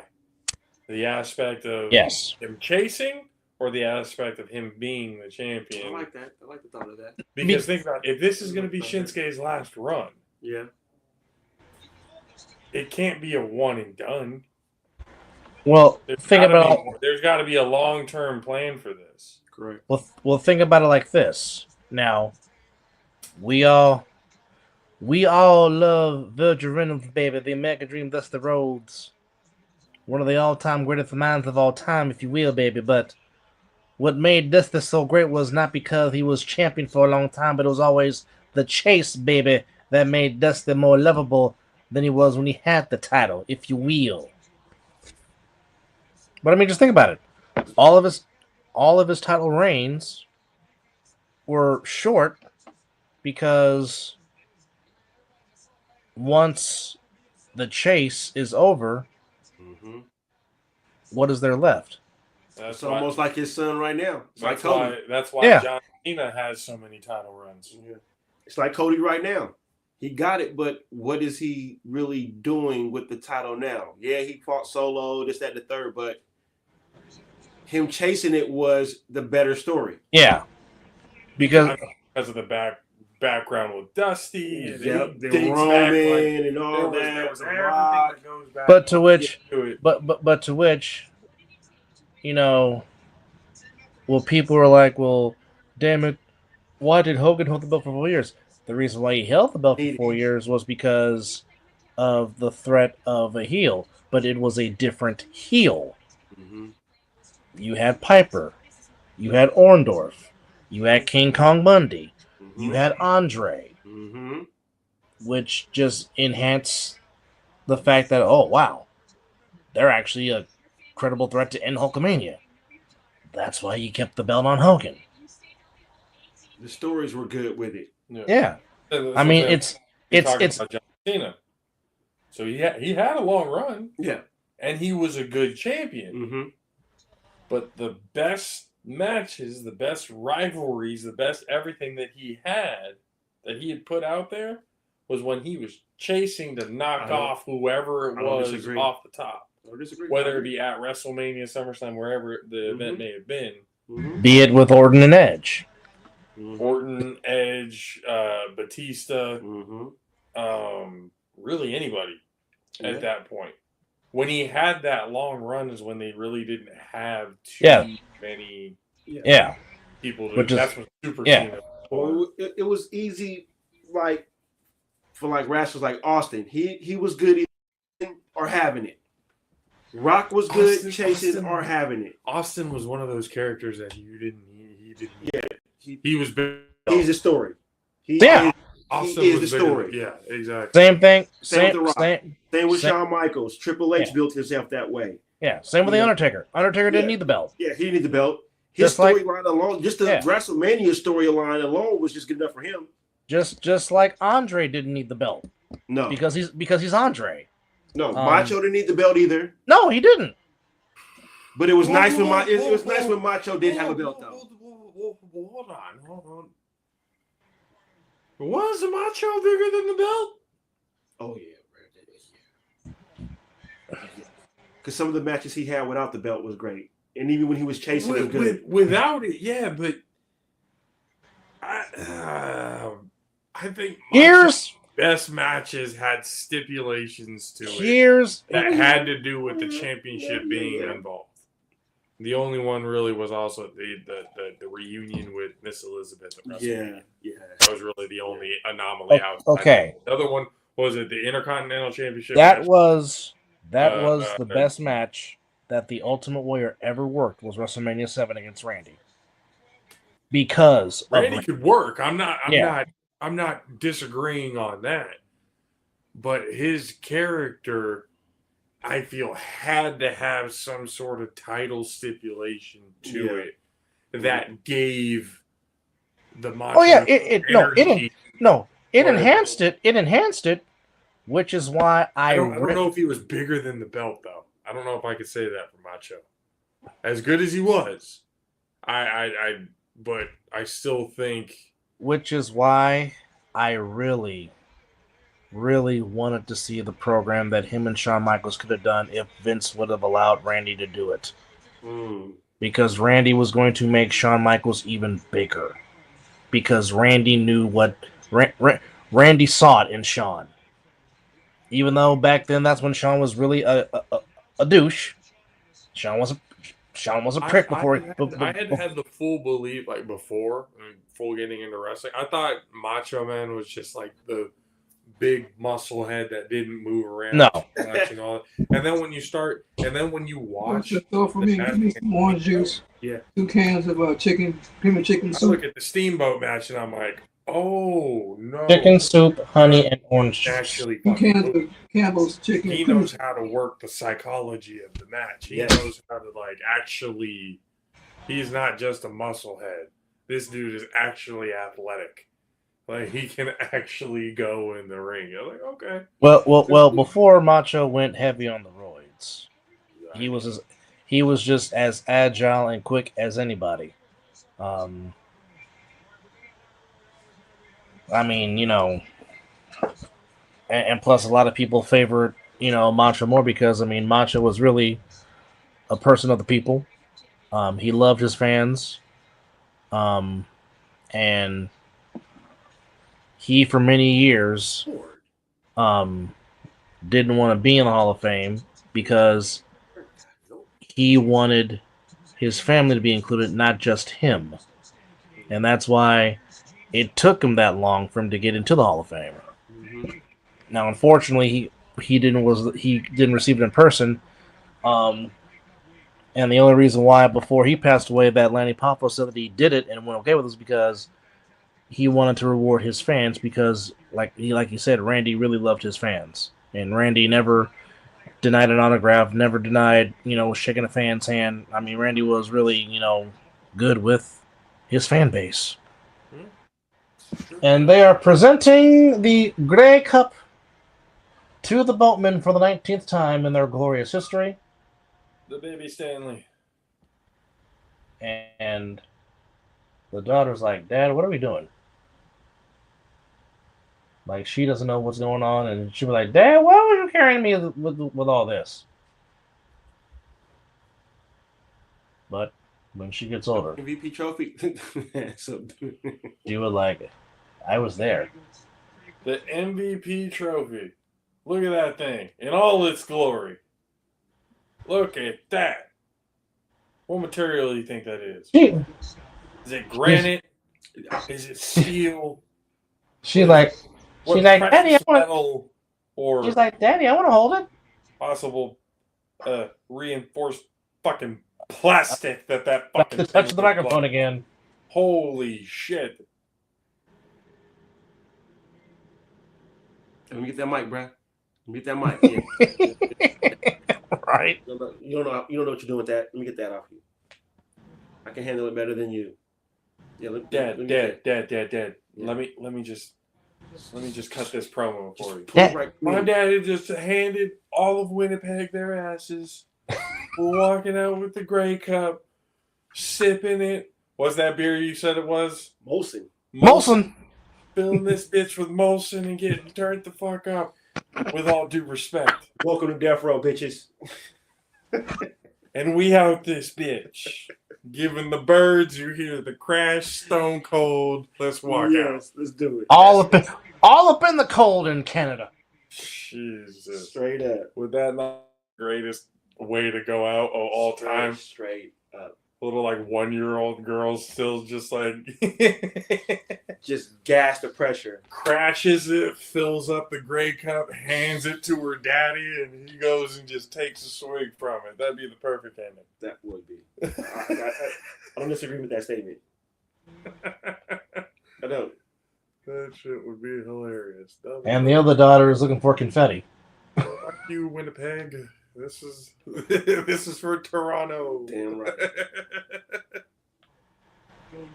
Just talking mad shit. Full on heel. On the crowd. Everybody in Winnipeg would hate a 1-year-old child. Y'all thought y'all was coming out here to dominate? Told y'all this is Death Row. Oh, you thought I was gonna say something cute. Well, here's cute, motherfuckers. I got you cute. That's something I could see Riley do when she was younger. Oh. Riley should have been talking the most shit. I mean, she was telling her dad, Daddy, you're too loud. Quiet, too loud. No need to yell at these people. Keep it calm. You're the greatest. Relax. Yep. Wear it like you've been there. Exactly. The greatest shooter God has ever created. You don't need. Don't give them all your energy. Stop right there. Most valuable Canadian. Riley was thinking logically. She was ahead of her time. Mm-hmm. You heard shit. It's like, what do you want to win? MVP, you want to be the most valuable countryman. I'd rather be the most valuable countryman. Grey Cup's most valuable Canadian. All right. Well, don't they have a rule there that their team has to be more than half of their roster has to be Canadian-born players? That's a good question. I don't know. That's something to research. I'm pretty sure I looked up somewhere they have basically like different brackets to their roster. Mm-hmm. They have to have, I think, about 60% of their roster has to be Canadian, and then the other 40 can be, either American or wherever. I wouldn't doubt that. I think that's what it is. Mm-hmm. Encyclopedia, would you mind looking that up to see if that's true? If what is true, sir? If there's a requirement in the CFL for the rosters to be a certain amount of Canadian-born players,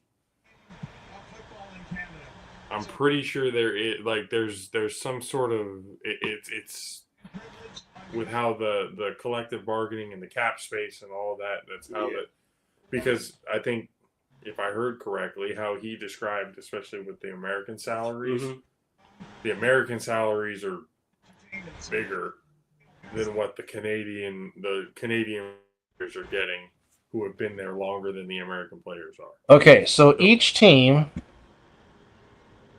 yes, cuz they did, yes. And there's the music. Now where's the confetti?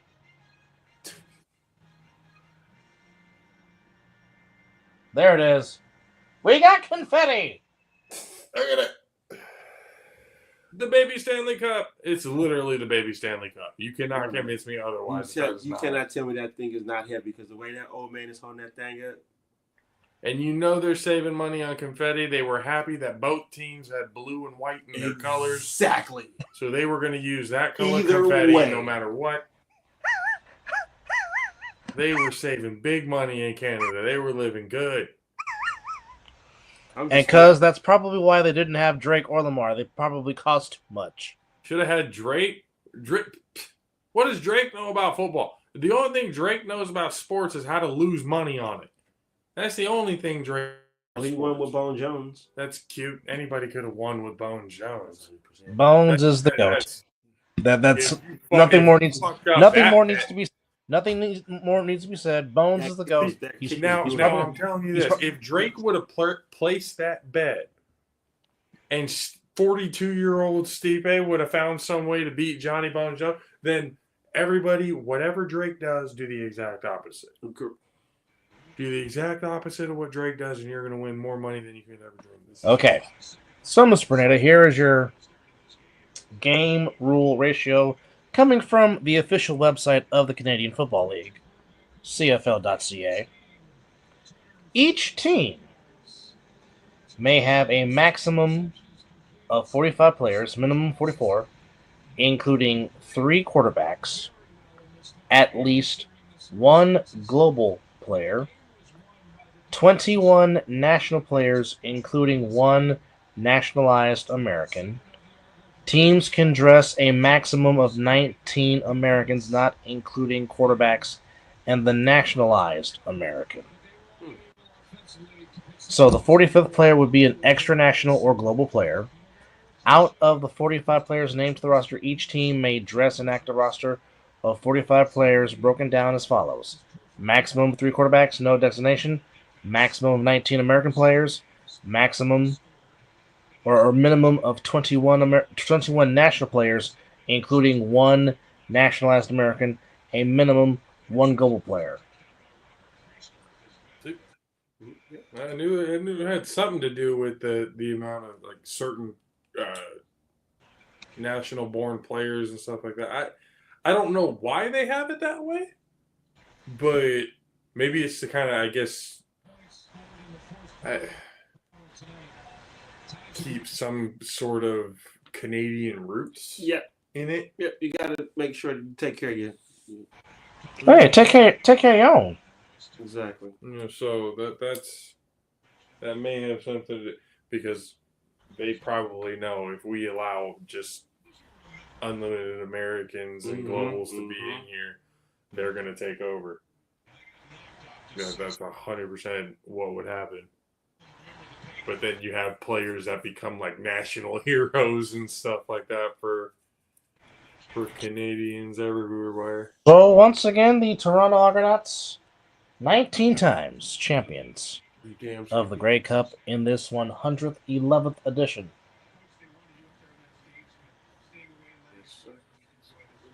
And what's the Cincinnati Chargers game look like? Is it still an ass whooping? Yeah, there's no. Ryan Dinwiddie. It is still 27-6, but the Bengals are at first and goal at the 3-yard line, trying to desperately get back in this football game.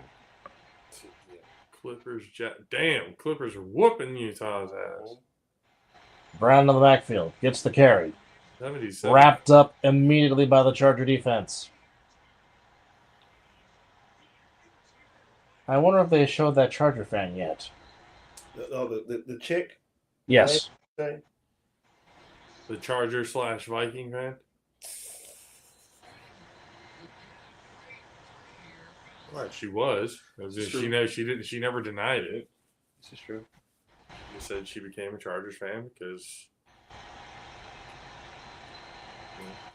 she lived in LA for a while. Yep. From the 5. They should go back to San Diego. From the 5. Burrow back to throw. San Underneath. Diego deserves to have a football team there. Back to the 9. That was a pretty decent football town. So Yeah. It's kind of an underrated. Ooh.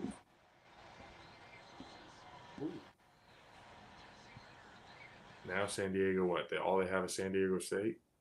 And the San Diego Fathers. And the Padres, yep, that's it. Well, I mean, you don't count them, but